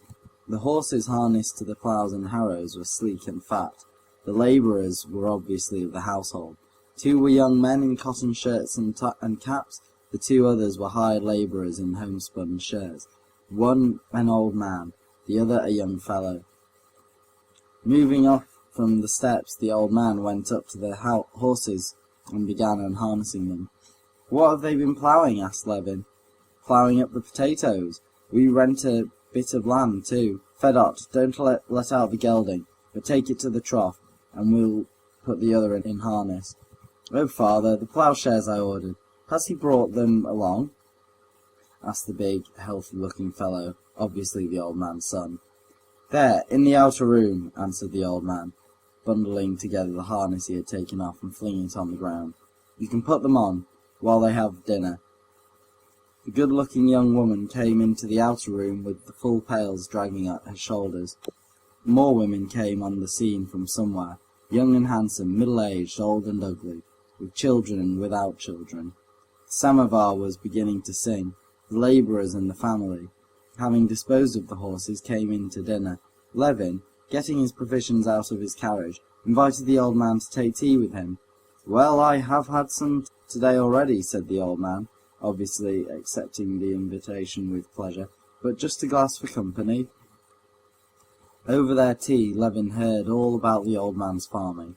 10 years before, the old man had rented 300 acres from the lady who owned them, and a year ago he had bought them and rented another 300 from a neighbouring landowner. A small part of the land, the worst part, he let out for rent, while 100 acres of arable land he cultivated himself with his family and 2 hired labourers. The old man complained that things were doing badly, but Levin saw that he simply did so from a feeling of propriety, and that his farm was in a flourishing condition. If he had been unsuccessful, he would not have bought land at 35 roubles the acre, he would not have married his 3 sons and a nephew, he would not have rebuilt twice after fires, and each time on a larger scale. In spite of the old man's complaints, it was evident that he was proud, and justly proud, of his prosperity.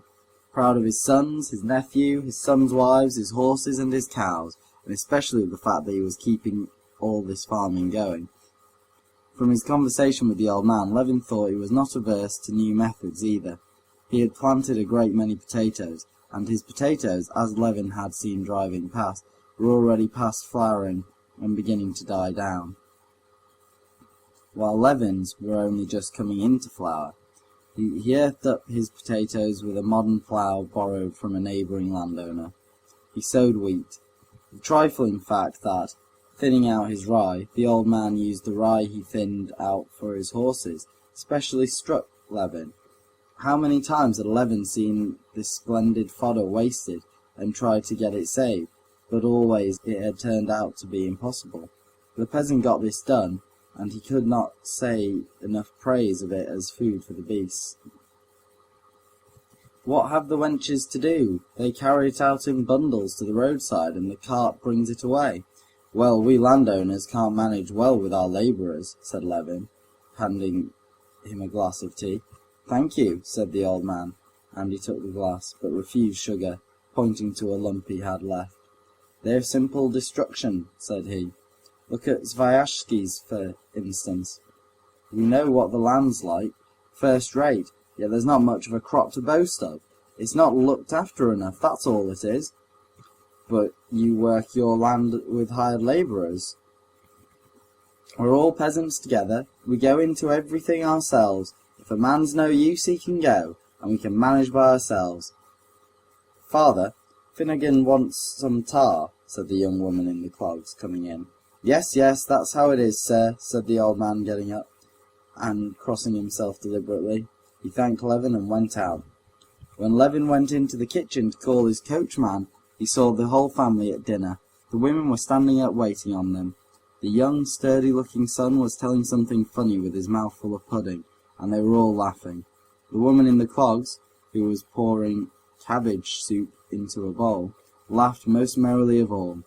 Very probably the good-looking face of the young woman in the clogs had a good deal to do with the impression of well-being this peasant household made upon Levin, but the impression was so strong that Levin could never get rid of it, and all the way from the old peasants to Sviazhsky's he kept recalling his peasant farm as though there was something in this impression that demanded his special attention. End of chapter 25. Recording by Morgan Golf French, London.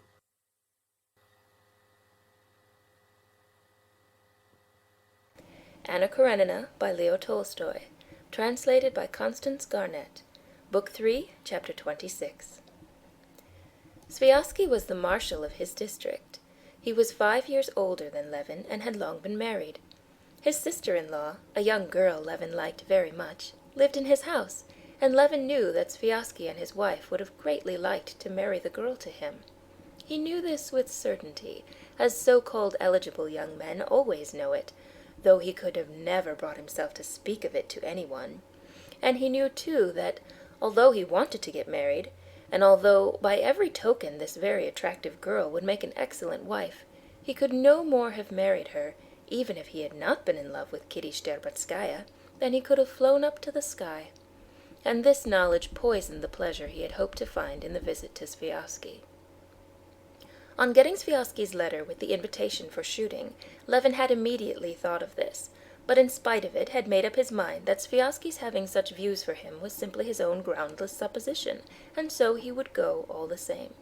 Besides, at the bottom of his heart he had a desire to try himself, put himself to the test in regard to this girl. The Sviazhsky's home life was exceedingly pleasant, and Sviazhsky himself, the best type of man taking part in local affairs that Levin knew, was very interesting to him. Sviazhsky was one of those people, always a source of wonder to Levin, whose convictions, very logical though never original, go one way by themselves, while their life, exceedingly definite and firm in its direction, goes its way quite apart and almost always in direct contradiction to their convictions. Sviazhsky was an extremely advanced man.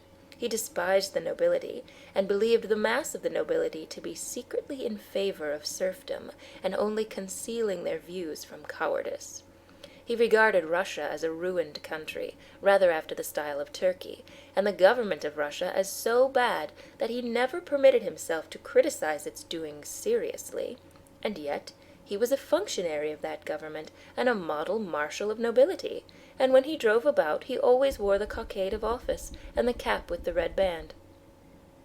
He considered human life only tolerable abroad, and went abroad to stay at every opportunity, and at the same time he carried on a complex and improved system of agriculture in Russia, and with extreme interest followed everything and knew everything that was being done in Russia.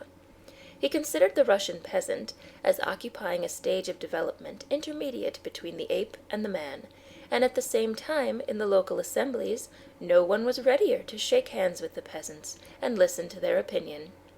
He believed neither in God nor the devil, but was much concerned about the question of the improvement of the clergy and the maintenance of their revenues, and took special trouble to keep up the church in his village.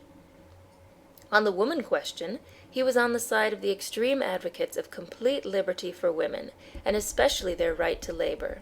But he lived with his wife on such terms that their affectionate childless home life was the admiration of everyone, and arranged his wife's life so that she did nothing, and could do nothing but share her husband's efforts that her time should pass as happily and as agreeably as possible. If it had not been a characteristic of Levin's to put the most favorable interpretation on people, Sviazhsky's character would have presented no doubt or difficulty to him. He would have said to himself, a fool or a knave, and everything would have seemed clear. But he could not say a fool, because Sviazhsky was unmistakably clever, and moreover a highly cultivated man who was exceptionally modest over his culture. There was not a subject he knew nothing of.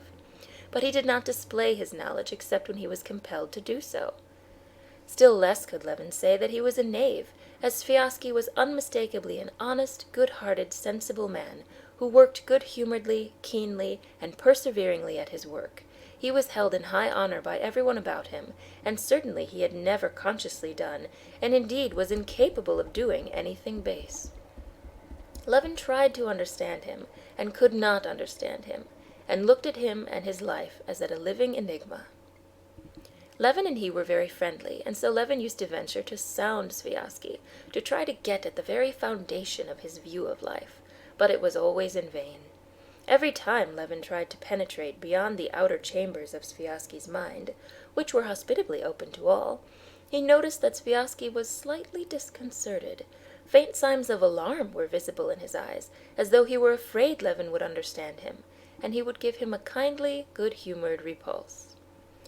Just now, since his disenchantment with farming, Levin was particularly glad to stay with Sviazhsky. Apart from the fact that the sight of this happy and affectionate couple, so pleased with themselves and everyone else, and their well-ordered home had always a cheering effect on Levin, he felt a longing, now that he was so dissatisfied with his own life, to get at that secret in Sviazhsky that gave him such clearness, definiteness, and good courage in life. Moreover, Levin knew that at the Sviazhskys he should meet the landowners of the neighborhood, and it was particularly interesting for him just now to hear and take part in those rural conversations concerning crops, laborers' wages, and so on, which, he was aware, are conventionally regarded as something very low, but which seemed to him just now to constitute the one subject of importance.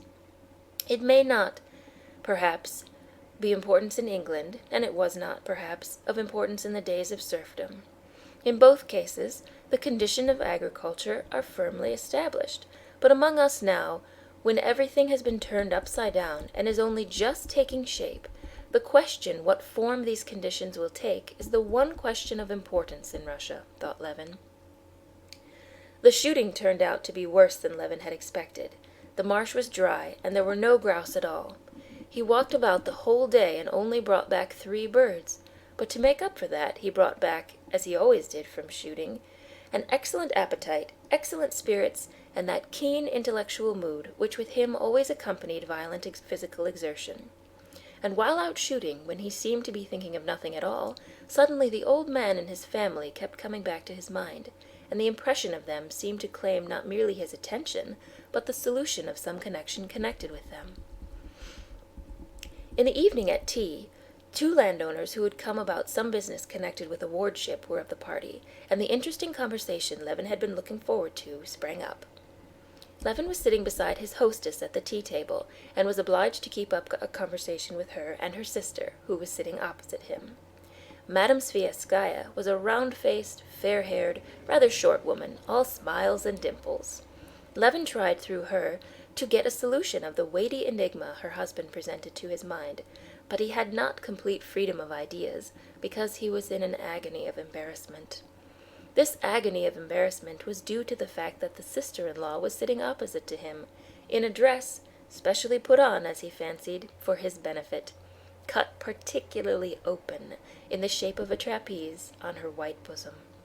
This quadrangular opening, in spite of the bosom's being very white, or just because it was very white, deprived Levin of the full use of his faculties. He imagined, probably mistakenly, that this low-necked bodice had been made on his account, and felt that he had no right to look at it, and tried not to look at it, but he felt that he was to blame for the very fact of the low-necked bodice having been made. It seemed to Levin that he had deceived someone, that he ought to explain something, but that to explain it was impossible, and for that reason he was continually blushing, was ill at ease and awkward. His awkwardness infected the pretty sister-in-law too, but their hostess appeared not to observe this, and kept purposely drawing her into the conversation. "You say," she said, pursuing the subject that had been started, "that my husband cannot be interested in what's Russian. It's quite the contrary. He is always in cheerful spirits abroad, but not as he is here. Here he feels in his proper place. He has so much to do, and he has the faculty of interesting himself in everything. Oh, you've not been to see our school, have you? I've seen it. The little house covered with ivy, isn't it? Yes, that's Nastya's work," she said, indicating her sister. "You teach in it yourself?" asked Levin, trying to look above the open neck, but feeling that wherever he looked in that direction, he should see it. "Yes, I used to teach in it myself, and do teach still, but we have a first-rate schoolmistress now, and we've started gymnastic exercises."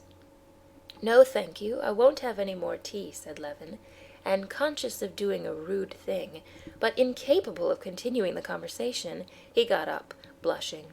"I hear a very interesting conversation," he added, and walked to the other end of the table, where Sviazhsky was sitting with the 2 gentlemen of the neighborhood. Sviazhsky was sitting sideways, with one elbow on the table, and a cup in one hand, while with the other hand he gathered up his beard, held it to his nose, and let it drop again, as though he were smelling it. His brilliant black eyes were looking straight at the excited country gentleman with grey whiskers, and apparently he derived amusement from his remarks. The gentleman was complaining of the peasants. It was evident to Levin that Sviazhsky knew an answer to this gentleman's complaints, which would at once demolish his whole contention, but that in his position he could not give utterance to this answer, and listened, not without pleasure, to the landowner's comic speeches. The gentleman with the grey whiskers was obviously an inveterate adherent of serfdom, and a devoted agriculturalist, who had lived all of his life in the country. Levin saw proofs of this in his dress, in the old-fashioned threadbare coat, obviously not his everyday attire, in his shrewd, deep-set eyes, in his idiomatic, fluent Russian, in the imperious tone that had become habitual from long use, and in the resolute gestures of his large, red, sunburnt hands, with an old betrothal ring on the little finger. End of chapter 26. Recording by Jill Wesolowski.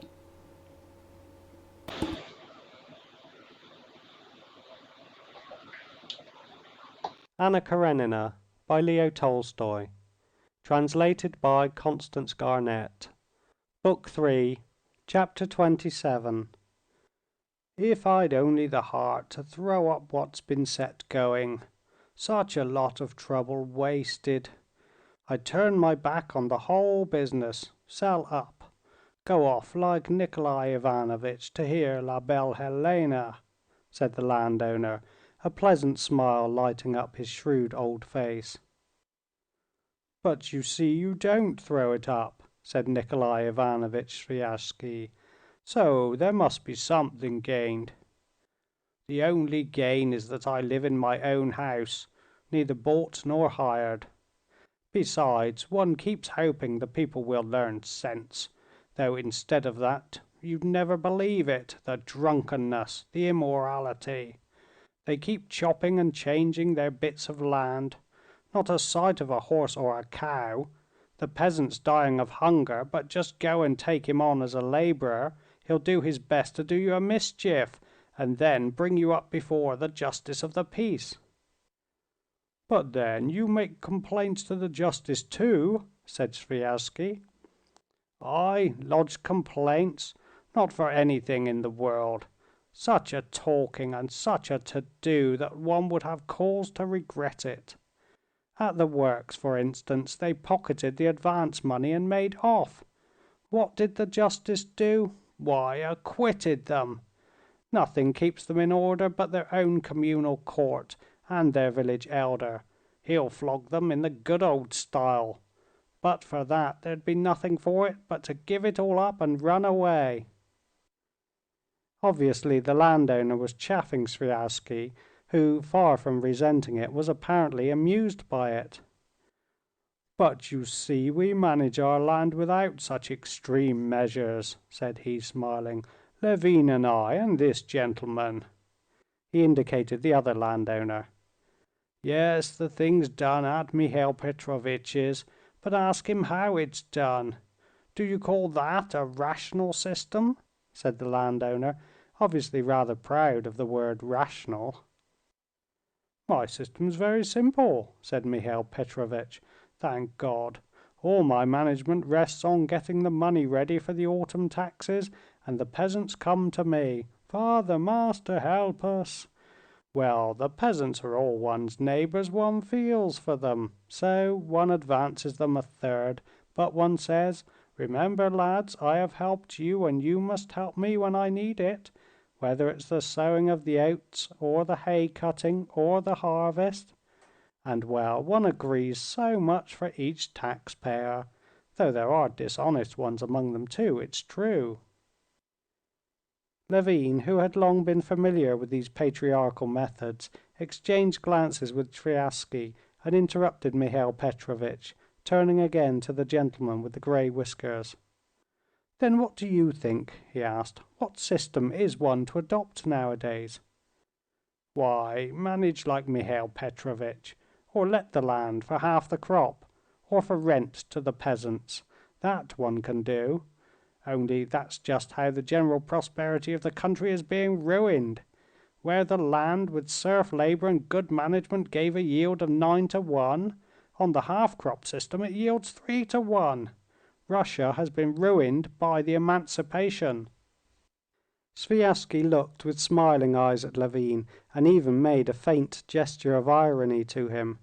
But Levin did not think the landowner's words absurd. He understood them better than he did Sviazhsky. A great deal more of what the gentleman with the gray whiskers said to show in what way Russia was ruined by the emancipation struck him indeed as very true, new to him and quite incontestable. The landowner unmistakably spoke his own individual thought, a thing that very rarely happens, and a thought to which he had been brought not by a desire of finding some exercise for an idle brain, but a thought which had grown up out of the conditions of his life, which he had brooded over in the solitude of his village, and had considered in every aspect. "The point is, don't you see that progress of every sort is only made by the use of authority?" he said, evidently wishing to show he was not without culture. "Take the reforms of Peter, of Catherine, of Alexander. Take European history. And progress in agriculture more than anything else. The potato, for instance, that was introduced among us by force.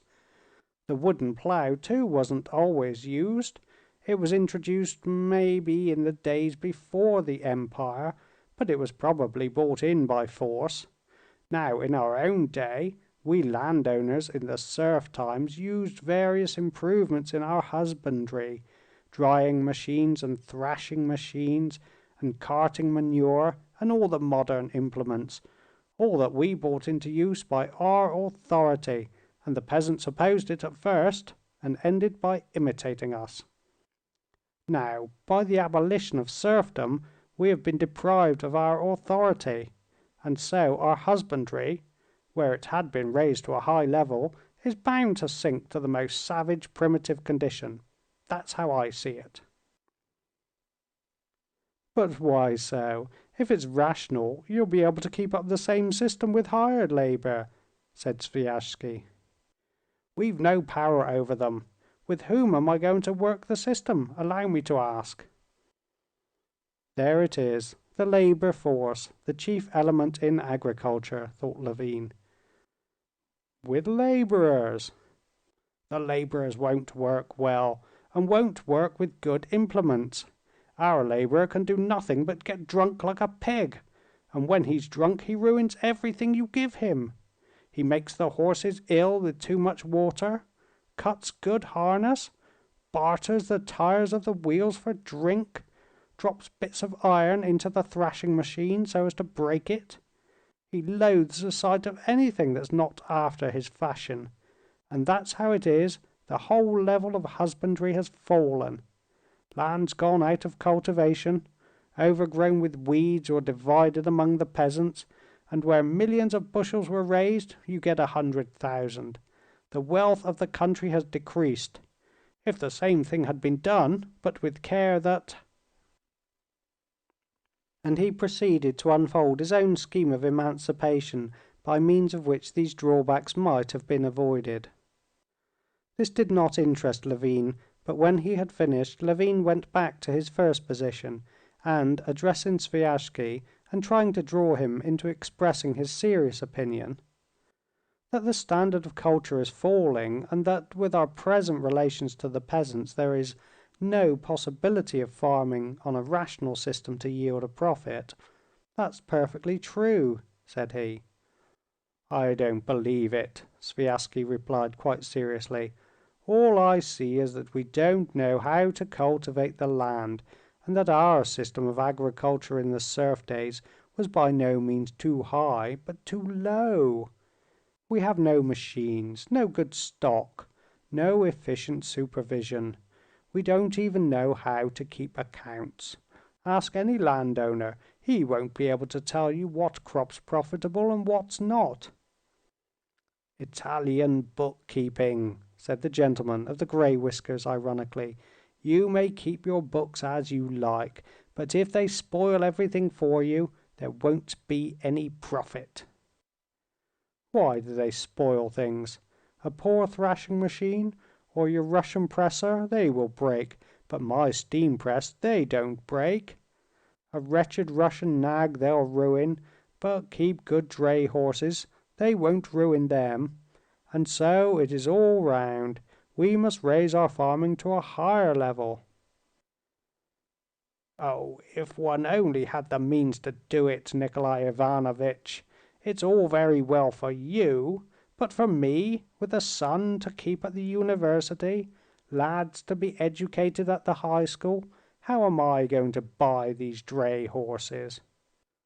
"Well, that's what the land banks are for." "To get what's left me sold by auction?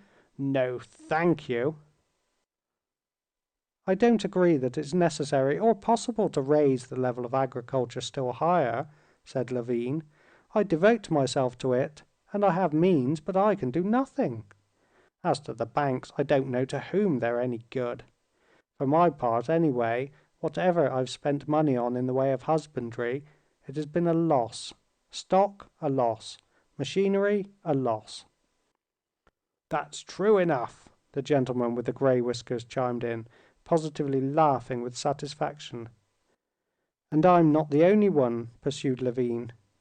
"I mix with all the neighboring landowners who are cultivating their land on a rational system.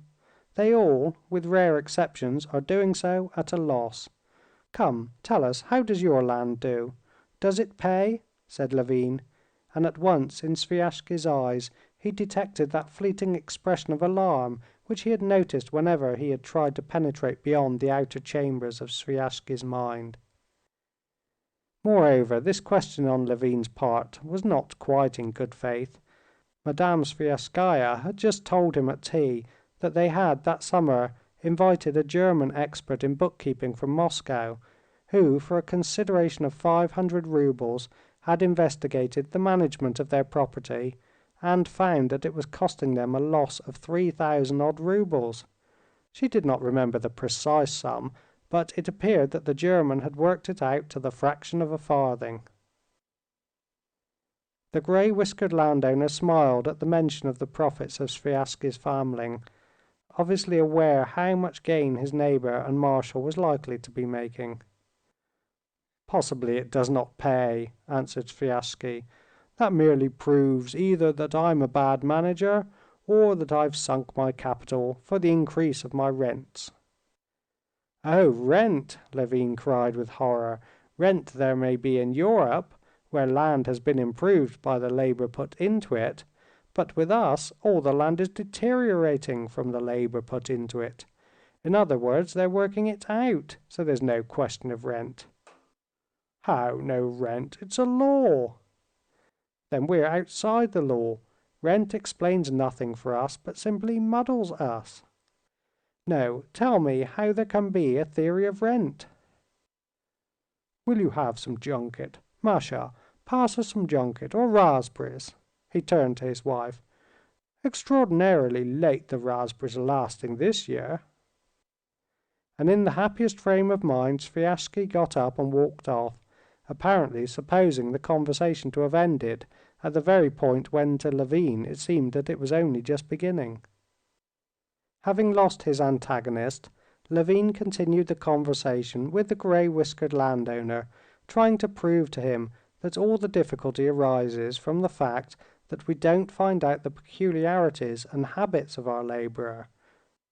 But the landowner, like all men who think independently and in isolation, was slow in taking in any other person's idea, and particularly partial to his own. He stuck to it that the Russian peasant is a swine and likes swinishness, and that to get him out of his swinishness one must have authority, and there is none. One must have the stick, and we have become so liberal that we have all of a sudden replaced the stick that served us for 1,000 years by lawyers and model prisons, where the worthless, stinking peasant is fed on good soup and has a fixed allowance of cubic feet of air. "What makes you think," said Levin, trying to get back to the question, "that it's impossible to find some relation to the laborer in which the labor would become productive?" "That never could be so with the Russian peasantry. We've no power over them," answered the landowner. "How can new conditions be found?" said Sviazhsky. Having eaten some junket and lighted a cigarette, he came back to the discussion. "All possible relations to the labor force have been defined and studied," he said. "The relic of barbarism, the primitive commune with each guarantee for all, will disappear of itself. Serfdom has been abolished. There remains nothing but free labor, and its forms are fixed and ready-made, and must be adopted. Permanent hands, day laborers, rammers, you can't get any of those forms." "But Europe is dissatisfied with those forms." dissatisfied and seeking new ones, and will find them in all probability." "That's just what I was meaning," answered Levin. "Why shouldn't we seek them for ourselves?" "Because it would be just like inventing afresh the means for constructing railways. They are ready, invented." "But if they don't do for us, if they're stupid?" asked Levin, and again he detected the expression of alarm in the eyes of Sviazhsky. "Oh yes, we'll bury the world under our caps. We found the secret Europe was seeking for. I've heard all that, but excuse me, do you know all that's been done in Europe on the question of the organization of labor?" "No, very little." "That question is now absorbing the best minds in Europe, the Schulze-Delitzsch movement. And then all this enormous literature of the labor question, the most liberal Lassalle movement, the Mulhausen experiment. That's a fact by now, as you're probably aware." "I have some idea of it, but very vague." "No, you only say that. No doubt you know all about it as well as I do. I'm not a professor of sociology, of course, but it interested me, and really, if it interests you, you ought to study it." "But what conclusion have they come to?" "Excuse me." The two neighbors had risen, and Sviazhsky, once more checking Levin in his inconvenient habit of peeping into what was beyond the outer chambers of his mind, went to see his guests out. Chapter 27.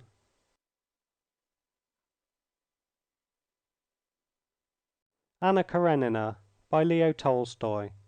Translated by Constance Garnett. Book 3, Chapter 28. Levin was insufferably bored that evening with the ladies. He was stirred, as he had never been before, by the idea that the dissatisfaction he was feeling with his system of managing his land was not an exceptional case, but the general condition of things in Russia, that the organization of some relation of the laborers to the soil in which they would work, as with the peasant he had met halfway to the Sviazhskys', was not a dream, but a problem which must be solved. And it seemed to him that the problem could be solved, and that he ought to try and solve it.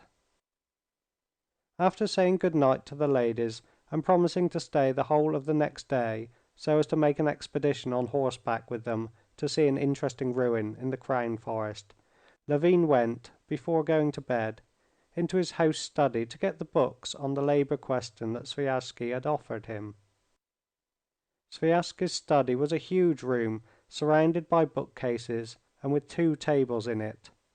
One a massive writing table standing in the middle of the room, and the other a round table covered with recent numbers of reviews and journals in different languages, ranged like the rays of a star round a lamp. On the writing table was a stand of drawers marked with gold lettering and full of papers of various sorts. Sviazhsky took out the books and sat down in a rocking chair. "What are you looking at there?" he said to Levin, who was standing at the round table looking through the reviews. "Oh yes, there's a very interesting article here," said Sviazhsky of the review Levin was holding in his hand. "It appears," he went on with eager interest, "that Frederick was not after all the person chiefly responsible for the partition of Poland. It is proved," and with his characteristic clearness he summed up those new, very important and interesting revelations. Although Levin was engrossed at the moment by his ideas about the problem of the land, he wondered as he heard Sviazhsky, what is there inside of him, and why? Why is he interested in the partition of Poland? When Sviazhsky had finished, Levin could not help asking, "Well, and what then?" But there was nothing to follow. It was simply interesting that it had been proved to be so and so. But Sviazhsky did not explain, and saw no need to explain why it was interesting to him. "Yes, but I was very much interested by your irritable neighbor," said Levin, sighing. "He's a clever fellow, and said a lot that was true." "Oh, get along with you! An inveterate supporter of serfdom at heart, like all of them," said Sviazhsky. "Whose marshal you are?" "Yes, I only marshal them in the other direction," said Sviazhsky, laughing. "I'll tell you what interests me very much," said Levin. "He's right that our system, that's to say of rational farming, doesn't answer, that the only thing that answers is the money-lender system, like that meek-looking gentleman's, or else the very simplest. Whose fault is it? Our own, of course. Besides, it's not true that it doesn't answer. It answers with Vasilichkov. A factory. But I really don't know what it is you are surprised at. The people are at such a low stage of rational and moral development that it's obvious they're bound to oppose everything that's strange to them. In Europe a rational system answers because the people are educated. It follows that we must educate the people, that's all. But how are we to educate the people? To educate the people, three things are needed: schools, and schools, and schools. But you said yourself the people are at such a low stage of material development. What help are schools for that? Do you know, you remind me of the story of the advice given to the sick man. You should try purgative medicine. Taken, worse. Try leeches. Tried them, worse. Well then, there's nothing left but to pray to God. Tried it, worse. That's just how it is with us. I say political economy, you say worse. I say socialism, worse. Education, worse. But how do schools help matters? They give the peasant fresh wants. Well, that's a thing I've never understood, Levin replied with heat. In what way are schools going to help the people to improve their material position? You say schools, education will give them fresh wants. So much the worse, since they won't be capable of satisfying them. And in what way a knowledge of addition and subtraction and the catechism is going to improve their material condition, I never could make out. The day before yesterday I met a peasant woman in the evening with a little baby and asked her where she was going. She said she was going to the wise woman. Her boy had screaming fits, so she was taking him to be doctored. I asked, why, how does this wise woman cure screaming fits? She puts the child on the hen roost and repeats some charm. Well, you're saying it yourself. What's wanted to prevent her taking her child to the hen roost to cure it of screaming fits is just... Sviazhsky said, smiling good-humoredly. Oh no, said Levin with annoyance. That method of doctoring I merely meant as a simile for doctoring the people with schools. The people are poor and ignorant. That we see as surely as the peasant woman sees the baby is ill because it screams. But in what way this trouble of poverty and ignorance is to be cured by schools is as incomprehensible as how the hen roost affects the screaming. What has to be cured is what makes him poor. Well, in that at least you're in agreement with Spencer, whom you dislike so much. He says too that education may be the consequence of greater prosperity and comfort, of more frequent washing, as he says, but not of being able to read and write. Well then, I'm very glad, or the contrary, very sorry, that I'm in agreement with Spencer. Only I've known it a long while. Schools can do no good. What will do good is an economic organization in which the people will become richer, will have more leisure, and then there will be schools. Still, all over Europe now schools are obligatory. And how far do you agree with Spencer yourself about it? Asked Levin. But there was a gleam of alarm in Sviazhsky's eyes, and he said, smiling, "No, that screaming story is positively capital. Did you really hear it yourself?" Levin saw that he was not to discover the connection between this man's life and his thoughts. Obviously he did not care in the least what his reasoning led him to. All he wanted was the process of reasoning. And he did not like it when the process of reasoning brought him into a blind alley. That was the only thing he disliked, and avoided by changing the conversation to something agreeable and amusing. All the impressions of the day, beginning with the impression made by the old peasant, which served, as it were, as the fundamental basis of all the conceptions and ideas of the day, threw Levin into violent excitement.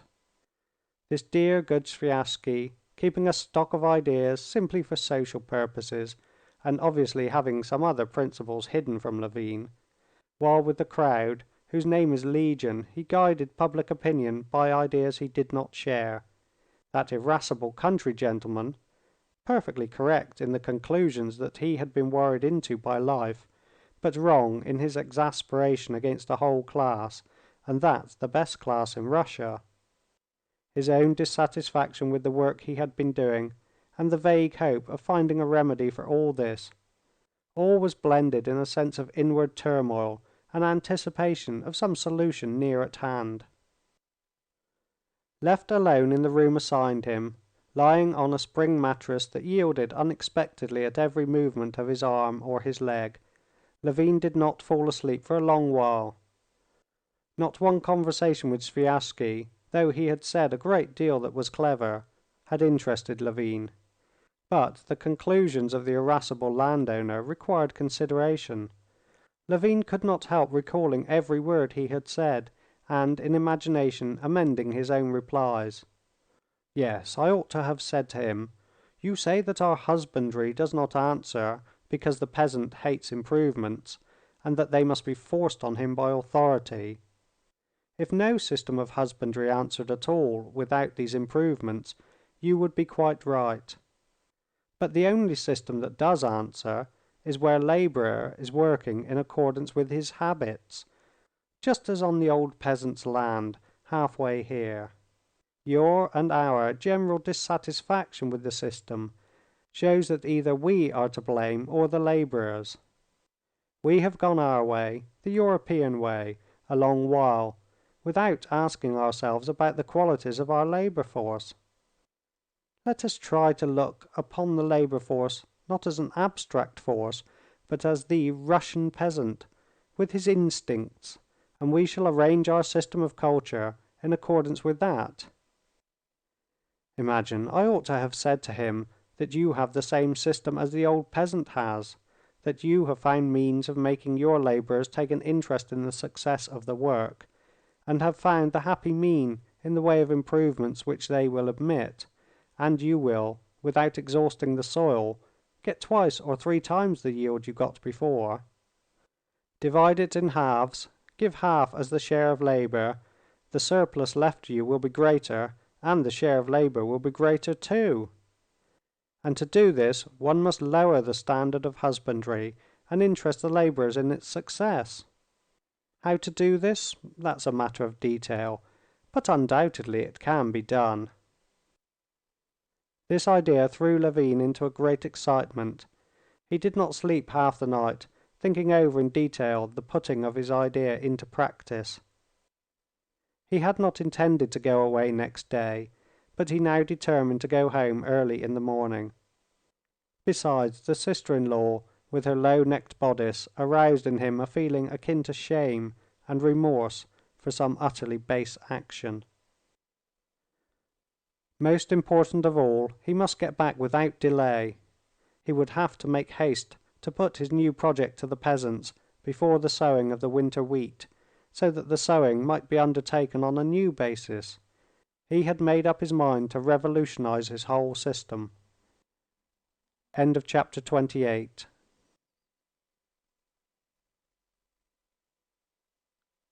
Anna Karenina by Leo Tolstoy. Translated by Constance Garnett. Book 3, Chapter 29. The carrying out of Levin's plan presented many difficulties, but he struggled on, doing his utmost, and attained a result which, though not what he desired, was enough to enable him, without self-deception, to believe that the attempt was worth the trouble. One of the chief difficulties was that the process of cultivating the land was in full swing, that it was impossible to stop everything and begin it all again from the beginning, and the machine had to be mended while in motion.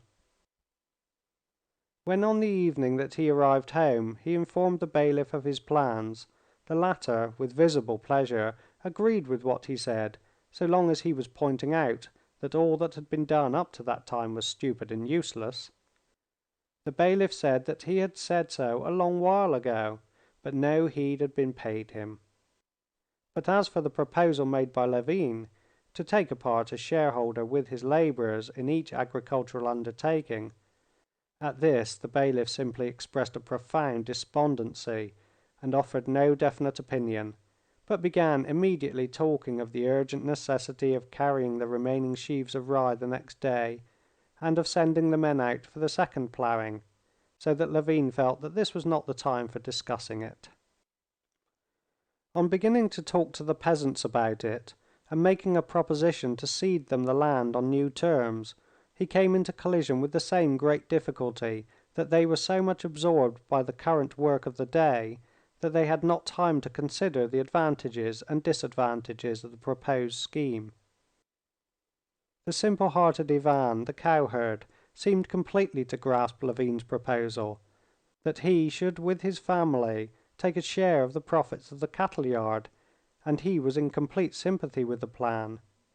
But when Levin hinted at the future advantages, Ivan's face expressed alarm and regret that he could not hear all he had to say, and he made haste to find himself some task that would admit of no delay.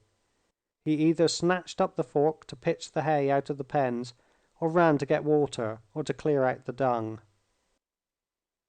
Another difficulty lay in the invincible disbelief of the peasant that a landowner's object could be anything else than a desire to squeeze all he could out of them. They were firmly convinced that his real aim, whatever he might say to them, would always be in what he did not say to them, and they themselves, in giving their opinion, said a great deal, but never said what was their real object. Moreover, Levin felt that the irascible landowner had been right. The peasants made their first and unalterable condition of any agreement whatever that they should not be forced to any new methods of tillage of any kind, nor to use new implements. They agreed that the modern plough ploughed better, that the scarifier did the work more quickly, but they found thousands of reasons that made it out of the question for them to use either of them. And though he had accepted the conviction that he would have to lower the standard of cultivation, he felt sorry to give up improved methods, the advantages of which were so obvious. But in spite of all these difficulties, he got his way, and by autumn the system was working, or at least so it seemed to him. At first Levin had thought of giving up the whole farming of the land, just as it was, to the peasants, the laborers, and the bailiff on new conditions of partnership. But he was very soon convinced that this was impossible, and determined to divide it up.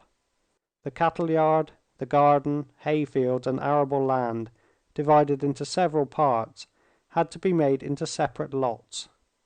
The simple-hearted cowherd, Ivan, who Levin fancied understood the matter better than any of them, collecting together a gang of workers to help him, principally of his own family, became a partner in the cattle yard.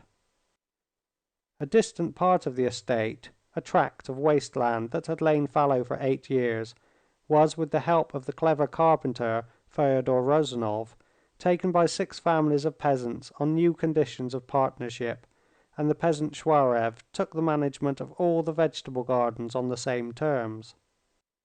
The remainder of the land was still worked on the old system, but these 3 associated partnerships were the first step to a new organization of the whole, and they completely took up Levin's time.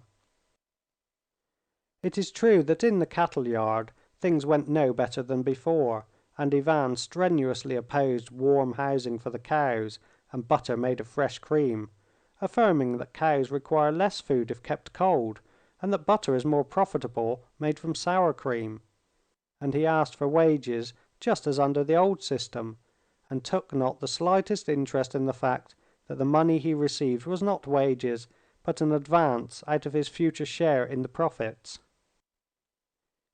It is true that Fyodor Rozanov's company did not plough over the ground twice before sowing, as has been agreed, justifying themselves on the plea that the time was too short. It is true that the peasants of the same company, though they had agreed to work the land on new conditions, always spoke of the land not as held in partnership, but as rented for half the crop. And more than once the peasants and Ryazanov himself said to Levin, "If you would take a rent for the land, it would save you trouble, and we should be more free." Moreover, the same peasants kept putting off, on various excuses, the building of a cattle yard and barn on the land as agreed upon, and delayed doing it until the winter. It is true that Shuraev would have liked to let out the kitchen gardens he had undertaken in small lots to the peasants. He evidently quite misunderstood, and apparently intentionally misunderstood, the conditions upon which the land had been given him. Often, too, talking to the peasants and explaining to them all the advantages of the plan, Levin felt that the peasants heard nothing but the sound of his voice, and were firmly resolved, whatever he might say, not to let themselves be taken in. He felt this especially when he talked to the cleverest of the peasants, Ryazanov, and detected the gleam in Ryazanov's eyes which he showed so plainly both ironical amusement at Levin and the firm conviction that, if anyone were to be taken in, it would not be he, Ryazanov. But in spite of all this, Levin thought the system worked, and that by keeping accounts strictly and insisting on his own way, he would prove to them in the future the advantages of the arrangement, and then the system would go of itself. These matters, together with the management of the land still left on his hands, and the indoor work over his book, so engrossed Levin the whole summer that he scarcely ever went out shooting. At the end of August he heard that the Oblonskys had gone away to Moscow from their servant who brought back the side saddle. He felt that in not answering Darya Alexandrovna's letter he had, by his rudeness, of which he could not think without a flush of shame, burned his ships, and that he would never go and see them again. He had been just as rude with the Sviazhskys, leaving them without saying good-bye, but he would never go to see them again either. He did not care about that now. The business of reorganizing the farming of his land absorbed him as completely as though there would never be anything else in his life. He read the books lent him by Sviazhsky, and copying out what he had not got, he read both the economic and socialistic books on the subject, but, as he had anticipated, found nothing bearing on the scheme he had undertaken. In the books on political economy, in Mill, for instance, whom he studied first with great ardor, hoping every minute to find an answer to the questions that were engrossing him, he found laws deduced from the condition of land culture in Europe, but he did not see why these laws, which did not apply in Russia, must be general. He saw just the same thing in the socialistic books. Either they were the beautiful but impractical fantasies which had fascinated him when he was a student, or they were attempts at improving, rectifying the economic position in which Europe was placed, with which the system of land tenure in Russia had nothing in common. Political economy told him that the laws by which the wealth of Europe had been developed, and was developing, were universal and unvarying. Socialism told him that development along these lines leads to ruin, and neither of them gave an answer or even a hint in reply to the question what he, Levin, and all the Russian peasants and landowners were to do with their millions of hands and millions of acres to make them as productive as possible for the common weal. Having once taken the subject up, he read conscientiously everything bearing on it, and intended in the autumn to go abroad to study land systems on the spot, in order that he might not on this question be confronted with what so often met him on various subjects. Often, just as he was beginning to understand the idea in the mind of anyone he was talking to, and was beginning to explain his own, he would suddenly be told, "But Kaufmann, but Jones, but Dubois, but Micheli, you haven't read them. They've thrashed that question out thoroughly." He saw now distinctly that Kaufmann and Micheli had nothing to tell him. He knew what he wanted. He saw that Russia has splendid land, splendid laborers, and that in certain cases, as at the peasants on the way to Sviazhsky's, the produce raised by the laborers and the land is great. In the majority of cases, when capital is applied in the European way, the produce is small, and that this simply arises from the fact that the laborers want to work, and work well only in their own peculiar way, and that this antagonism is not incidental but invariable, and has its roots in the national spirit. He thought that the Russian people, whose task it was to colonize and cultivate vast tracts of unoccupied land, consciously adhered, till all their land was occupied, to the methods suitable to their purpose, and that their methods were by no means so bad as was generally supposed, and he wanted to prove this theoretically in his book and practically on his land. End of chapter 29.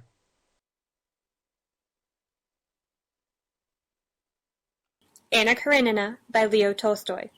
Translated by Constance Garnett. Book 3, Chapter 30. At the end of September, the timber had been carted for building the cattle yard on the land that had been allotted to the Association of Peasants, and the butter from the cows was sold and the profits divided. In practice, the system worked capitally, or at least so it seemed to Levin.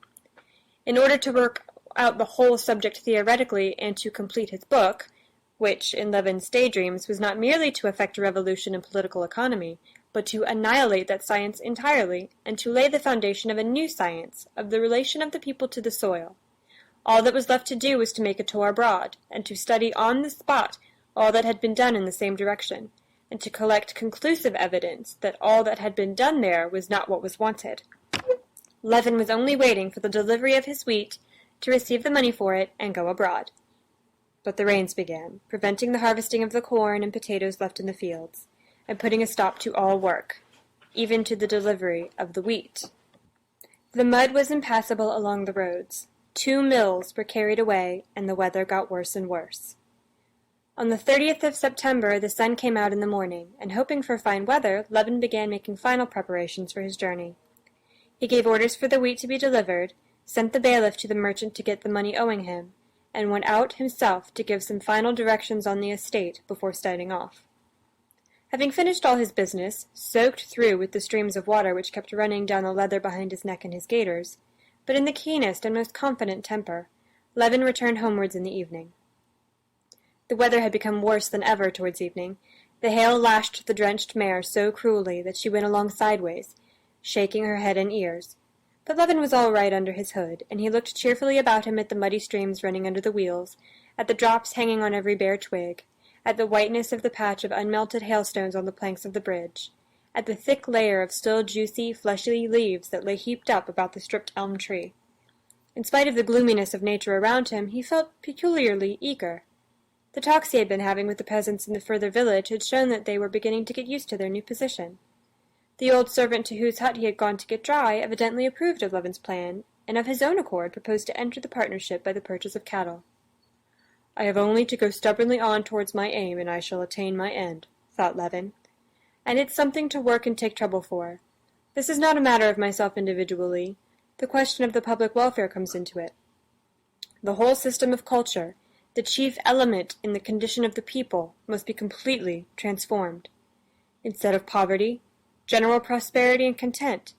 Instead of hostility, harmony and unity of interests. In short, a bloodless revolution, but a revolution of the greatest magnitude, beginning in the little circle of our district, then the province, then Russia, the whole world, because a just idea cannot but be fruitful. Yes, it's an aim worth working for, and it's being me, Kostya Levin, who went to a ball in a black tie, and was refused by the Strubetskaya girl, and who is intrinsically such a pitiful, worthless creature. That proves nothing. I feel sure Franklin felt just as worthless, and he too had no faith in himself, thinking of himself as a whole. That means nothing. And he too, most likely, had an Agafea Mihalovna to whom he confided his secrets. Musing on such thoughts, Levin reached home in the darkness. The bailiff, who had been to the merchant, had come back and brought part of the money for the wheat. An agreement had been made with the old servant, and on the road the bailiff had learned that everywhere the corn was still standing in the fields, so that his 160 shocks that had not been carried were nothing in comparison with the losses of others. After dinner, Levin was sitting, as he usually did, in an easy chair with a book, and as he read he went on thinking of the journey before him in connection with his book.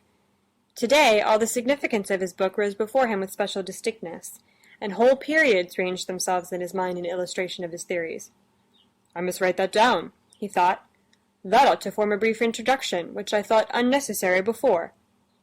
He got up to go to his writing table, and Laska, lying at his feet, got up too, stretching and looking at him as though to inquire where to go. But he had not time to write it down, for the head peasants had come round, and Levin went out into the hall to them. After his levee, that is to say, giving directions about the labors of the next day, and seeing all the peasants who had business with him, Levin went back to his study and sat down to work. Laska lay under the table. Agafea Mihalovna settled herself in her place with her stocking. After writing for a little while, Levin suddenly thought with exceptional vividness of Kitty, her refusal, and their last meeting. He got up and began walking about the room. "What's the use of being dreary?" said Agafea Mihalovna. "Come, why do you stay on at home? You ought to go to some warm springs, especially now you're ready for the journey." "Well, I am going away the day after tomorrow, Agafea Mihalovna. I must finish my work."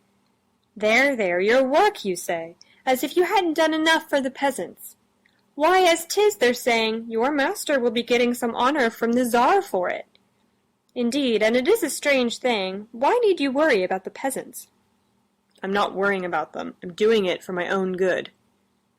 Agafea Mihalovna knew every detail of Levin's plans for his land. Levin often put his views before her in all their complexity, and not uncommonly he argued with her and did not agree with her comments. But on this occasion she entirely misinterpreted what he had said. "Of one's soul's salvation we all know and must think before all else," she said with a sigh. "Parfen Denisitch now, for all he was no scholar, he died a death that God grant every one of us alike," she said, referring to a servant who had died recently. "Took the sacrament and all." "That's not what I mean," said he. "I mean that I'm acting for my own advantage. It's all the better for me if the peasants do their work better." "Well, whatever you do, if he's a lazy good-for-naught, everything will be at 6s and 7s. If he has a conscience, he'll work, and if not, there's no doing anything." "Oh, come, you say yourself Ivan has begun looking after the cattle better." "All I say is," answered Agafea Mihalovna, evidently not speaking at random, but in strict sequence of idea, "that you ought to get married, that's what I say." Agafea Mihalovna's allusion to the very subject he had only just been thinking about hurt and stung him. Levin scowled, and without answering her, he sat down again to his work, repeating to himself all that he had been thinking of the real significance of that work. Only at intervals he listened in the stillness to the click of Agafea Mihalovna's needles, and recollecting what he did not want to remember, he frowned again. At 9 o'clock they heard the bell and the faint vibration of a carriage over the mud. "Well, here's visitors come to us, and you won't be dull," said Agafea Mihalovna, getting up and going to the door. But Levin overtook her. His work was not going well now, and he was glad of a visitor, whoever it might be. End of chapter 30. Recording by Amanda, Richmond, Virginia. deadwhiteguyslit.blogspot.com. Anna Karenina by Leo Tolstoy. Translated by Constance Garnett. Book 3, Chapter 31. Running halfway down the staircase, Levin caught a sound he knew, a familiar cough in the hall. But he heard it indistinctly through the sound of his own footsteps, and hoped he was mistaken. Then he caught sight of a long, bony, familiar figure, and now it seemed there was no possibility of mistake, and yet he still went on hoping that this tall man taking off his fur cloak and coughing was not his brother Nikolai. Levin loved his brother, but being with him was always a torture. Just now, when Levin, under the influence of the thoughts that had come to him, and Agafea Mihalovna's hint, was in a troubled and uncertain humor, the meeting with his brother that he had to face seemed particularly difficult. Instead of a lively, healthy visitor, some outsider who would, he hoped, cheer him up in his uncertain humor, he had to see his brother, who knew him through and through, who would call forth all the thoughts nearest his heart, would force him to show himself fully, and that he was not disposed to do. Angry with himself for so base a feeling, Levin ran into the hall.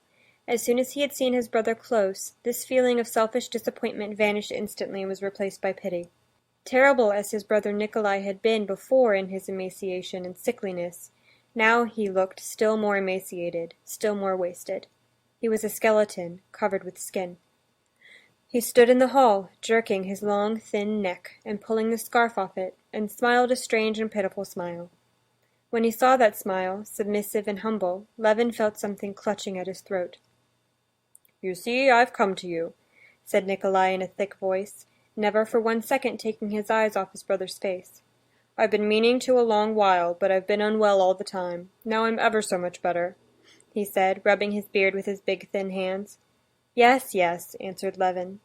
And he felt still more frightened when, kissing him, he felt with his lips the dryness of his brother's skin, and saw close to him his big eyes full of a strange light. A few weeks before, Konstantin Levin had written to his brother that through the sale of a small part of the property that had remained undivided, there was a sum of about 2,000 rubles to come to him as his share. Nikolai said that he had come now to take his money, and, what was more important, to stay a while in the old nest, to get in touch with the earth, so as to renew his strength like the heroes of old for the work that lay before him. In spite of his exaggerated stoop and the emaciation that was so striking from his height, his movements were as rapid and abrupt as ever. Levin led him into his study. His brother dressed with particular care, a thing he never used to do, combed his scanty, lank hair, and, smiling, went upstairs. He was in the most affectionate and good-humored mood, just as Levin often remembered him in childhood. He even referred to Sergei Ivanovitch without rancor, and when he saw Agafea Mihalovna, he made jokes with her and asked after the old servants. The news of the death of Parfen Denisitch made a painful impression on him. A look of fear crossed his face, but he regained his serenity immediately. "Of course he was quite old," he said, and changed the subject. "Well, I'll spend a month or 2 with you, and then I'm off to Moscow. Do you know, Myakov has promised me a place there, and I'm going into the service. Now I'm going to arrange my life quite differently," he went on. "You know I got rid of that woman." "Marya Nikolaevna? Why, what for?" "Oh, she was a horrid woman. She caused me all sorts of worries." But he did not say what the annoyances were. He could not say that he had cast off Marya Nikolaevna because the tea was weak, and above all because she would look after him as though he were an invalid. "Besides, I want to turn over a new leaf completely now. I've done silly things, of course, like everyone else, but money's the last consideration. I don't regret it. So long as there's health, and my health, thank God, is quite restored." Levin listened and racked his brains, but could think of nothing to say. Nikolai probably felt the same. He began questioning his brother about his affairs, and Levin was glad to talk about himself, because then he could speak without hypocrisy. He told his brother of his plans and his doings. His brother listened, but evidently he was not interested by it. These 2 men were so akin, so near each other, that the slightest gesture, the tone of voice, told both more than could be said in words. Both of them now had only one thought, the illness of Nikolai and the nearness of his death, which stifled all else. But neither of them dared to speak of it, and so whatever they said, not uttering the one thought that filled their minds, was all falsehood. Never had Levin been so glad when the evening was over and it was time to go to bed. Never with any outside person, never on any official visit, had he been so unnatural and false as he was that evening. And the consciousness of this unnaturalness, and the remorse he felt at it, made him even more unnatural. He wanted to weep over his dying, dearly loved brother, and he had to listen and keep on talking of how he meant to live. As the house was damp and only one bedroom had been kept heated, Levin put his brother to sleep in his own bedroom behind a screen. His brother got into bed, and whether he slept or did not sleep, tossed about like a sick man, coughed, and when he could not get his throat clear, mumbled something. Sometimes when his breathing was painful, he said, "Oh my God!" Sometimes when he was choking, he muttered angrily, "Ugh, the devil!" Levin could not sleep for a long while, hearing him.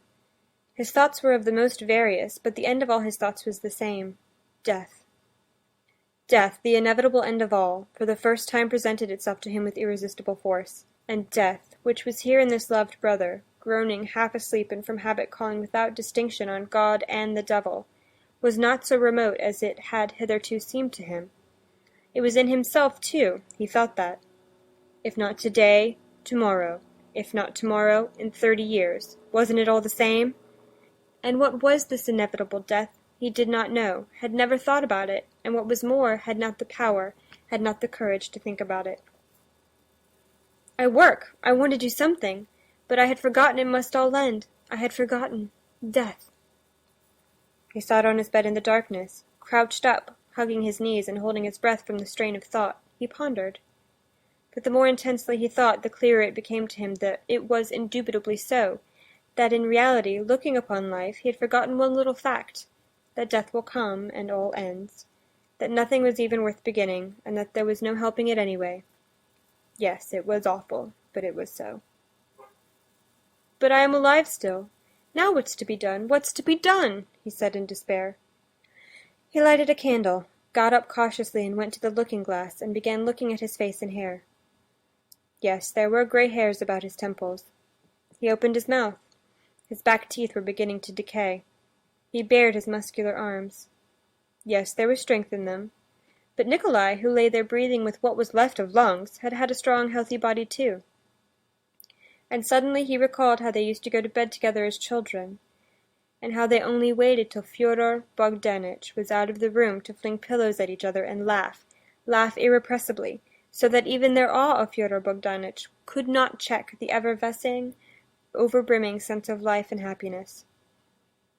And now that bent, hollow chest, and I, not knowing what will become of me, or wherefore— "Ka! Ka! Damnation! Why do you keep fidgeting? Why don't you go to sleep?" His brother's voice called to him. "Oh, I don't know. I'm not sleepy." "I have had a good sleep. I'm not in a sweat now. Just see, feel my shirt. It's not wet, is it?" Levin felt, withdrew behind the screen and put out the candle, but for a long while he could not sleep. The question how to live had hardly begun to grow a little clearer to him when a new insoluble question presented itself. Death. Why, he's dying. Yes, he'll die in the spring, and how help him? What can I say to him? What do I know about it? I'd even forgotten that it was at all. End of chapter 31. Recording by Amanda, Richmond, Virginia.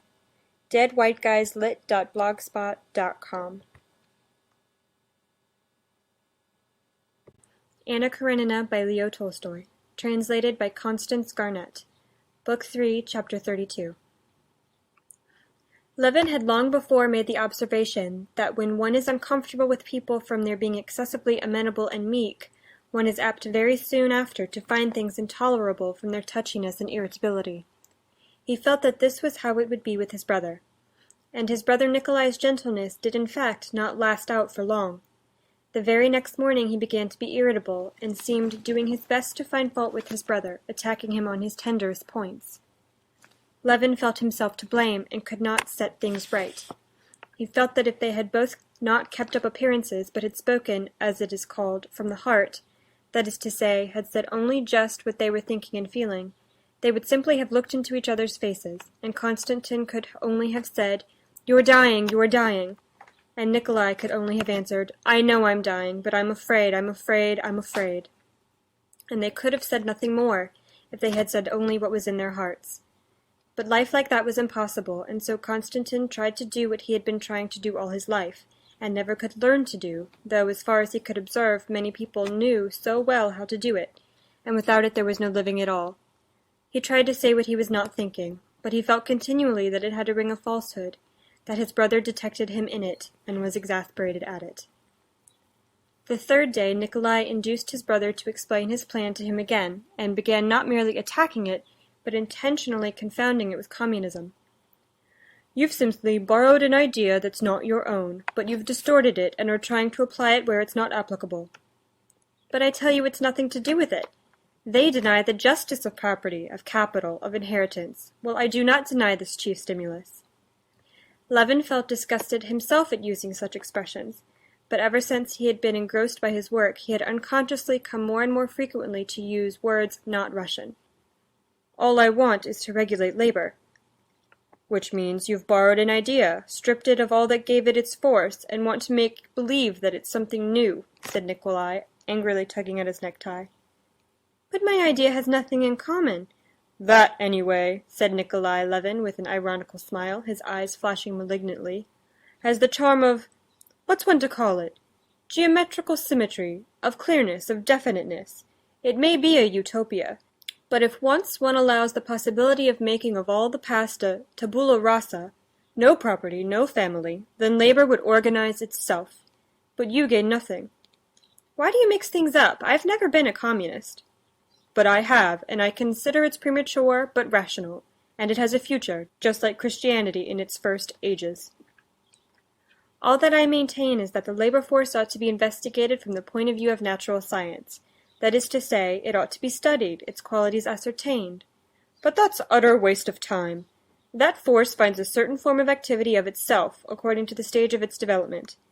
There have been slaves first everywhere, then métayers, and we have the half-crop system, rent, and day laborers. What are you trying to find?